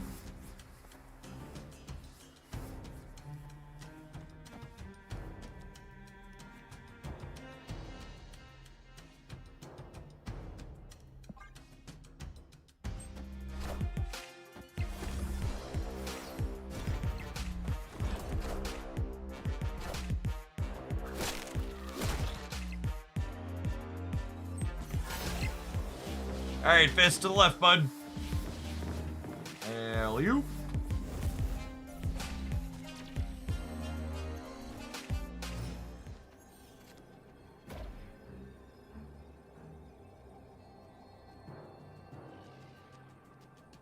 Yeah, I think we aim for stopping Brood, yeah.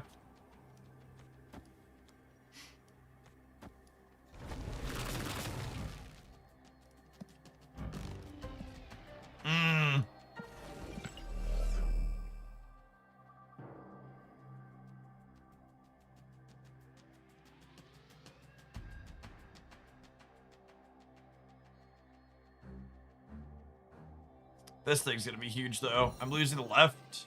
I guess I just have to hope this is enough, yeah? Yeah, cutting, like, if I Techno-Virus, Maverick loses his plus. I think we're actually dead here is the problem. Like, I think we just lose to a single brood getting plus 12 is the issue.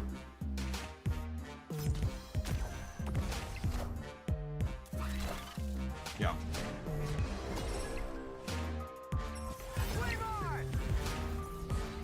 That is,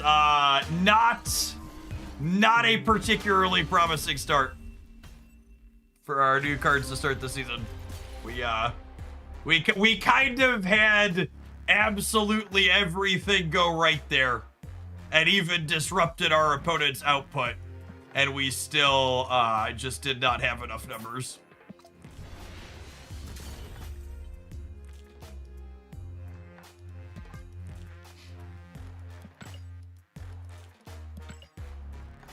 That's true. Madripoor helped them a little bit. It helped us too, though. I think their torch got 4 and we got 6 or whatever.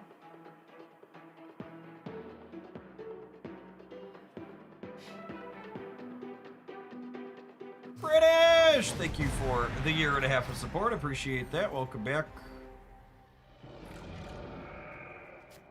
Well, that's an interesting one.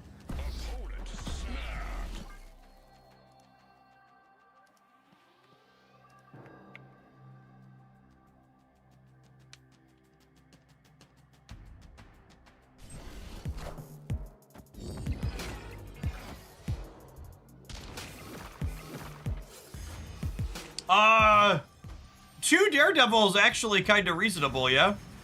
Because they both stack points up here. It means I'm pretty unlikely to draw non-demons, but they're both gonna scale a ton over the course of the game.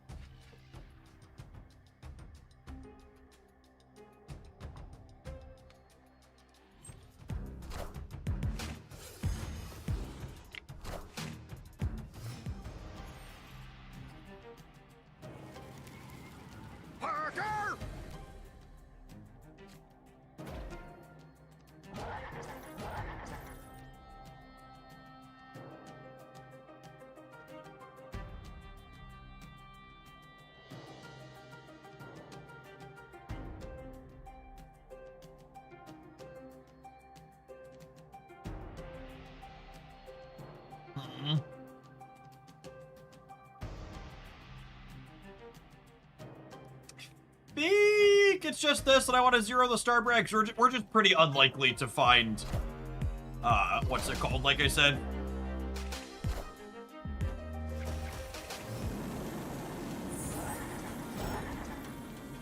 Drawing mostly demons from here on out.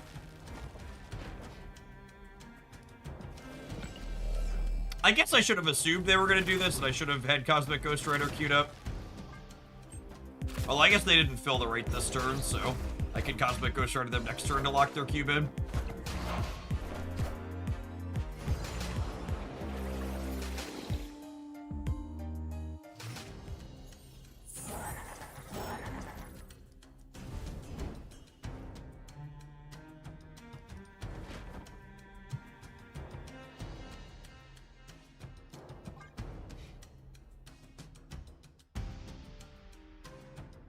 We're a giver, chat. We're gonna make Patriot power up this Ice Cube and this Luna Snow.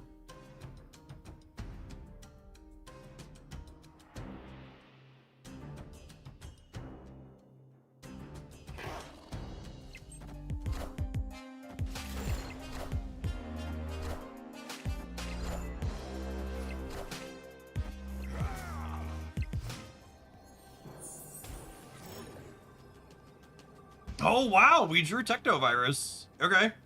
That wins the right, yeah? We gain 3-7 there.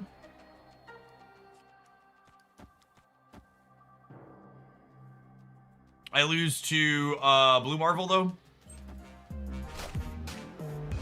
Beating that.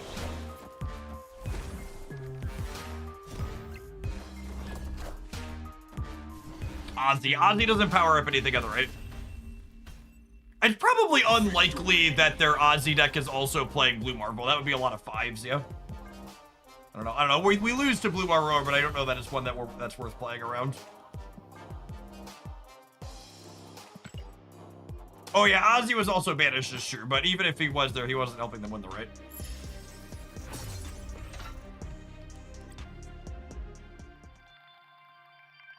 All right, turn 1 Shadow Daredevil, turn 2 Shadow Daredevil, maybe okay. Marginally above average.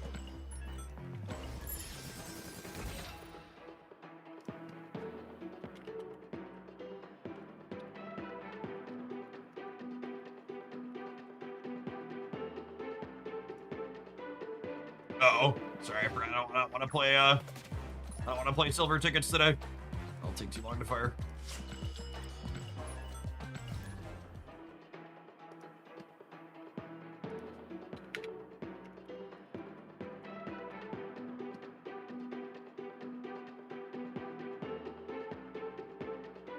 Does Black Swan work with Jade Foster? It does not.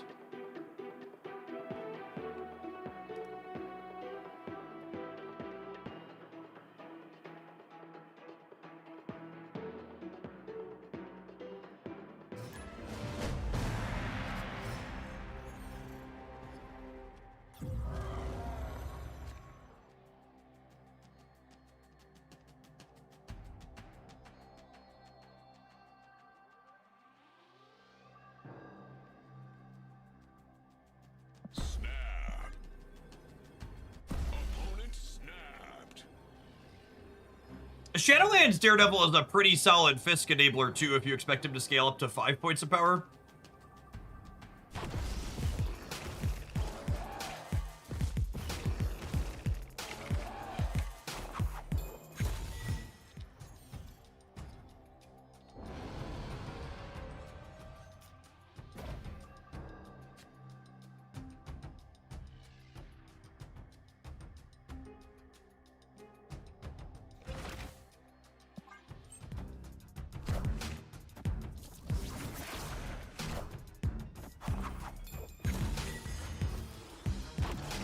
Yes, he works when tied. And if you didn't know Wilson Fisk works when tied, that means you missed my new season card review video on the Hoaglandia Stamp channel. You should check that out for all sorts of things that are pointed out like that.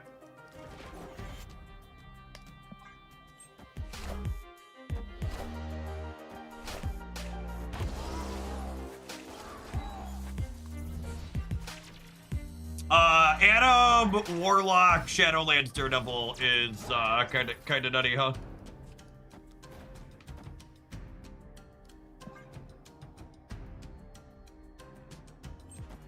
I'm into it. I'm into it.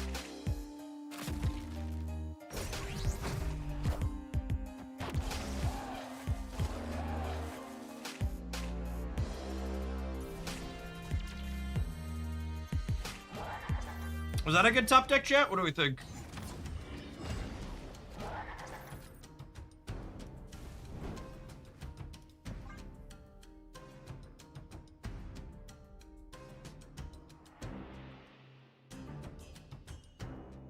Is a 213 good? And it's good. It could be bigger still, right? There's a martyr, a lizard, another demon in my deck here still.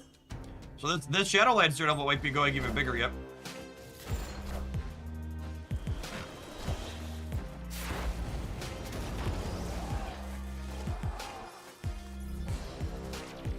Okay, that's a 215.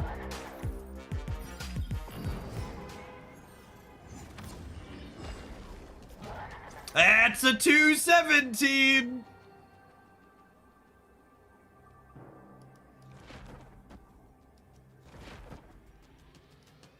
And technically, he could hit 19 here still as well, because this could draw us another 6 power thing on the last turn.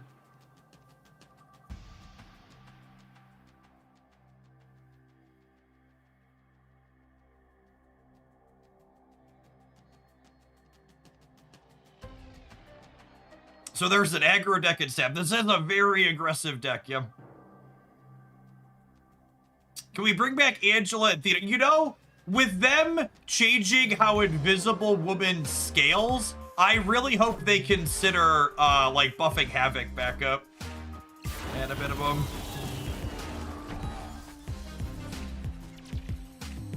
Rats missed on the 219 screenshot.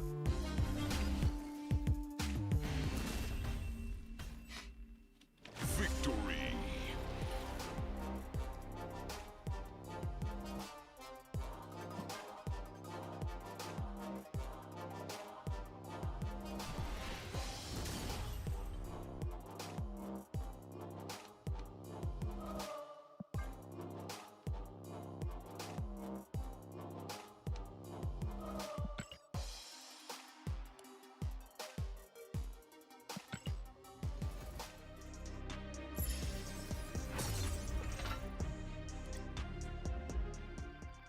New Daredevil is going to be Gas and Sanctum, isn't he? Yeah, probably. Wilson Fisk most likely too.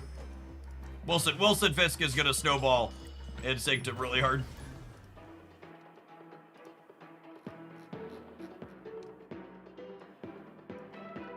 Second Dinner has shared that they're aware of the overload of the web shop and they'll post an update when they've got it fixed. So unfortunately, if you want that free Series 5 snap pack that's good EV, you need to wait for them to get their stuff together in a backpack.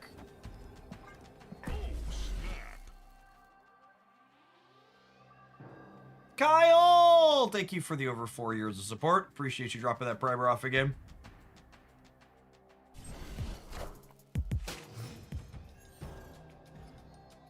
Has anyone checked on the poor hamsters yet today?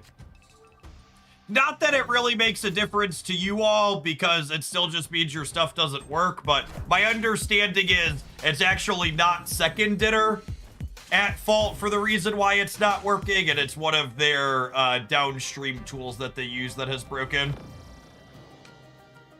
Which is unfortunate for them.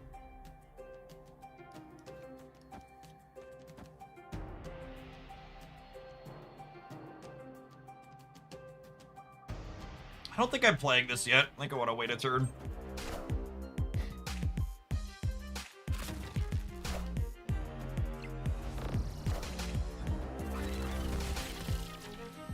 Alright, looks like a Surfer opponent. We can dodge a Killmonger, we can dodge a ball.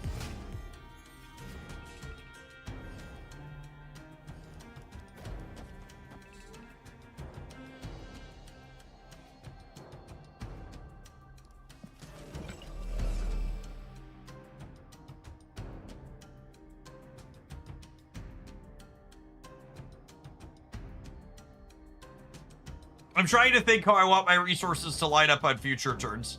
I think this is like Starbrand this turn, Lizard Techno next turn.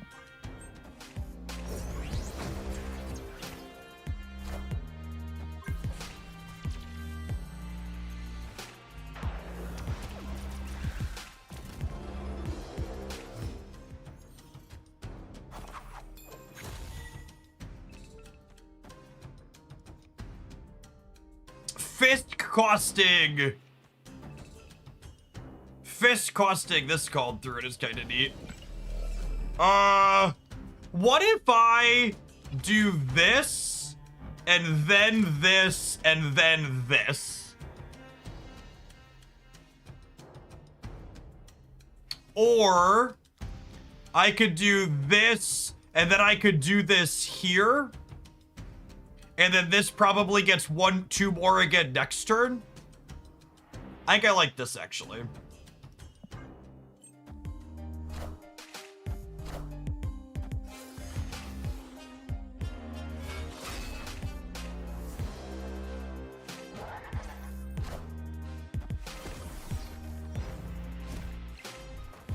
And now I can play Wilson Fisk, Techno-Organic Virus, and a Demon all this turn.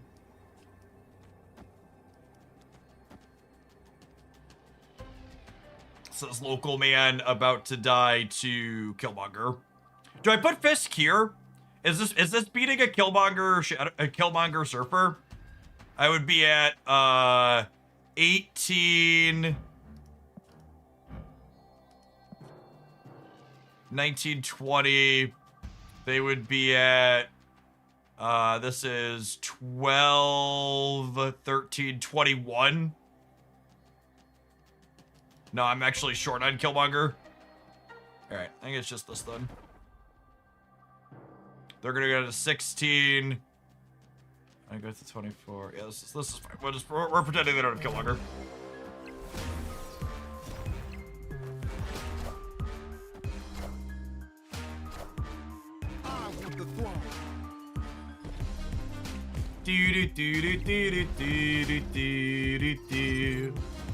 Oh my god, eat shit anyways. Get out of here.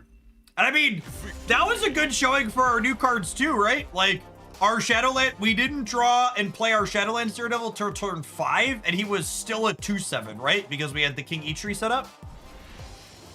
Demardis, thank you for the 41 months. That was pretty solid, chat. All right, we got to take a brief pause for the cause to let some adverts roll. As always, we're going to take a brief break from the games because I don't want to disrupt the flow of things with some ads, even though we got bills to pay. We'll see you in 120 seconds. We're absolutely going to play some more of this when we get back. Then we're going to be exploring some other stuff with the new cards today. Both Fisk and Daredevil feel like they have potential to go to a few things. Don't go anywhere. If you're watching on the YouTube side and you're enjoying the new season kickoff content, don't forget to hit the like button. Appreciate the folks that have done that already today.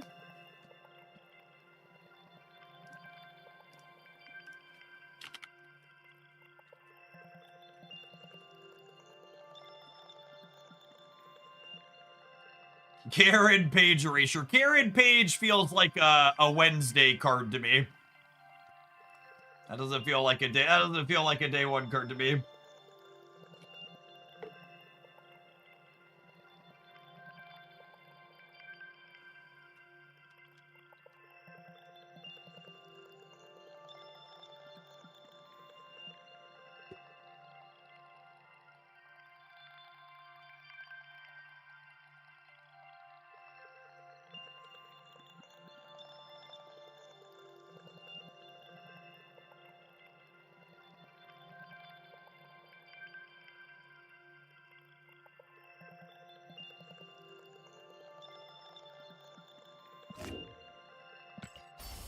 Did you start brewing Fisk plus Noir yet? Why would Fisk plus Noir be good?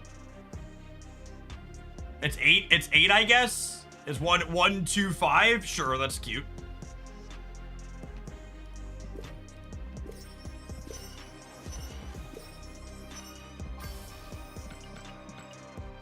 What's the auto deck? We should look at the auto deck before it gets adjusted.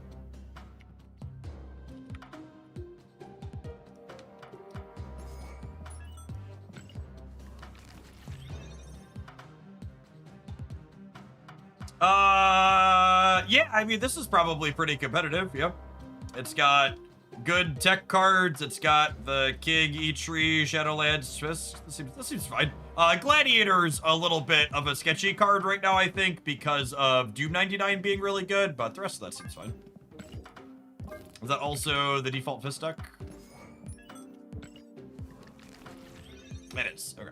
That doesn't surprise me. What's the default page deck before we jump back into a game?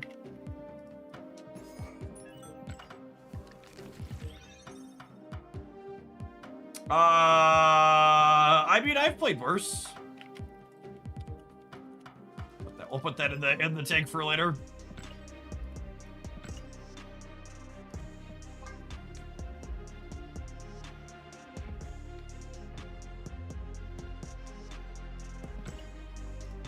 Legendary.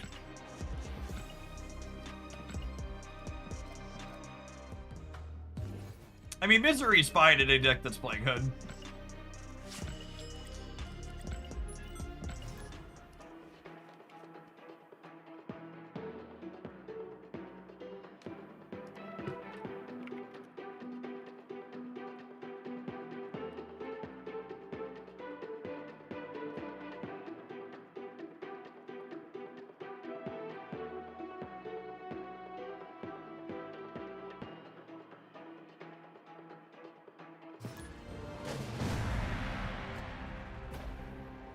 Delicate Beast, thank you for the 23 months. Appreciate the primer. Welcome back. Opponent snapped. Snap.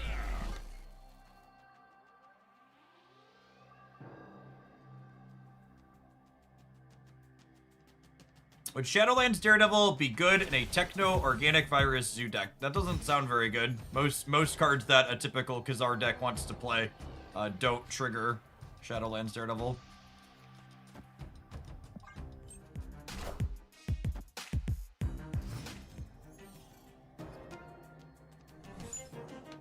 That's really sad.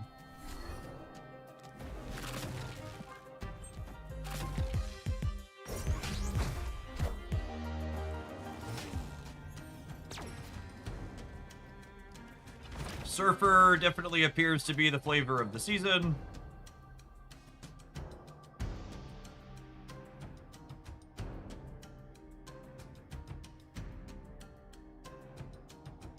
Rather play into Surfer than Doom 99, I suppose, so we'll take that.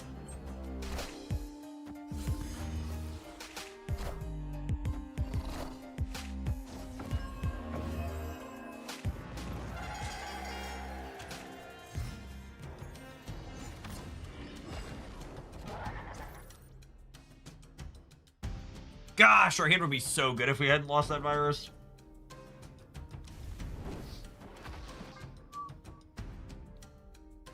Vince, thanks for being mega hero Glandier for the last 19 months. Welcome back.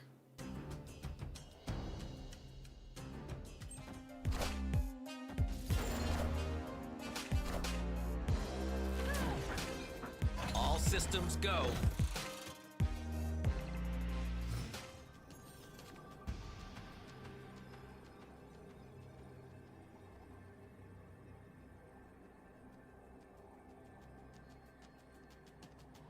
And they have whatever they copied with Mother. Hopefully it's a brood.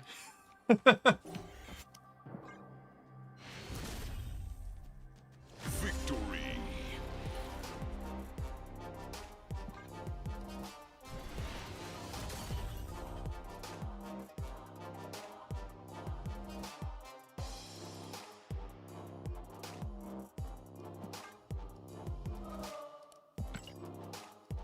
How's this deck been working out so far? It's felt really good. This is a Technovirus core that I really liked before the 2 new season cards. The 2 new season cards feel like really good fits inside of it. Our record for Shadowlands Daredevil today is 217 so far. I don't know that we're going to beat that, but it seems pretty good all on its own.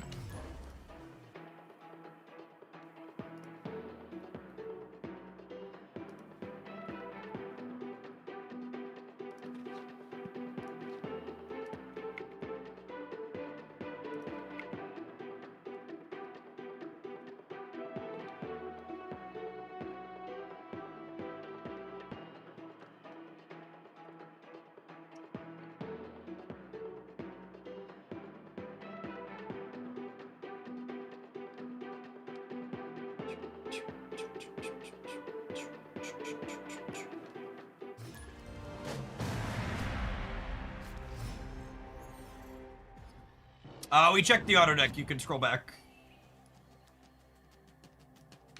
Oh, snap.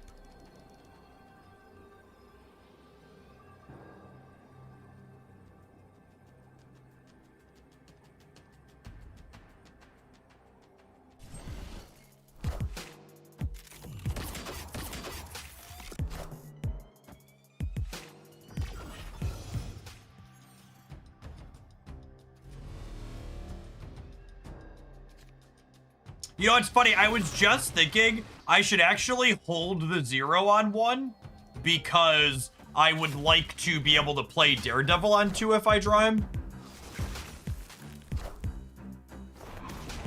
And then we ended up picking him up.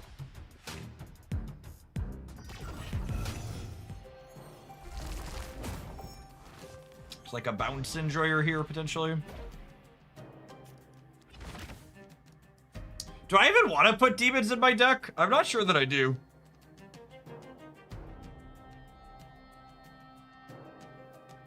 Like, I think I'd rather draw my non-demons at this point, yeah?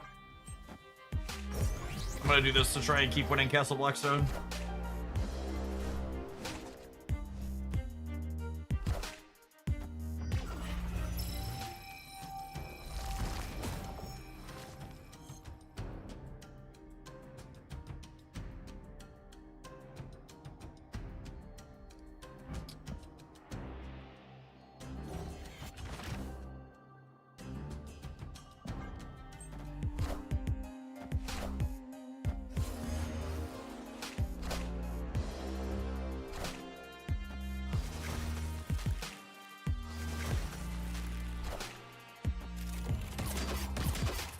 I don't think we're gonna trigger Daredevil with this drop.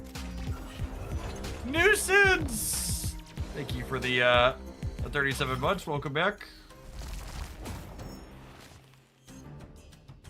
Hail to the king, baby.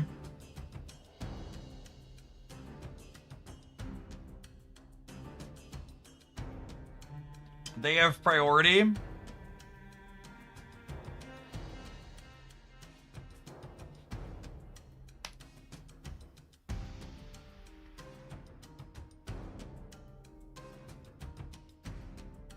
What a silly gamer.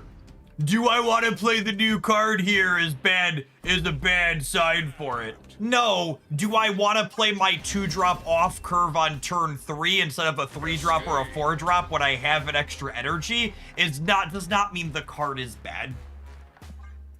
2-drop. Average 2-drop, not better than good 3-drop that has context with the board here.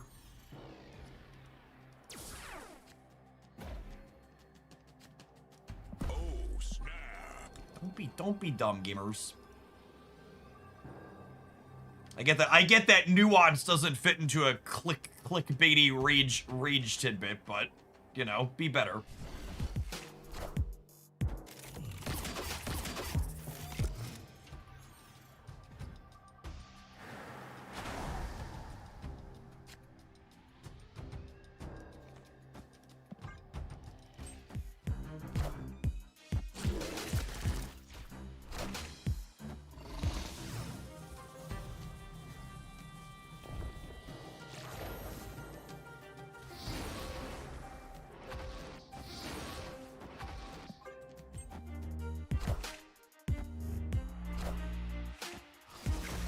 Damn shame they didn't hit him.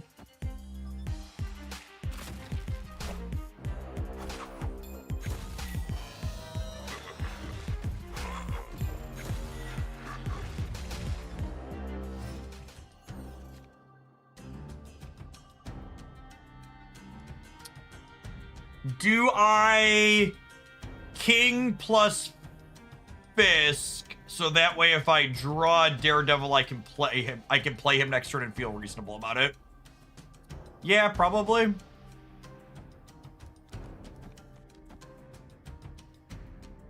Although would I want to play Daredevil with no other cards played? Probably not. It's probably just Starbrand, and then if I draw Daredevil I go Daredevil Fisk next turn.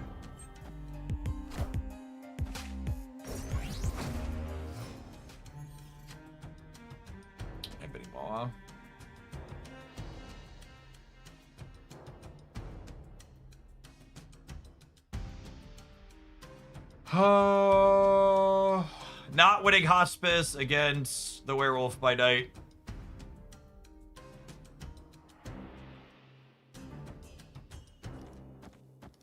I think we just hope that Fisk holds on the left. 2 demons is a lot of demons.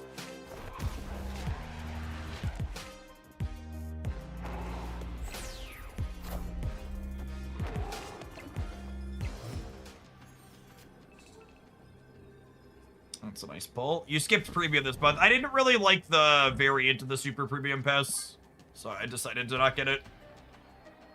I have infinite collector's tokens. I need to spend $10. Oh, they're playing Iron Man. Sure. GG.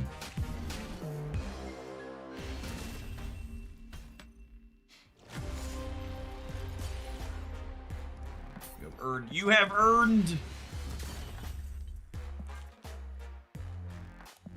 You have earned your silver ticket, gamer. You have proven your worth. On to the next.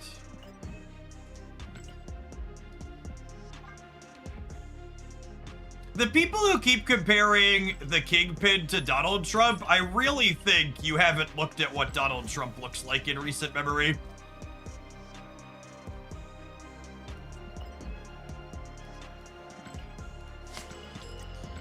You're conflating him with this idea of someone who's like actually physically strong.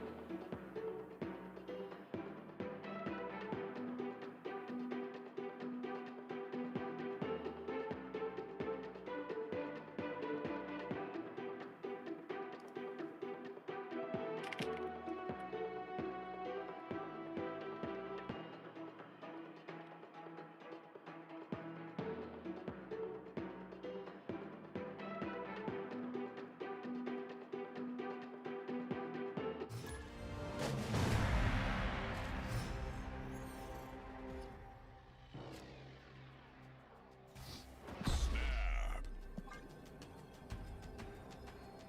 Opponent snapped.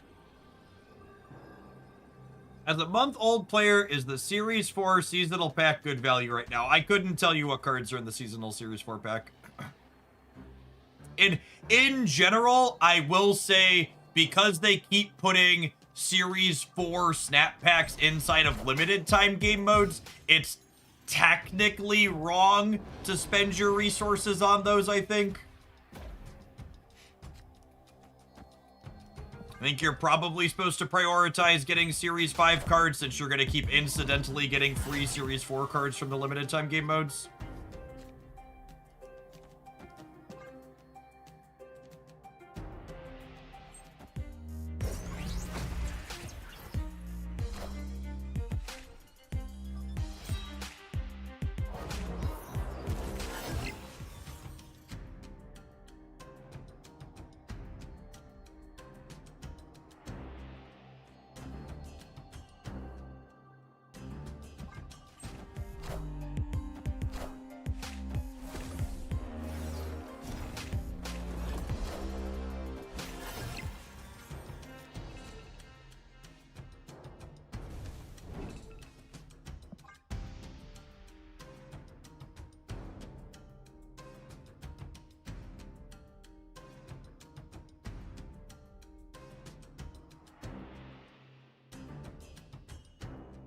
Stardust might end up being useful here. We'll see what else they play out. That looks like they're a more traditional discard deck.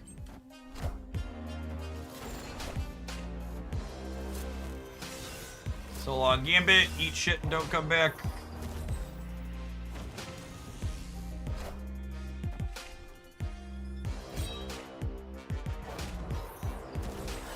Are 114s good, chat? I can't tell.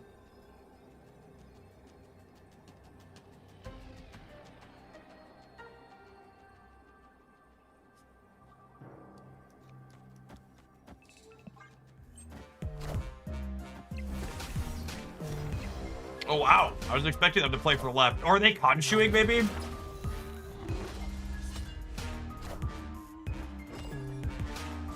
That's hilarious. Thanks, Dust. Thanks, Dusty boy. Oh, got a little dust in the eye. Anytime you're playing against Shadowlands Daredevil, Cosmic Ghost Rider and Stardust should be on your radar. Those are the two Daredevil-friendly tech cards.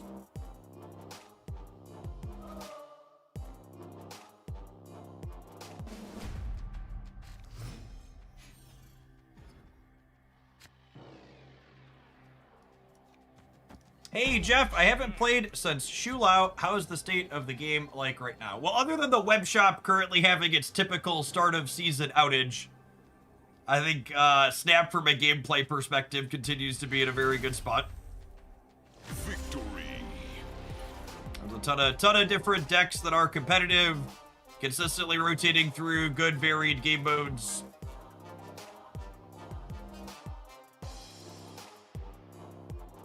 Genuinely, as someone who consistently tries to dip into other card games like Pokemon Pocket and Shadowverse Worlds Beyond, it's so hard to try and play other digital card games after experiencing Snap. Their game balance especially just leaves a ton to be desired. Any standout cards since that season? Star-Lord Master of the Sun is a card that's been nerfed like 2 or 3 times now and is still very competitive. Victory. Probably the big standout. If you want a quick overview of things you might have missed, I have a pretty up-to-date Series 4-5 tier list here that you can skim through for cards you're not familiar with that can give you some highlights.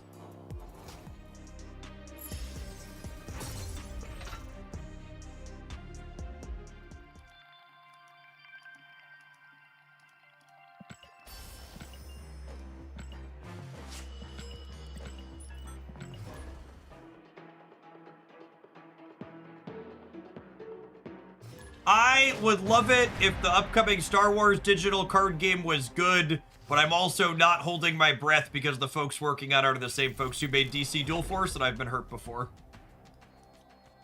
Snap. Low expectations, chat. Hard to be disappointed. Cole Jack, thank you for the 34 months. I appreciate that. Welcome back. That's true. Techno-Organic Virus is probably one of my favorite cards to have released this year. Like, I like its design in general a lot.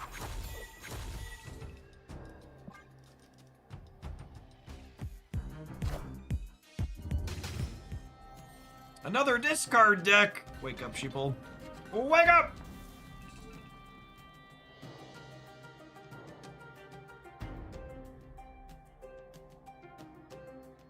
Is this crazy? Call me, maybe. I'm sad if I draw exactly Shadowlands, but happy otherwise. Think we're punting the center.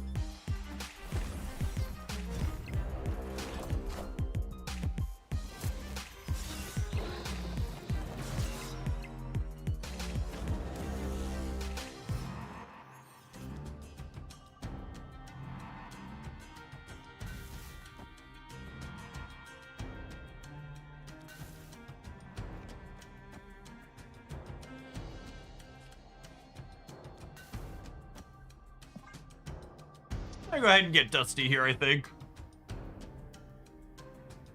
Keep them off of Khonshu.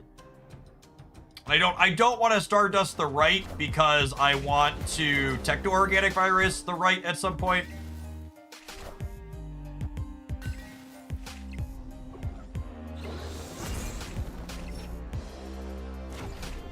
And I don't want to wipe Stardust text box off.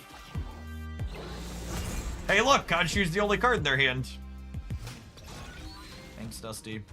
Thanks, Dusty.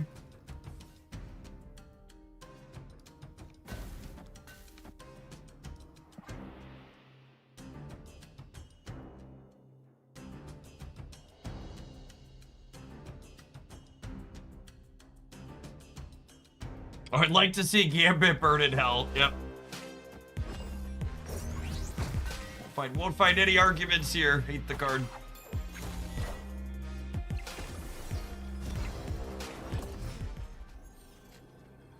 Biggest sigh every time it shows up. I think they're flipping heads or tails, chat.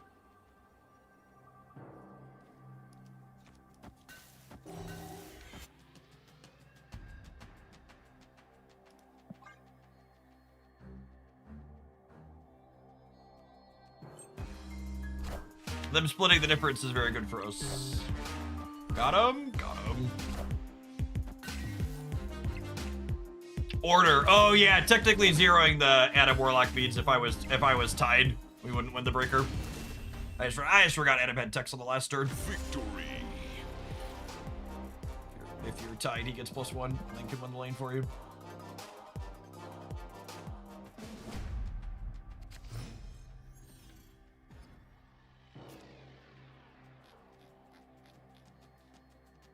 Snap.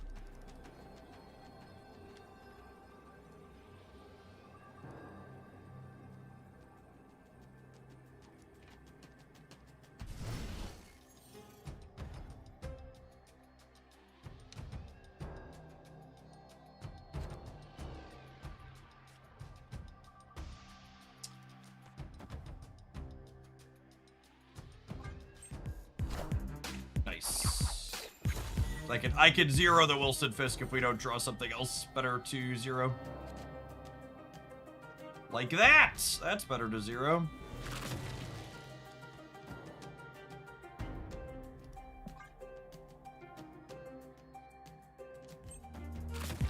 Where is Technovirus in terms of your rankings of buy this, strong, etc.? It's archetype defining and probably fine.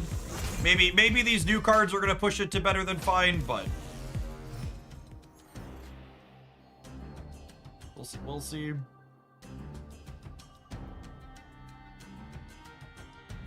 I think I'm just getting Dusty Rusty down.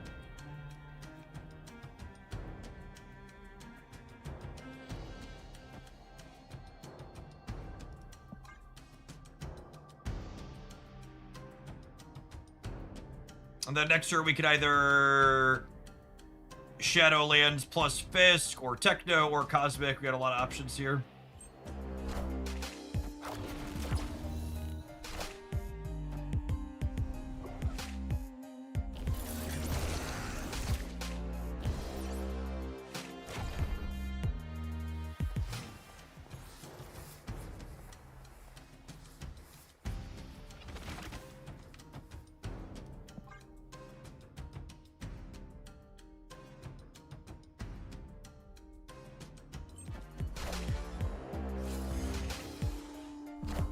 Demon's not a terrible draw here. Just get to go CGR plus the Demon.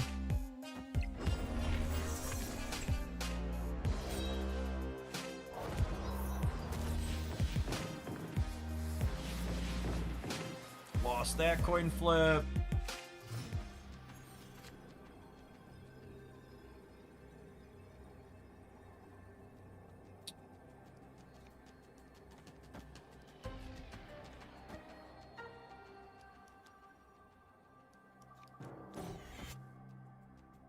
I think it's this. This takes the Monster Metropolis bonus away from them. It puts a couple in the center to keep them honest.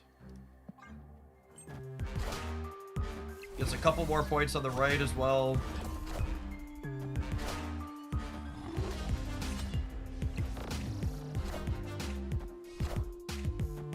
Yeah, I don't think there's anything we can do about that. Alright. This is only for a silver ticket. Our opponent wants to sweat real bad. They must need it more than we do. I don't really want to sit here and play 6 more games against the discard player, so I'm gonna give him the ticket so we can see our deck in a different matchup here.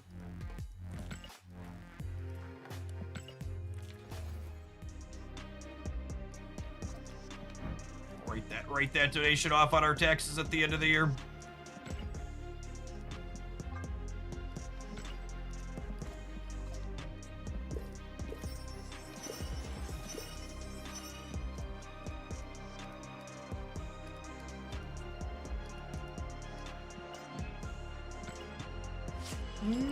Let's see if this queues.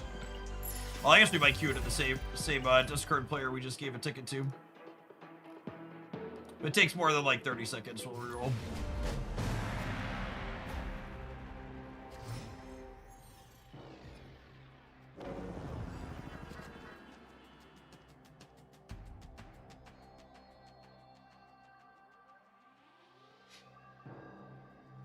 Oh, snap. Opponent snapped.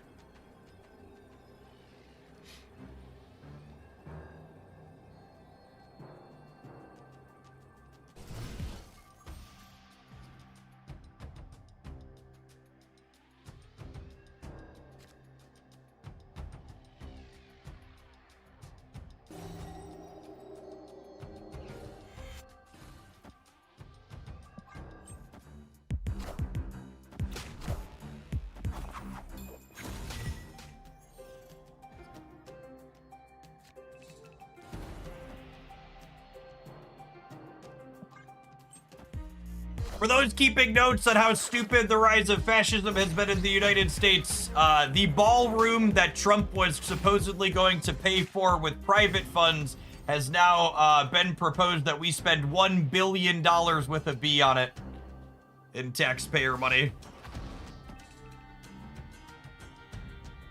You know, for security reasons, obviously.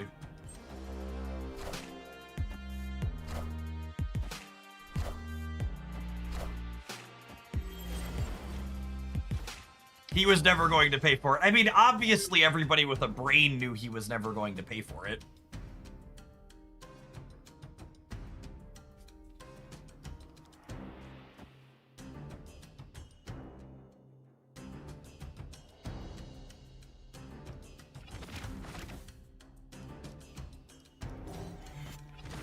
Okay, so we do this.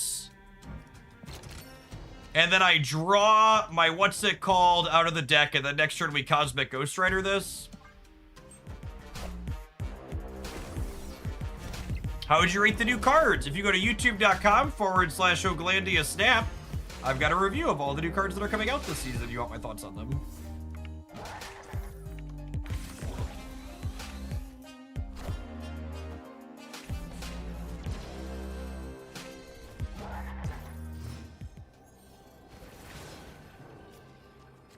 I mean, this is kind of sick. I played my Shadowlands Daredevil on turn 5, and it was a 2-9.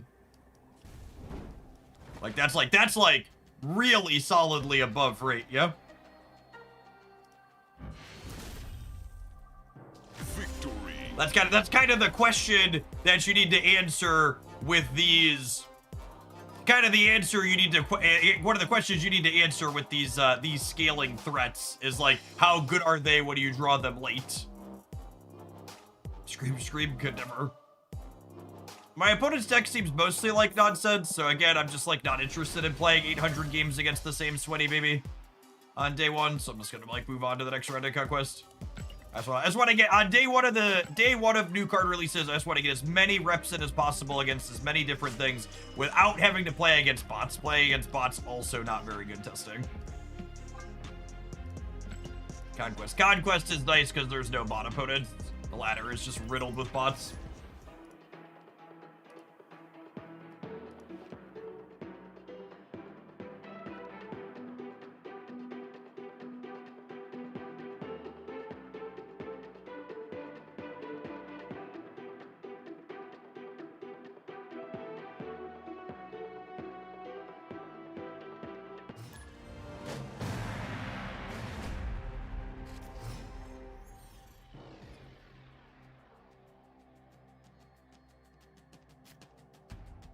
Snap.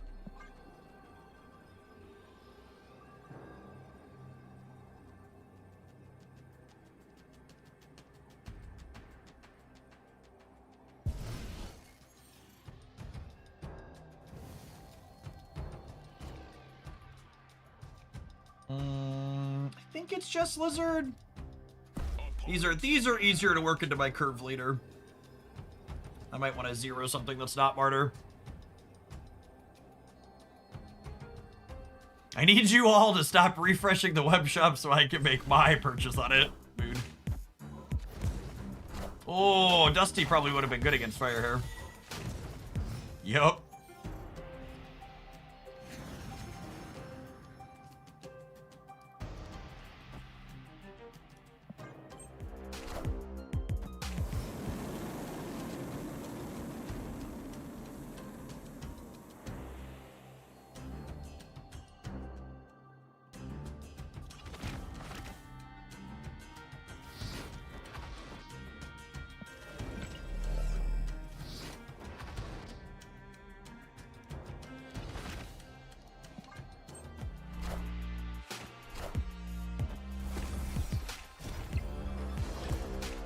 This might be overkill on the right.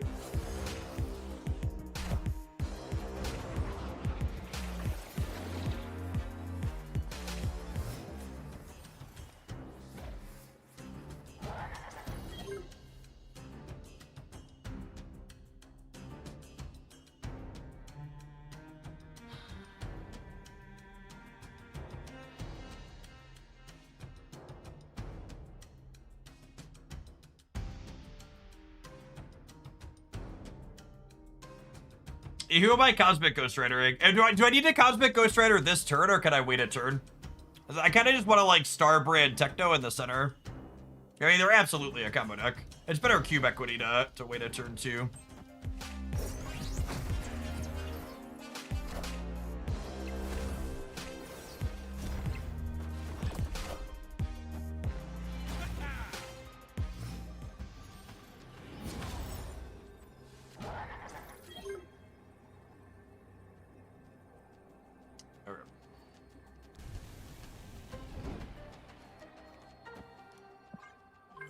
I think it's Strife. Probably some type of fit and fake food nonsense. Hail Hydra!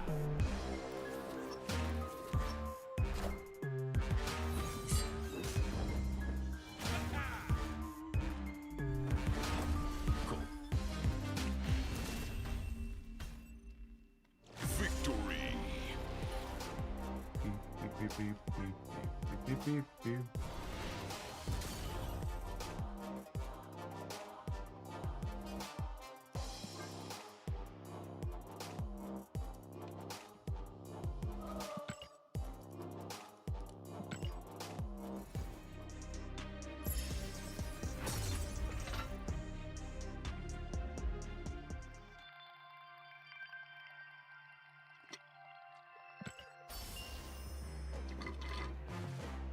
I've been away from the game since the end of 2024. What does infect in the techno-organic virus card mean? It replaces its text with this ongoing effect, where the card gets bigger for each time you've played the techno-organic virus.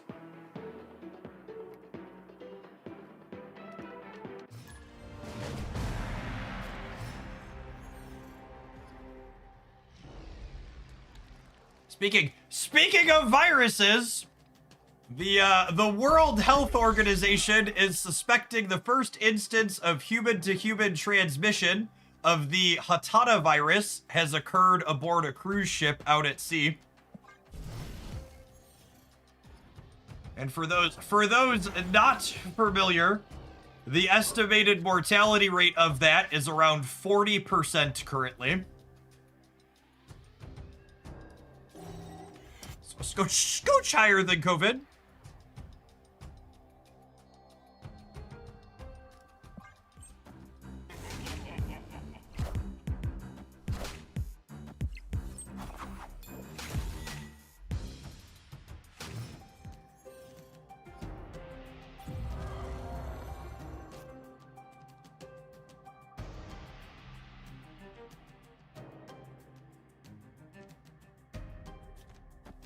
If I don't play this turn, I can't play it.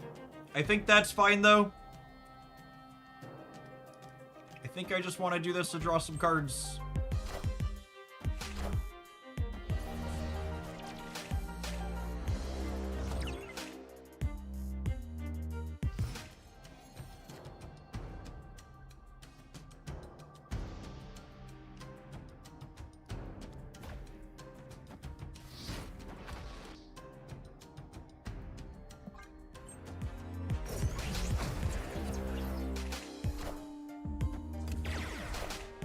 Clarinet Socks, thank you for the 2/3 of a year. Appreciate that. Welcome back. Virus on a cruise ship is a horror film. Absolutely. 1,000,000%.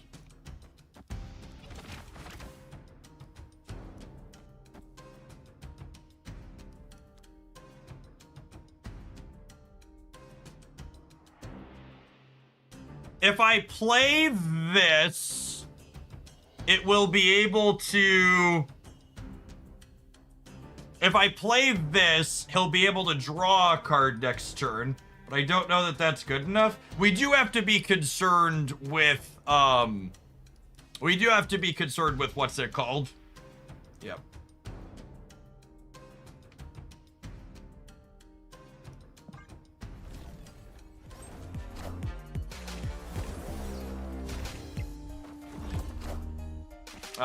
Sandman. Yep. There's that asshole. I think we end up just dead here. This still hasn't activated, right? Oh, it has. Interesting.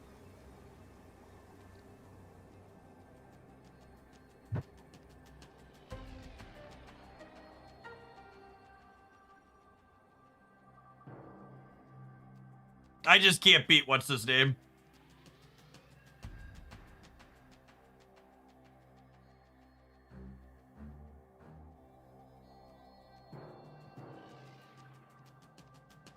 No, it's not. I can't beat the fucking card that's public, chat. Can't beat the public information card. You just play Galactus in the center and we die. Oh my god, did they play Doctor Doom? Excuse me? Just play the card I could beat? Thank you. Appreciate you. Yeah, let me PayPal my opponent really quick here so we can wrap this up. That is the clickbait headline on the cruise ship. The WHO has not confirmed. I didn't say they confirmed. Or does not suspect there is human-human transmission. They just aren't ruling it out. Okay. There's 3 bodies on the ship, though. A lot of bodies.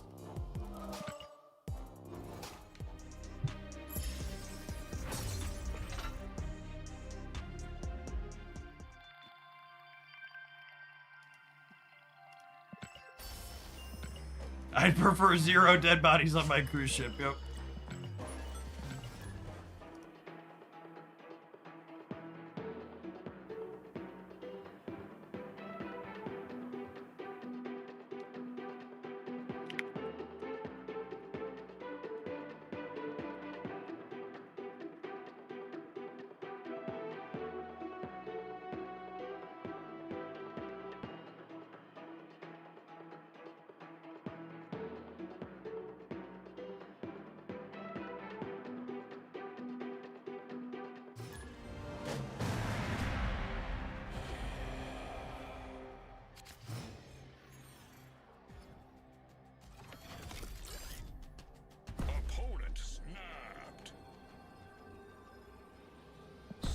I'm excited for Otto's Lab to pull this Ebony Maw into play.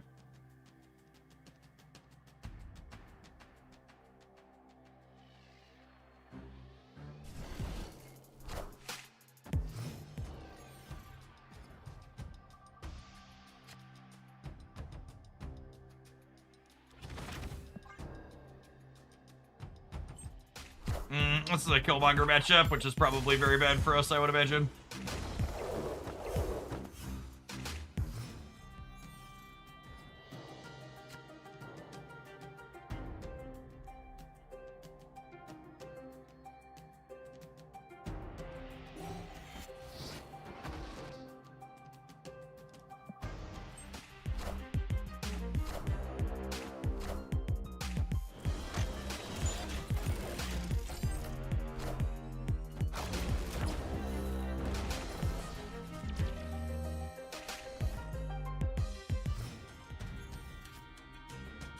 Oh wow, losing my fist bonus to debris is not something I'd considered.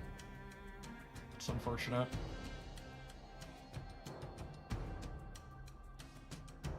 I think I just have to accept I'm not going to be able to... I think I'm just accepting I can't beat a Killmonger.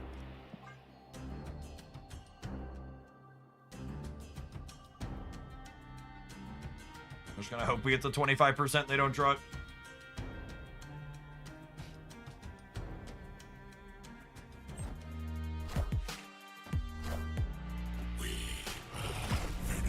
You want to keep Stardust around for another turn or two? Why?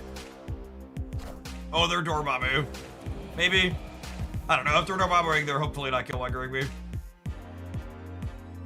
I'm not losing to a Dormammu. I'm losing to a Killmonger.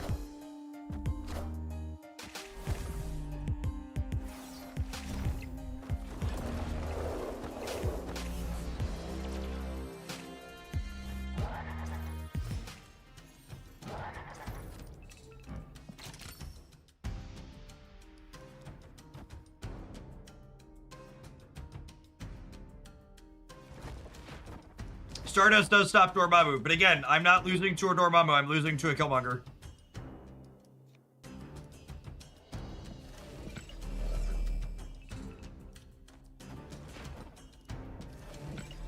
Hello, favorite daughter. Oh. How was school today? You want me to sit? I'm just about to take a break. We're gonna finish this game up. Oh. We just came down. You wanted to play a whole round with me? Okay, we can probably do that. Just one more round and a half, right? Okay. Yay. I wanna play.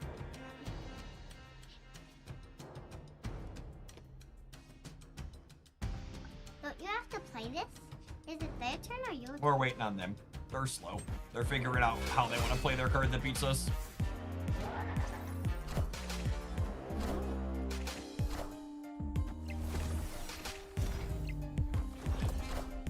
They ran the whole timer down, so I can only assume they're about to Killmonger us.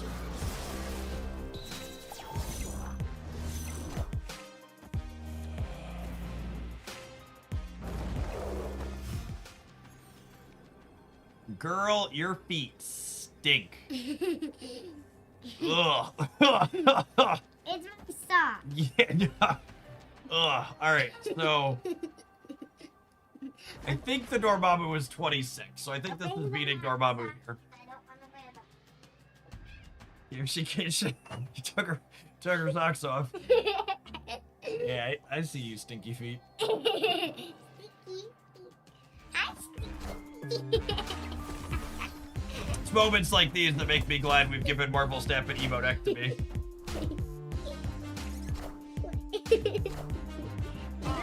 Congratulations, bud. Did you have fun?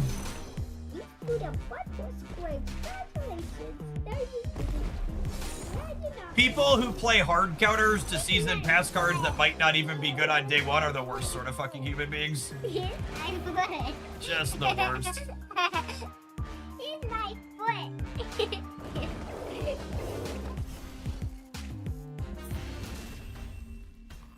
Did you Okay, so we can play one We're gonna play one more, yep.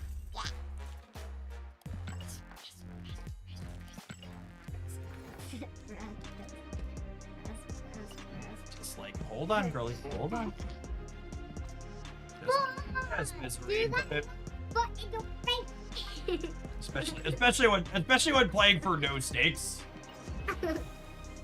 Just like show up and play the hard counter while there's nothing on the line. Okay, feet down, girlie.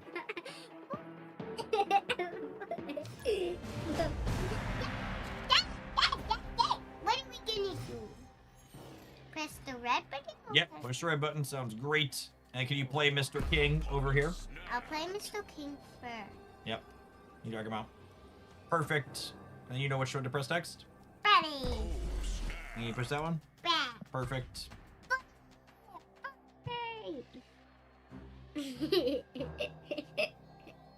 My sticky footage. I don't have. Give me this. Give me this. Yeah, we have more points than that. You do have more points than them so far. What's the about? Can you play Miss Martyr in the middle? Soon, can you pick a call that I can pick where it goes? Well, we're gonna want to put our cards in the middle for a little bit, okay? That one wants to put our cards in the middle. Okay, you click that one? Yeah, pick the mouse up and drag it over. Pick it up. No, yeah, pick it up and move it this way. So that way you can go over this way some more. Oh.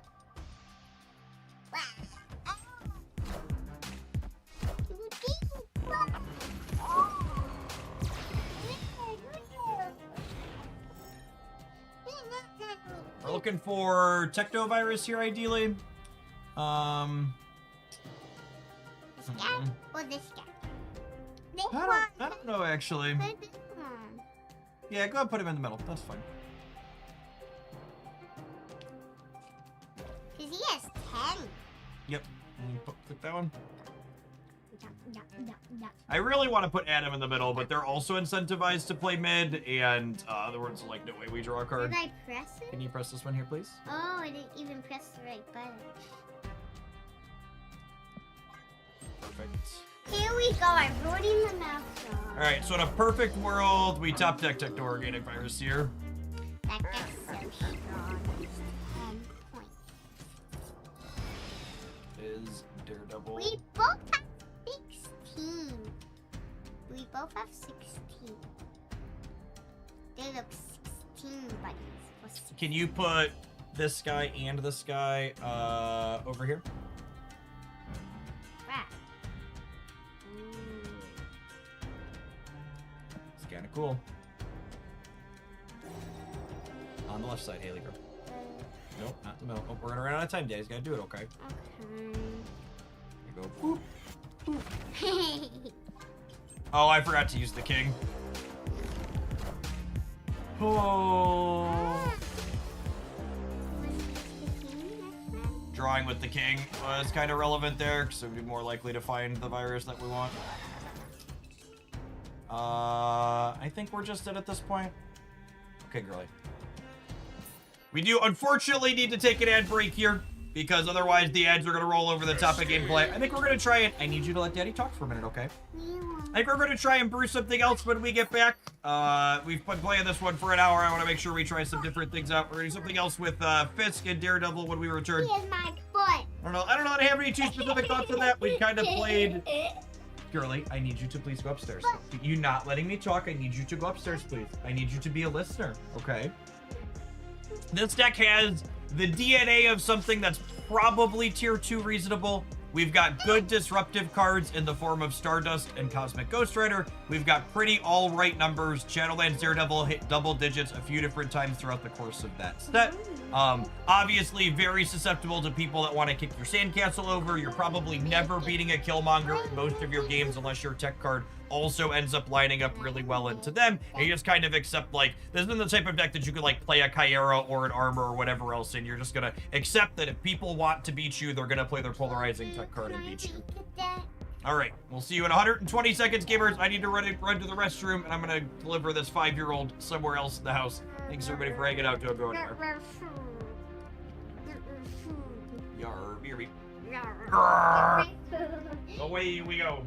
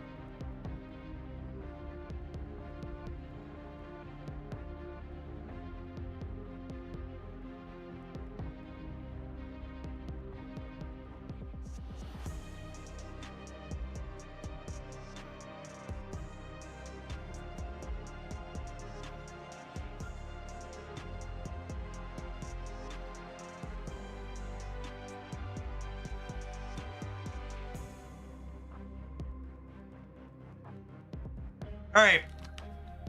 So I was thinking, how else can we color outside the lines with this card? And I think I've got an idea that you're probably not going to see too many other places. Come on a journey with me, chat.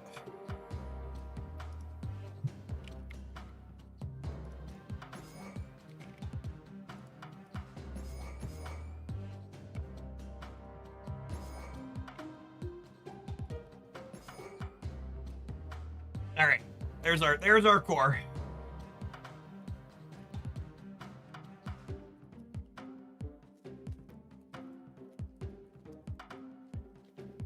So Fastos demons that have had their cost reduced will get drawn by Jane Foster.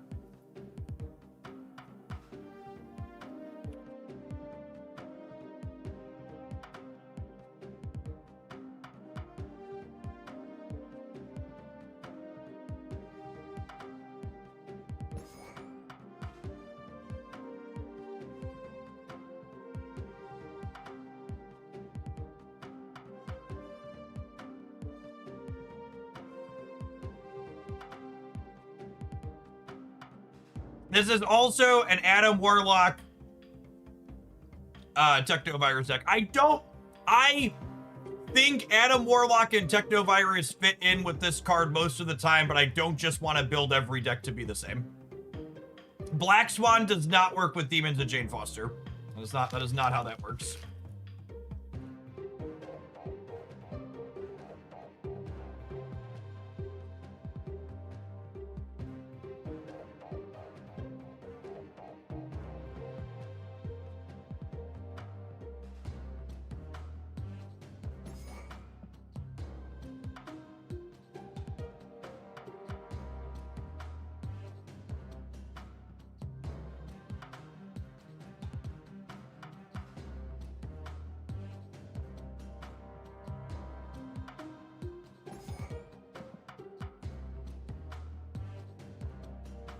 Lizard can be okay. I want some other cheap things, but I also like want to keep our Shadowlands Daredevil hits density high.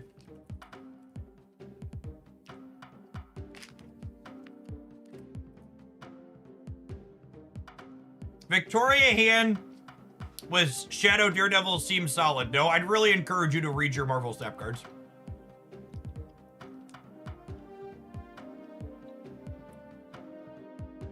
I am not a fan of Surge inside of Thor's decks because the Thor's decks, one, don't really have too many cheap cards that you could play for free with Surge. And usually you want to be playing things like these on curve, making it hard to fit your Surge cards into what you have going on unless you hit very, very, very quickly.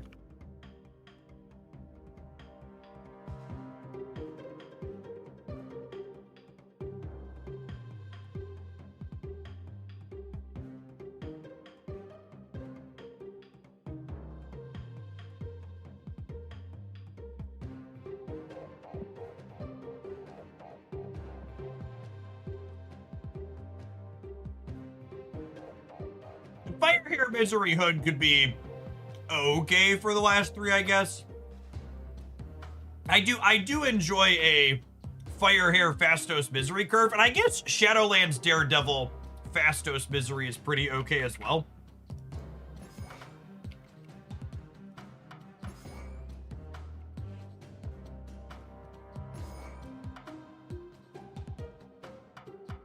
I don't hate that.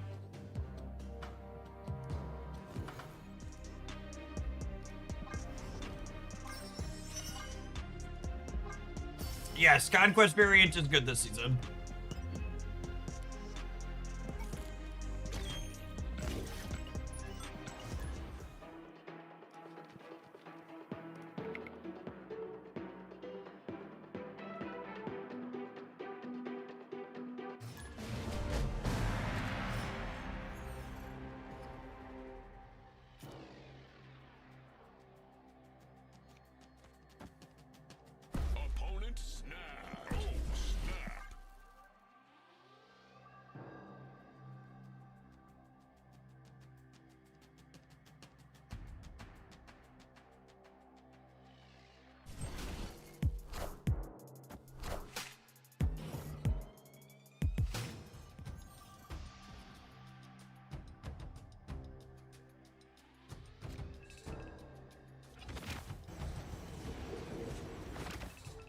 Gosh, his animations are sweet.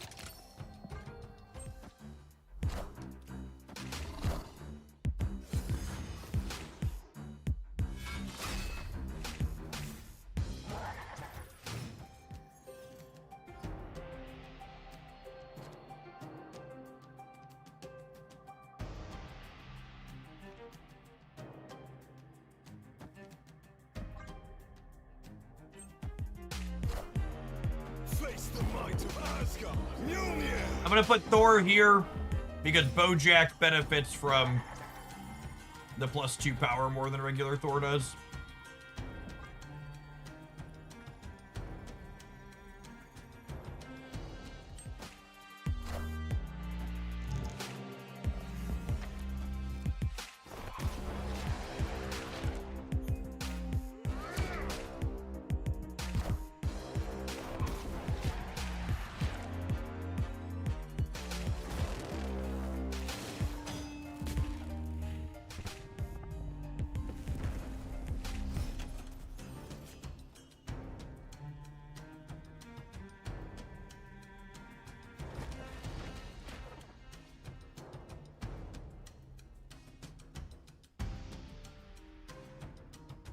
What am I doing here?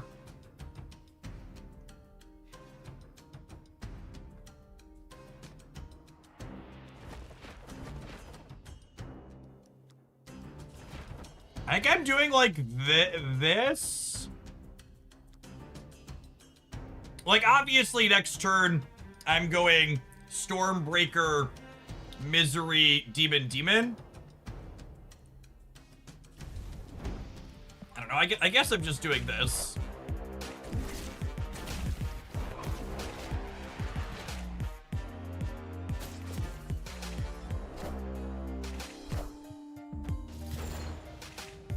All systems go.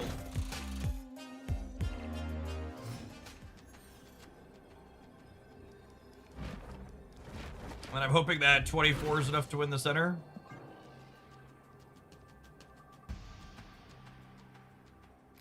And this takes us to 32 over here.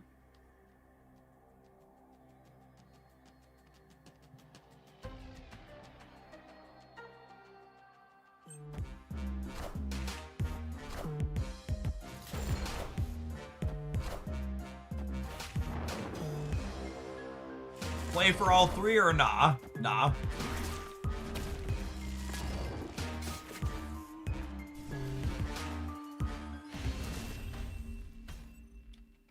Victory.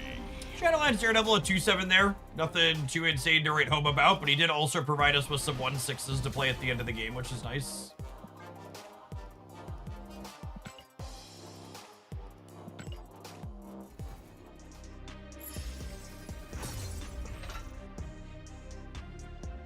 Could Blink go in the deck for a more consistent Jane Foster? You're not blinking your Beta Ray Bill into Jane Foster, so no. It's not a particularly good play, I don't think.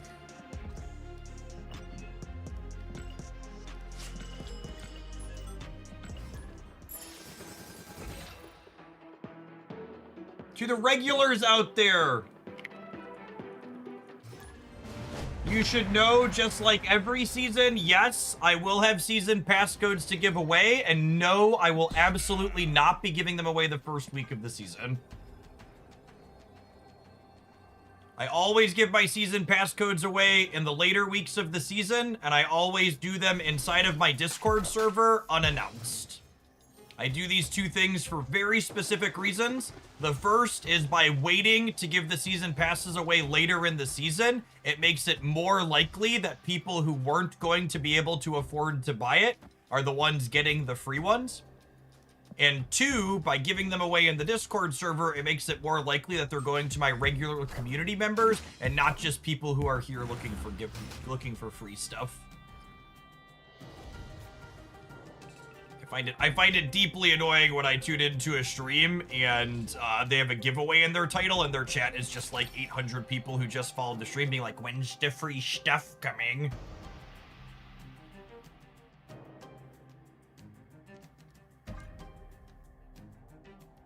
Face the might of Asgard. Alaska, Mjolnir!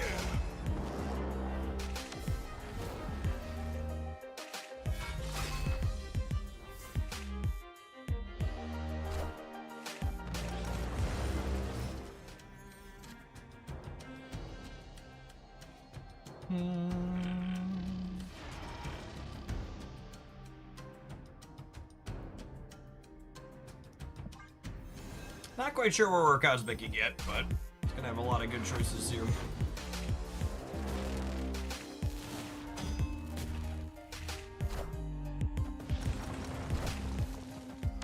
JK, it's the left.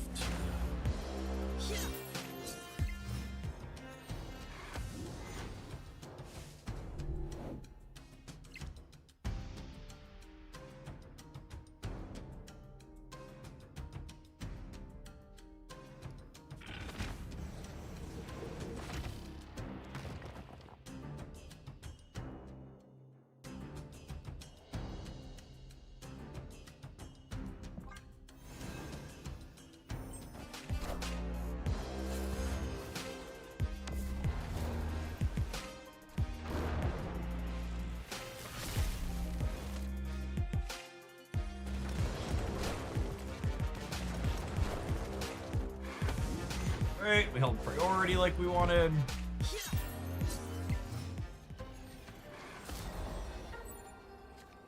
Again, just to repeat it for the people who weren't here earlier when I said it, anytime you play Shadowlands Daredevil, Cosmic Ghost Rider should absolutely be on your radar. It's one of the tech cards that interfaces with the Daredevil. Hey Jeff, it's of the interest of British people that we have that there's important local elections tomorrow. Good to know, Silence.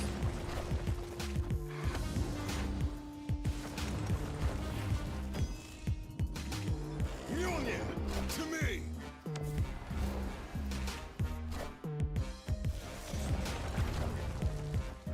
That's interesting. My opponent copied a Texel's card. Went through a Patriot deck.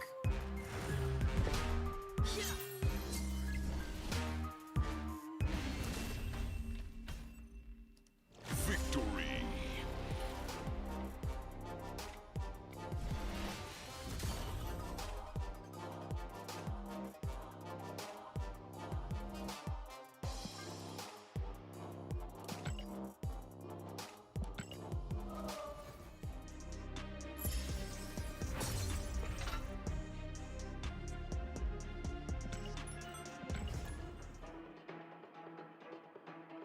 Those are actually very good reasons for your giveaway. Yep.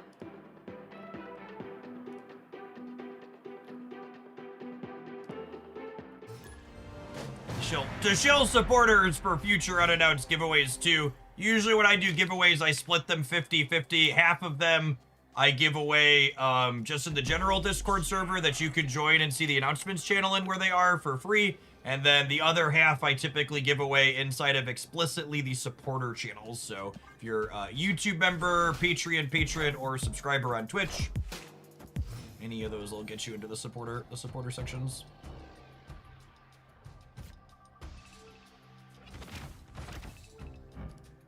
This Daredevil build is a lot less weak to Killmonger than the Technovirus build we were playing earlier, which is nice.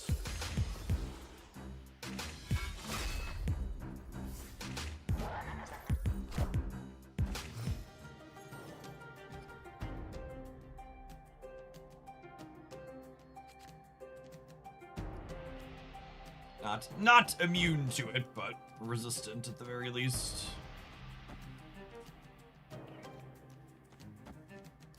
I want to put Fastos not with Shadowlands Daredevil because I want to be able to misery him potentially. He's an unreveal that I don't want to misery.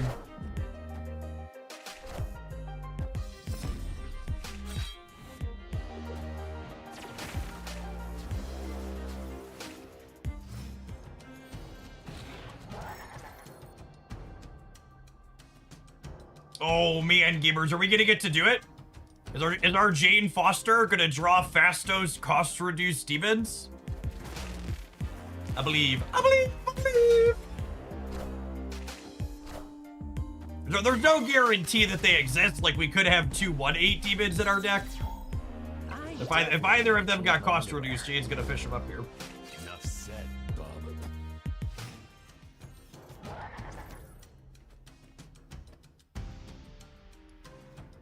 I'm playing Jane here to give ourselves the best chance to throw priority. But there's a good chance we're going to have priority, and then Killmonger's good against our demons, unfortunately. Chaz Coles, thank you for the over 3 years. Welcome back. So again, priority, for those not familiar, is determined by who is currently winning on board. So if they get more than 4 points here... Oh, and they Killmongered in advance. That's so good for me. I love it when a plan comes together, Chip. What a game! What a sweet one for us here. I definitely need to change my underwear. And they technically know that we drew the demons because the Shadowlands Daredevil hit 13 here. He got 2 buffs from that.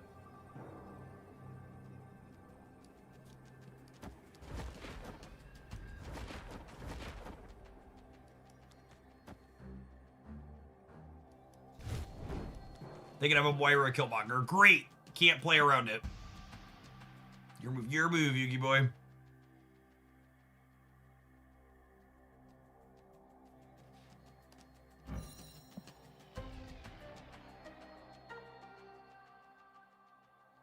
I did my best to not have priority. Now the cards land where they fall.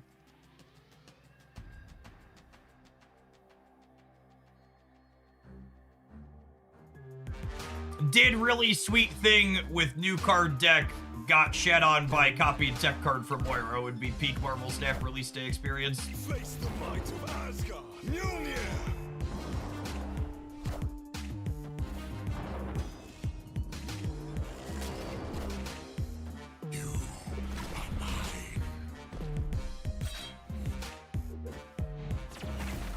We're still winning left and right through his copied Killmonger. Oh, are we not anymore because of that? Watch the X-23 land right, then they win the breaker.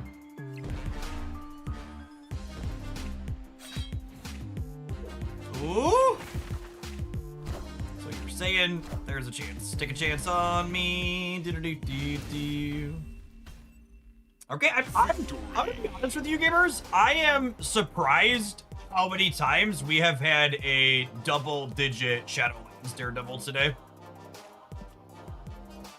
Like we've had a double-digit Shadowlands Daredevil on more than one occasion today, and I was expecting that to be like an outside shot, not a thing that was going to happen with some frequency. Snap.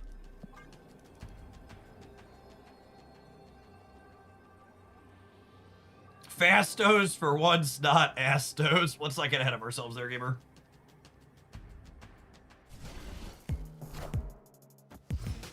Calm down.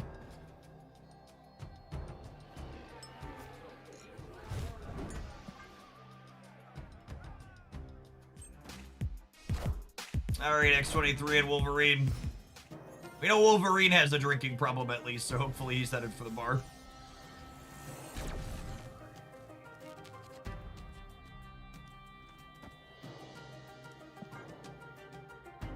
Definitely a Bojack angle here.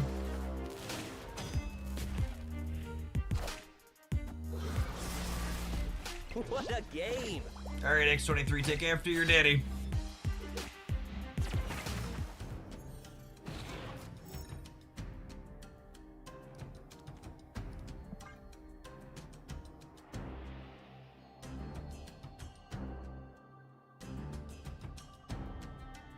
Face the might of Asgard. Mjolnir. Alright, so Jane's obviously our best draw here by a lot. Either of the hammers, an okay follow-up.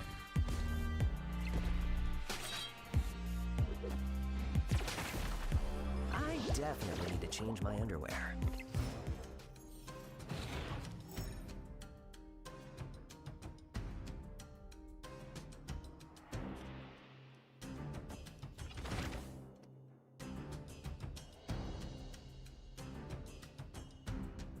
I don't want to play this because I want to draw a hammer next turn, yeah.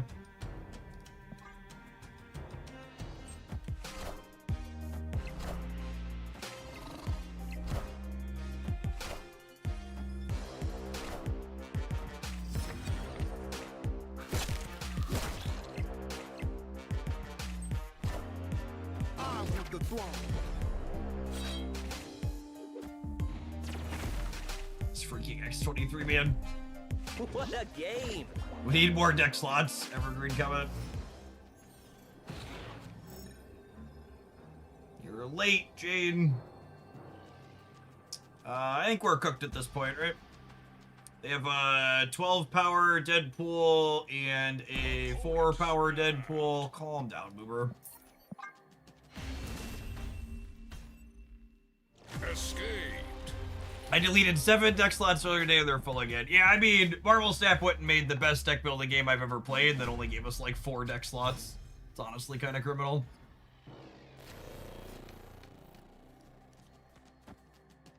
Oh, snap.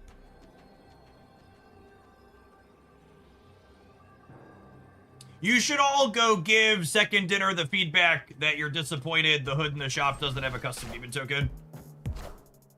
I gave them the request that I really wish they would let us assign the tokens and the non-token cards separately.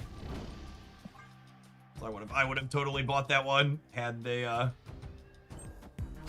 I had the option to assign a custom token to it. Enough said, bub.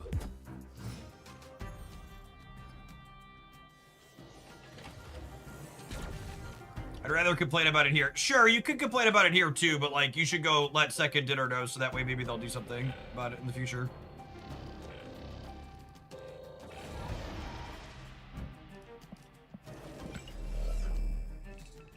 I'm gonna draw Bojack's Hammer specifically, given the option.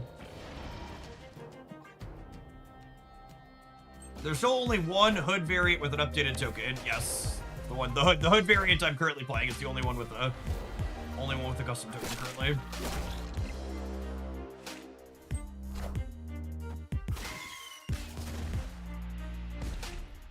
Enough said, bub. What a game! If you're not seeing the the season pass on the web shop, it means you haven't logged in to the app for the season. You need to log in before the season pass will appear on the web shop. That's always been the case. Face the might of Asgard. Mjolnir.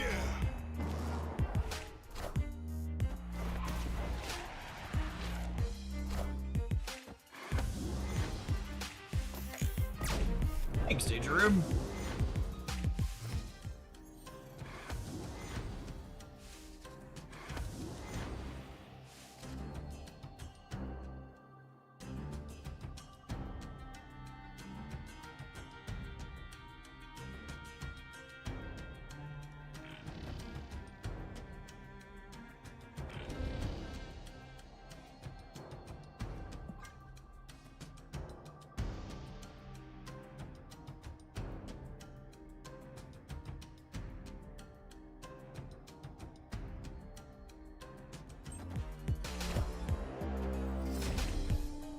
Gamers are reporting the web shop looks to be working again. I cannot confirm or deny personally.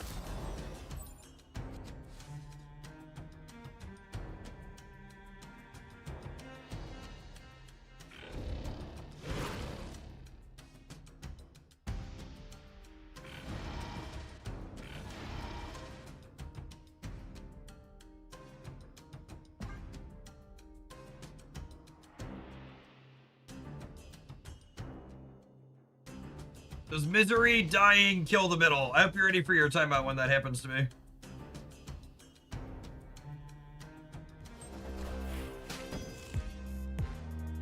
Mjolnir. Imagine saying that out loud. Mjolnir. To me.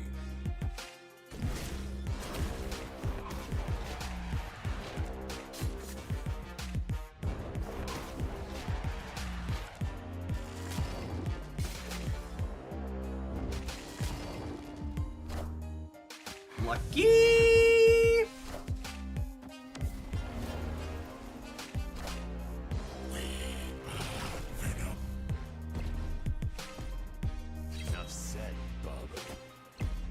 I had my finger on the button. Excellent.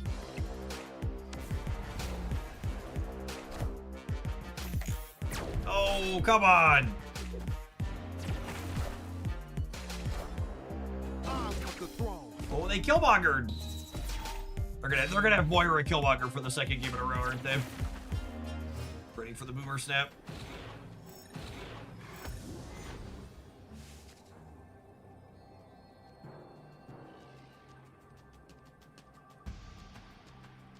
Shadow King is minus 24, minus 30 versus minus 32, so not a net positive in the center for us.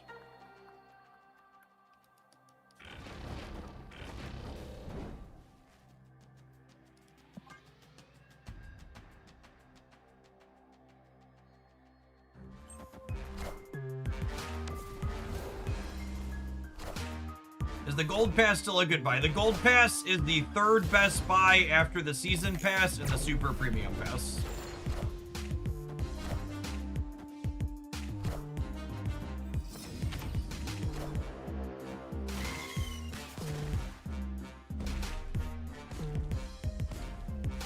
Enough said, Bob.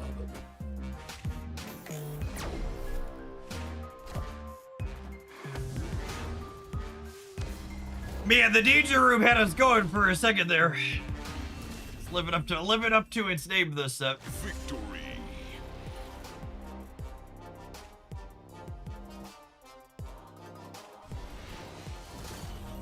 Very dangerous room. Blessed be the Danger Room. All right, well, this is functional, which is more than I can say I was expecting of it. Functional and amusing. Let's go ahead and take a brief pause for the cause and let some adverts roll. I'll play some more Fastos Daredevil Thors when we get back. Thanks everybody for hanging out. Don't go anywhere, gamers. If you're watching this on the YouTube side and you enjoy us coloring outside the lines, playing creative deck lists here 7 days a week, don't forget to tap the like button on whatever's in front of you. Appreciate the folks that have done that already today.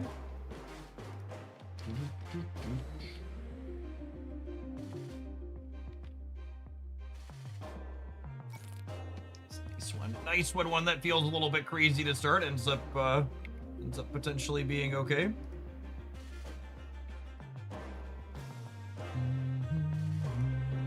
Thor's package has been pretty decent at Marvel Snap in general for a little while.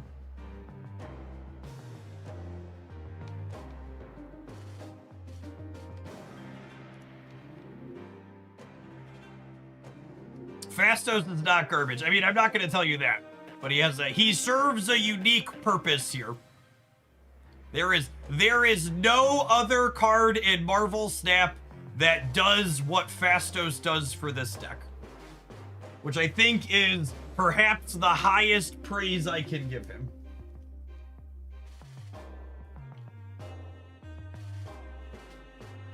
There are currently no other cards in Marvel Snap that allow Jane Foster to draw Shadowlands Daredevil Demons.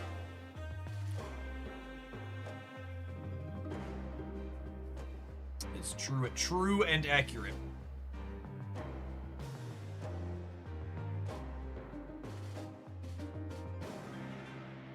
That's really all you need for reasonable culprit.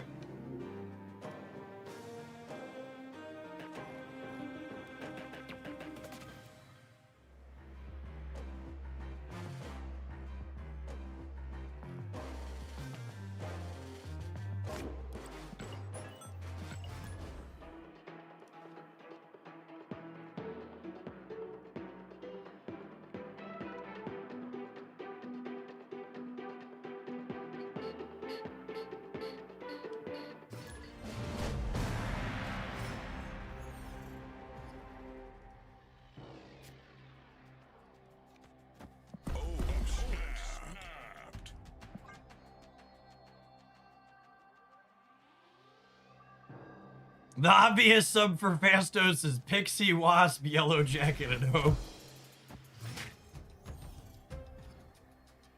Daredevil. That's a pretty good one for the home team.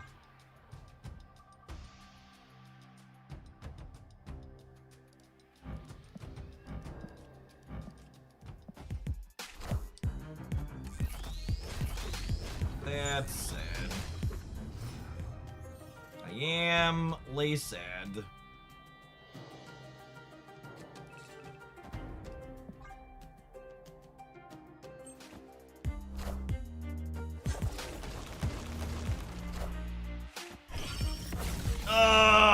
And Terrax means the king is not guaranteed to draw the hammer.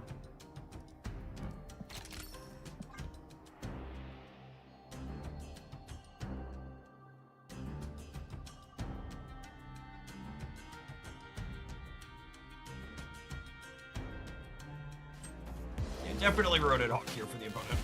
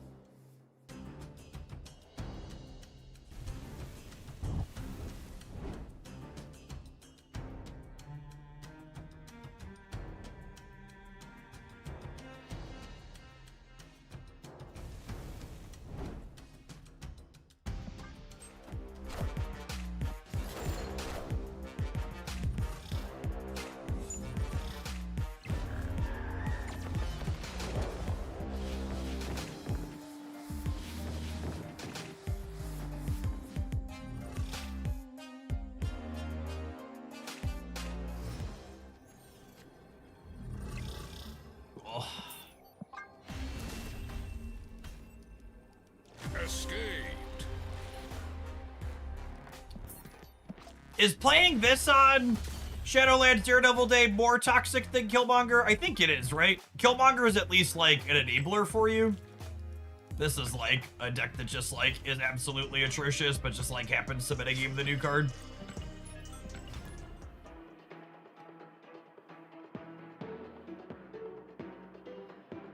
I think it speaks volumes of the wider Marvel Snap community that whenever a new card that does a sweet thing like Shu Lao or Fin Fang Foom or whatever else is good, there's a lot of endless complaining, even when the win rate's only okay.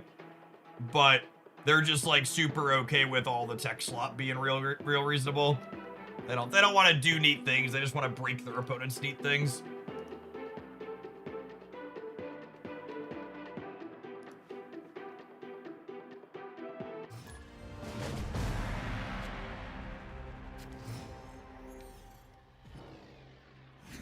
Yes. Yeah, I think a lot of them feel smart when they break their opponent's stuff.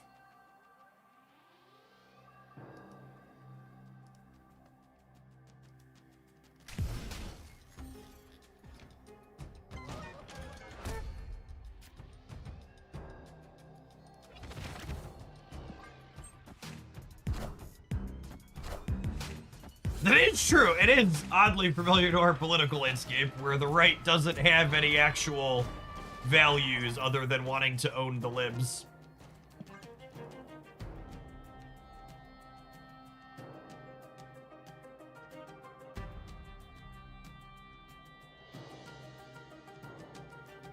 Face the might of Asgard.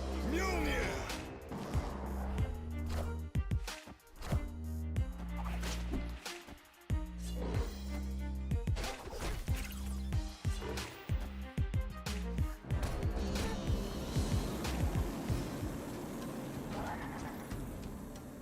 I think the biggest problem I have with Snap right now is too many people seem to build decks to annoy their opponent. I mean, that's kind of always been a core tenet of the game, for what it's worth.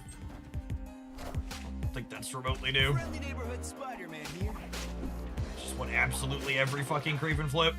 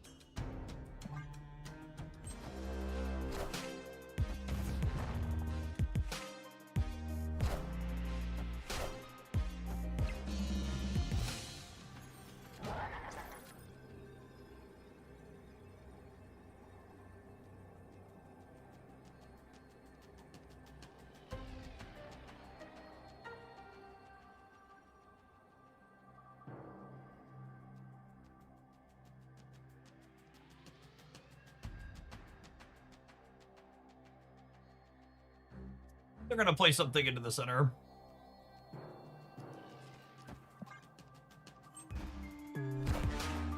Power must be controlled. Unfortunately, I was right. What an appropriate fucking finish after the conversation we had. Goodness me, oh my, oh my. It was our 2-drop that got killed, to be fair. Like I said, the Shadowlands Daredevil has been double digits today, a lot more frequently than I was expecting it to do. Escaped. He's been 9, 10, 11, 13, 17's our record so far if you're just joining us. Definitely keep an eye out for the highlight tonight.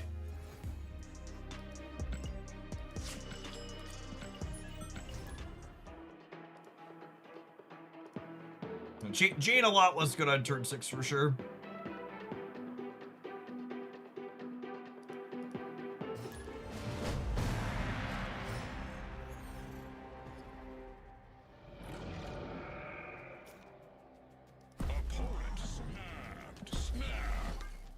Was this person snapping us back in the proving ground? That's exciting. They never do that.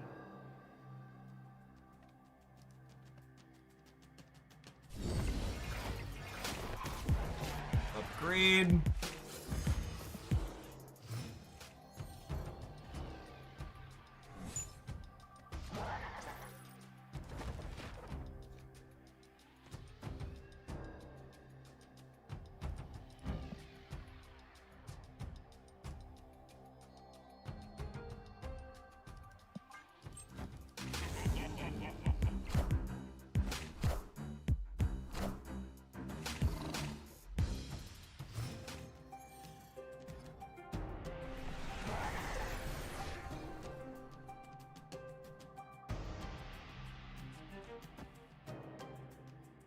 You're the first person I've heard say good things about the Dara interview.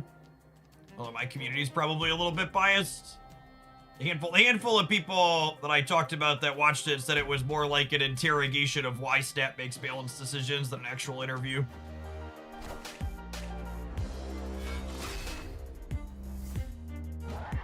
Face the might of Asgard. Mjolnir.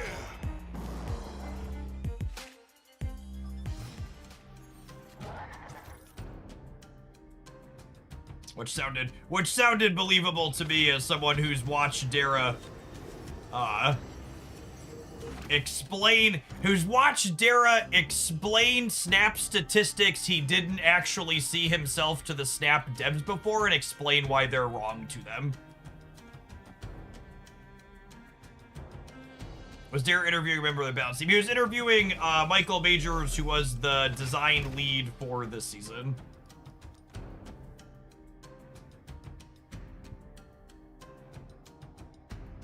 I actually know if I want to play Daredevil this turn. I kind of want Ichiri to draw Thor's Hammer. I should put this here, obviously.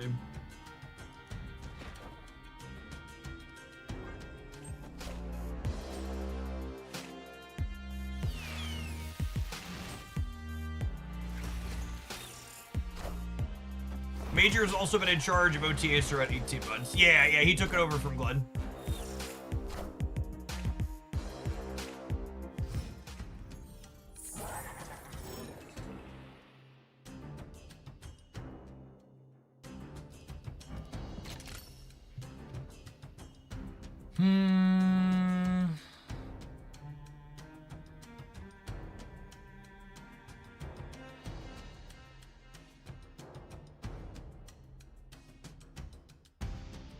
Feeling kind of dead here. My Shadow King's actually less of a reason to have played this here, and I think I let myself get Twitch chatted by doing it.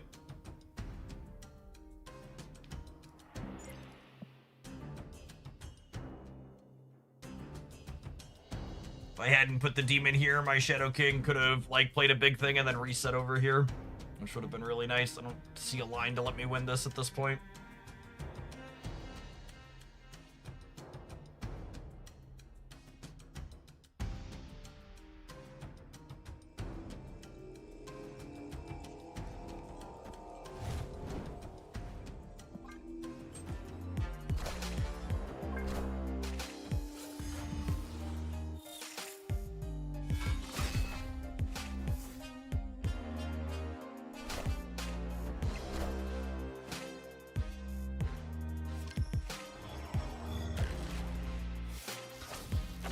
think it mattered. There was just so many points over there. So didn't have the ability to contest the left and the right here. One of the things that stands out in this build versus the techno-organic build we were playing earlier is this build really does not have a window to play Daredevil past turn 2 typically. We have so many like 3s and 4s and 5s we want to play on 3, 4, and 5 that our window to play him is like the first window and then that's it. The techno deck was able to weave him in on later turns and still scale him up pretty nicely. That build was a lot worse against Killmonger though.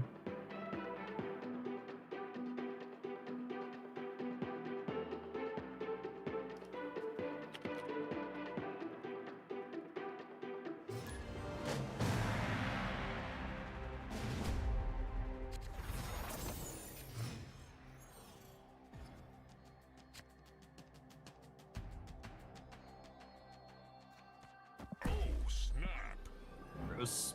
Opponent snapped.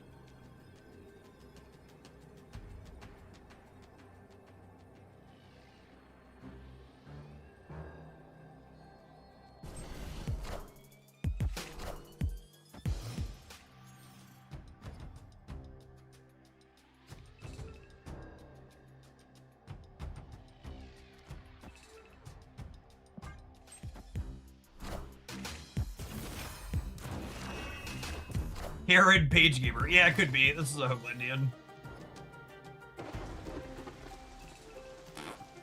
That's sad for them. That's sad for them.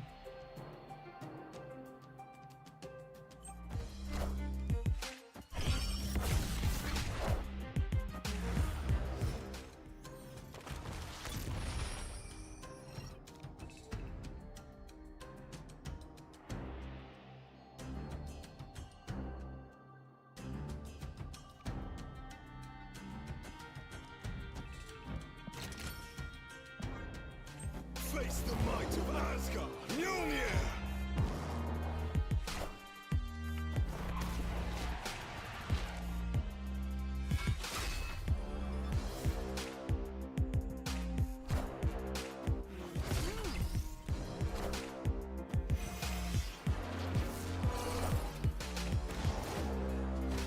Now, the good news is their deck probably also struggles to play into here.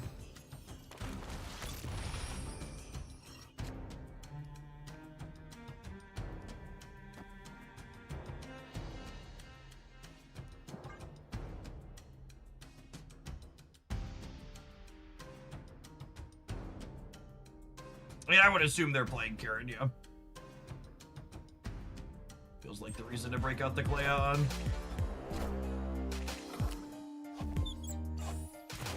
Ooh, they won their 50-50 gamers. Her animation's so good. It's the same shame she's trash.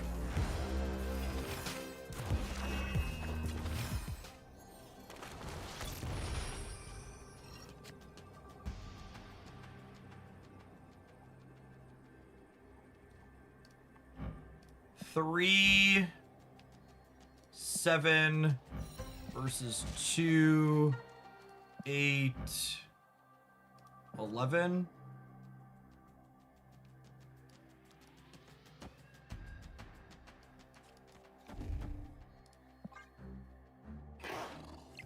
Just gotta hope they can't play on the left.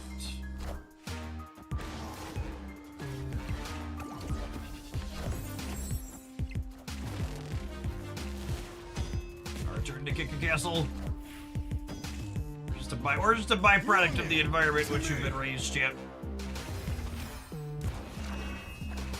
Karen is considered bad already. I mean, just like read the card. She's a 4/11 that you have to work and build your deck around to get 11 points of stats out of her. When was the last time a 4/11 was like widely competitive, much less one that you have to like warp your deck around?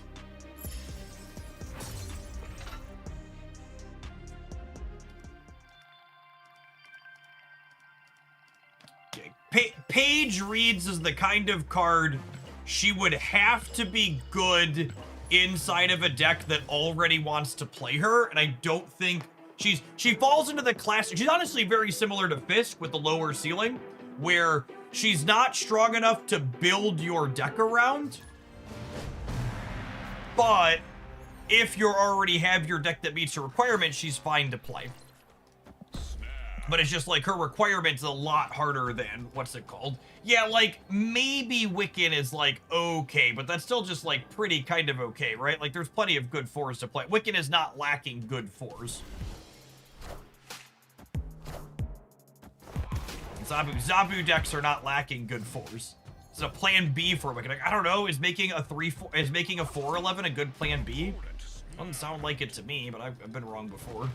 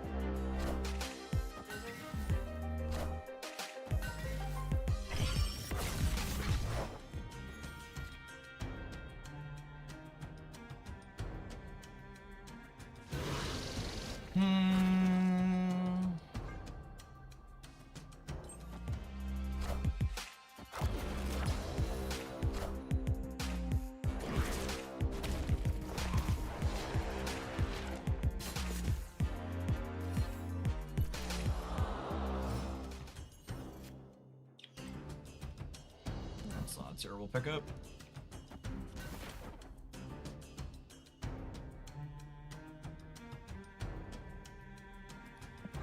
And we have 3, 4, 5, 6 for next turn.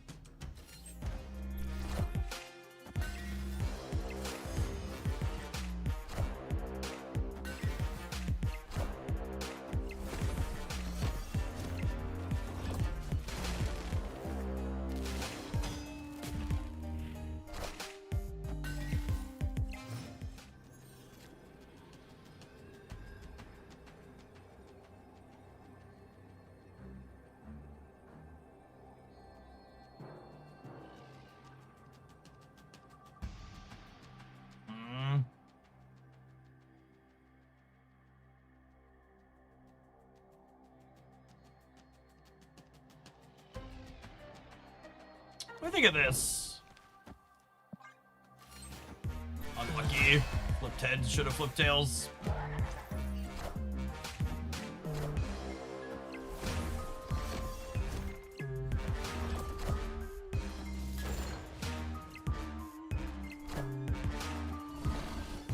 I was hoping they'd punt the middle and they punt to the left instead. I could have played 2 into the right to win that, yeah.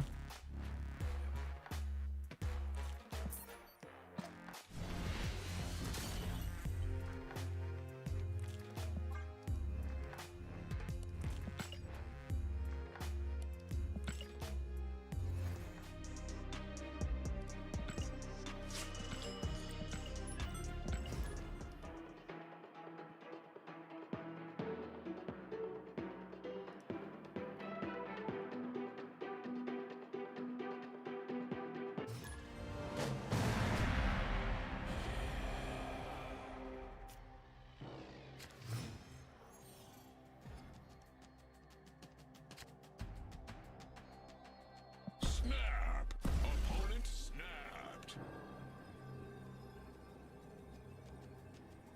Didn't Horseman Wolverine started around 4/11? Yeah, he started out at 4/12. And then honestly, I think that one's a testament to, like, it's disappointing to me that, like, the Snap team saw Wolverine not be good enough at 4/12, buffed him to 4/15, and then as someone who frequently praises Second Dinner's Balance team, their number one issue is they don't take big enough shots on new card releases. It's kind of nuts to me that they watched 4/12 Wolverine not be remotely good enough and then didn't buff Karen Page before the season.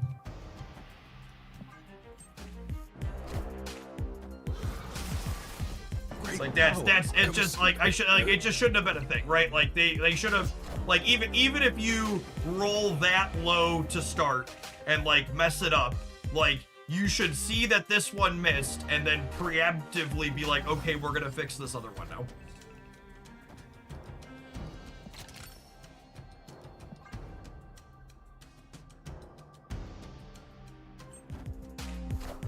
And if you release it, I know suggesting +3 on a card is sacrilege, and everybody's gonna get mad about it. But like, it should have been +3. And then if she was too good at +3, fix it later.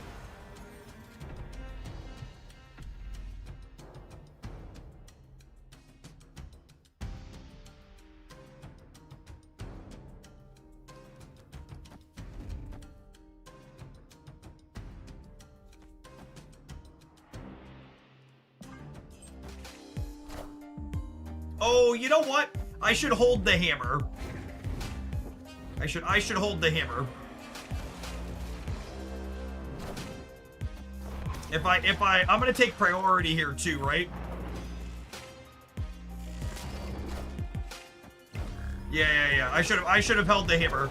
If I hold the hammer, I don't have priority, which is much better against this Phantom X, and then I would get a third double up as well. Now, this is amusing here, though, because this will put this back to 3 and then put this to... What's the base on this? 13? Well, I guess I still lose to the Phantom X, huh?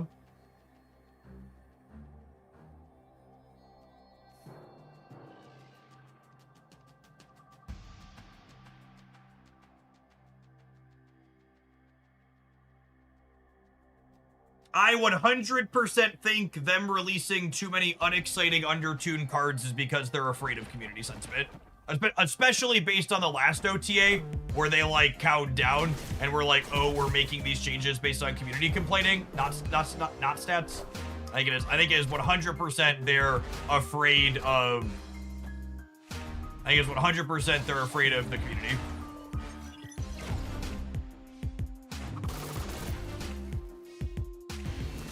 I think it makes for less exciting card releases and less interesting overall that they keep missing.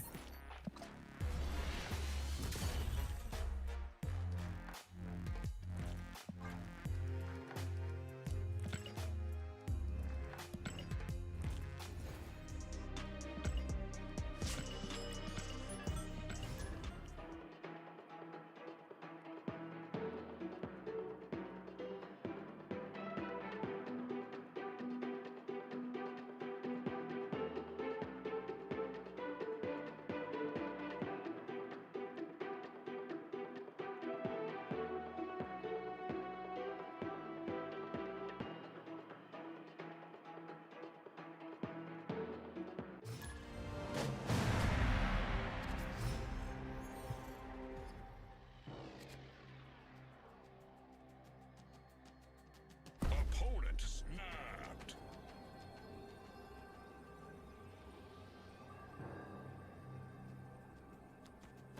Sorry, that was me typing my Karen page feedback to my second dinner people. Basically just saying what he says, like, I can't believe Wolverine released as a 412 was bad, barely did anything as a 415, and then Page released as a 411.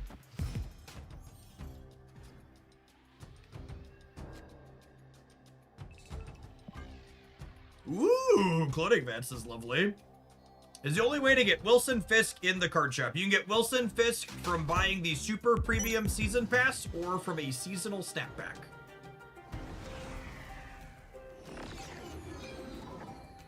He will be added to the rotator later next month. Maybe I should have Fastos 3. Yeah, probably should have Fastos 3. That's fine. I'm gonna have a bunch of Bojacks. This is gonna be great. I believe.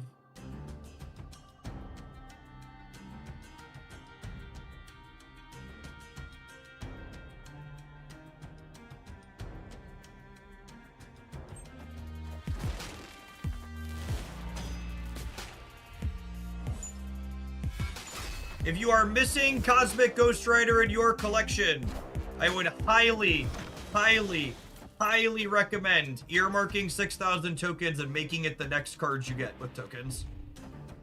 It has arguably been one of the best tech cards in the game for a long time now, and that's not going to change.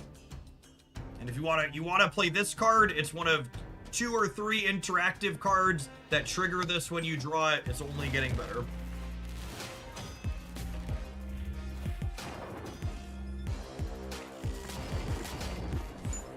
Best draw in my deck is Firehair here.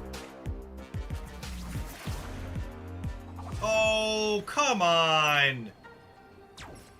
That's so disappointing.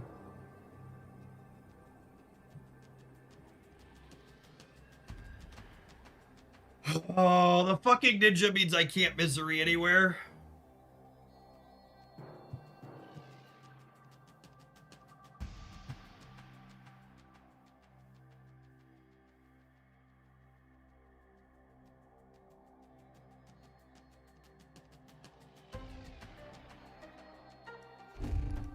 YOLO.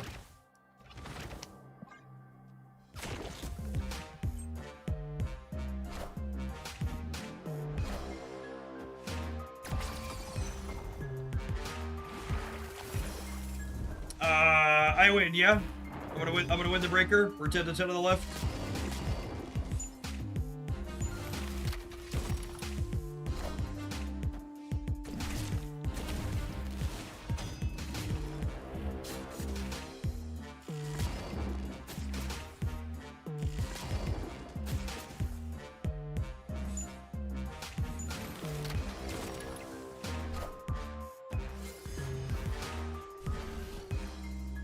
Shout out to Fastos making that game win possible. Needed the +2 here or the minus cost here. Sometimes lucky rubber ducky.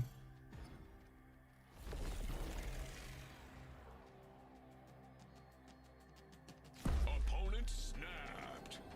I have Joe Casta and Omega Sentinel in my shop right now. Would you prioritize Cosmic Ghost Rider over Merlin? They're both very good cards. They are both in my buy these category. Again, you want my thoughts on which cards are the top ones you should prioritizing picking up individually. Series 4-5 tier list gets updated regularly. Always come into chat to ! tier list. I think there's only like 5 or 6 cards I classify as just buy these, and Cosmic Ghost Rider and Merlin are both among them. Those are both cards that go in a lot of different spots.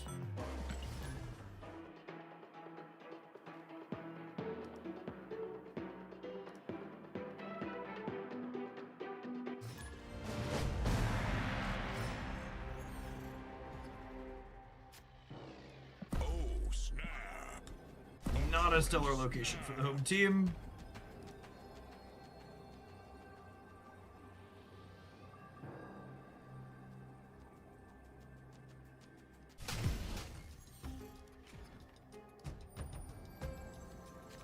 One's not bad for us.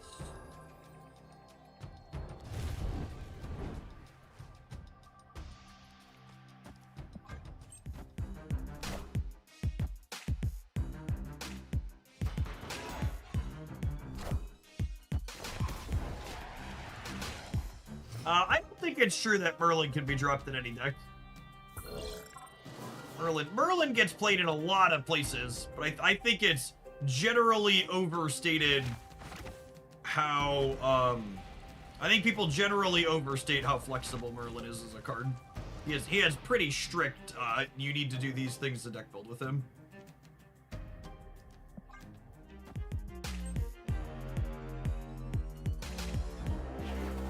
He's still very good, and he's not replaceable in the decks that he goes in, but he's a pretty far cry from just generically goes in everything. Chew fun, gamer. Hope someone pisses into your Cheerios, dude.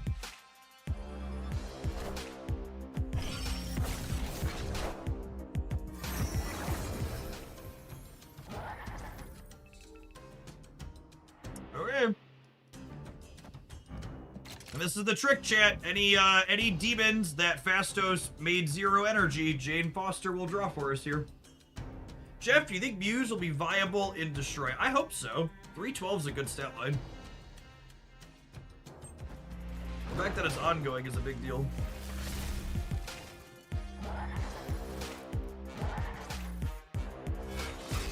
And then King finishes out the set. Like I said, chat, I have been impressed with how often Shadowlands Daredevil has been a double digits for me. It has been double digits a whole heck of a lot.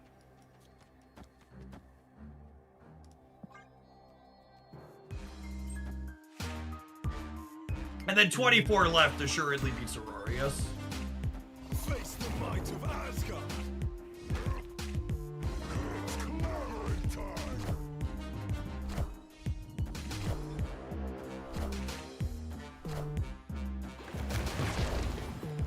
Woo! Barely, but we did it. Okay.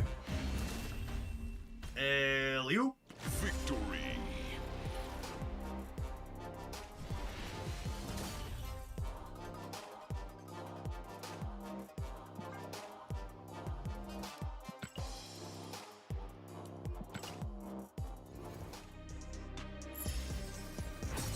I'm to explore more with Daredevil gamers. He is very unique and fun card. This deck list gets the rare title of Fastos is not optional. This is just, you know, people often complain about you can't be competitive in Marvel Snap if you don't own every card, and that's not remotely true.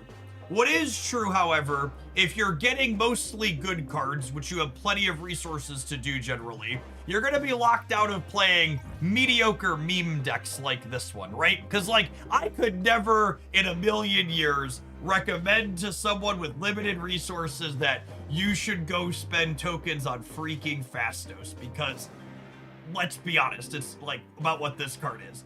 But there's no other card in Marvel Snap that will make Shadowlands Daredevil Demons 0, so Jane Foster could draw 2 or more of them. And Surge does not work in a deck like this, right? Like, look, just think about that last game. Surge does not enable what happened in that last game, and Surge is generically very bad inside of Thor's decks, because Thor's decks tend to have very specific curves they want to have, right? You want to play Thor on 3, you want to play Beta Ray Bill on 4. Surge decks typically want to have a lot of cheaper cards and not care about the order that they're playing things in super tightly, so that way they can prioritize playing out whatever was surged on the top. So Thor's a consistently pretty solid deck. We're making some numbers here in a couple of different ways. We've got Shadow King and Cosmic Ghost Rider here as like reasonable interactive cards. What is Lizard here for? That's a good question. Lizard is just a cheap card that triggers Shadowlands Daredevil. Because you just like, you need a density of 6+ power things in your deck for this card to be reasonable. And like, this card's not amazing, but it's fine. It puts points on the board in different spots. Another thing to think about too is, and this is, you know, like curve consideration type stuff, is because this is a Misery deck, having good 1s and 2s has value here, because this deck often wants to play Misery on turn 6. So like Misery Hammers plus 2-drop or Misery Hammers plus Demons is like frequently your turn 6 play. And those are the types of things you want to be thinking about when you're building decks in a game, right? You want to think about like, okay, what does my curve look like? How am I spending my energy on different turns? And this deck thinks about that in 2 different ways, right? We're like, okay, our energy on turns like 3, 4, 5 is like pretty spoken for. We're doing Fastos, Thor, Jane type stuff. And then the last turn of the game, we're either playing, you know, Shadow King plus Lizard plus Demons, or Cosmic Ghost Rider plus a Demon, or Misery plus Hammers plus Demon or Lizard. Like having just that plan of like what types of things you should be looking for going into the games. 1, helps you play faster, and 2, gives you more things to think about.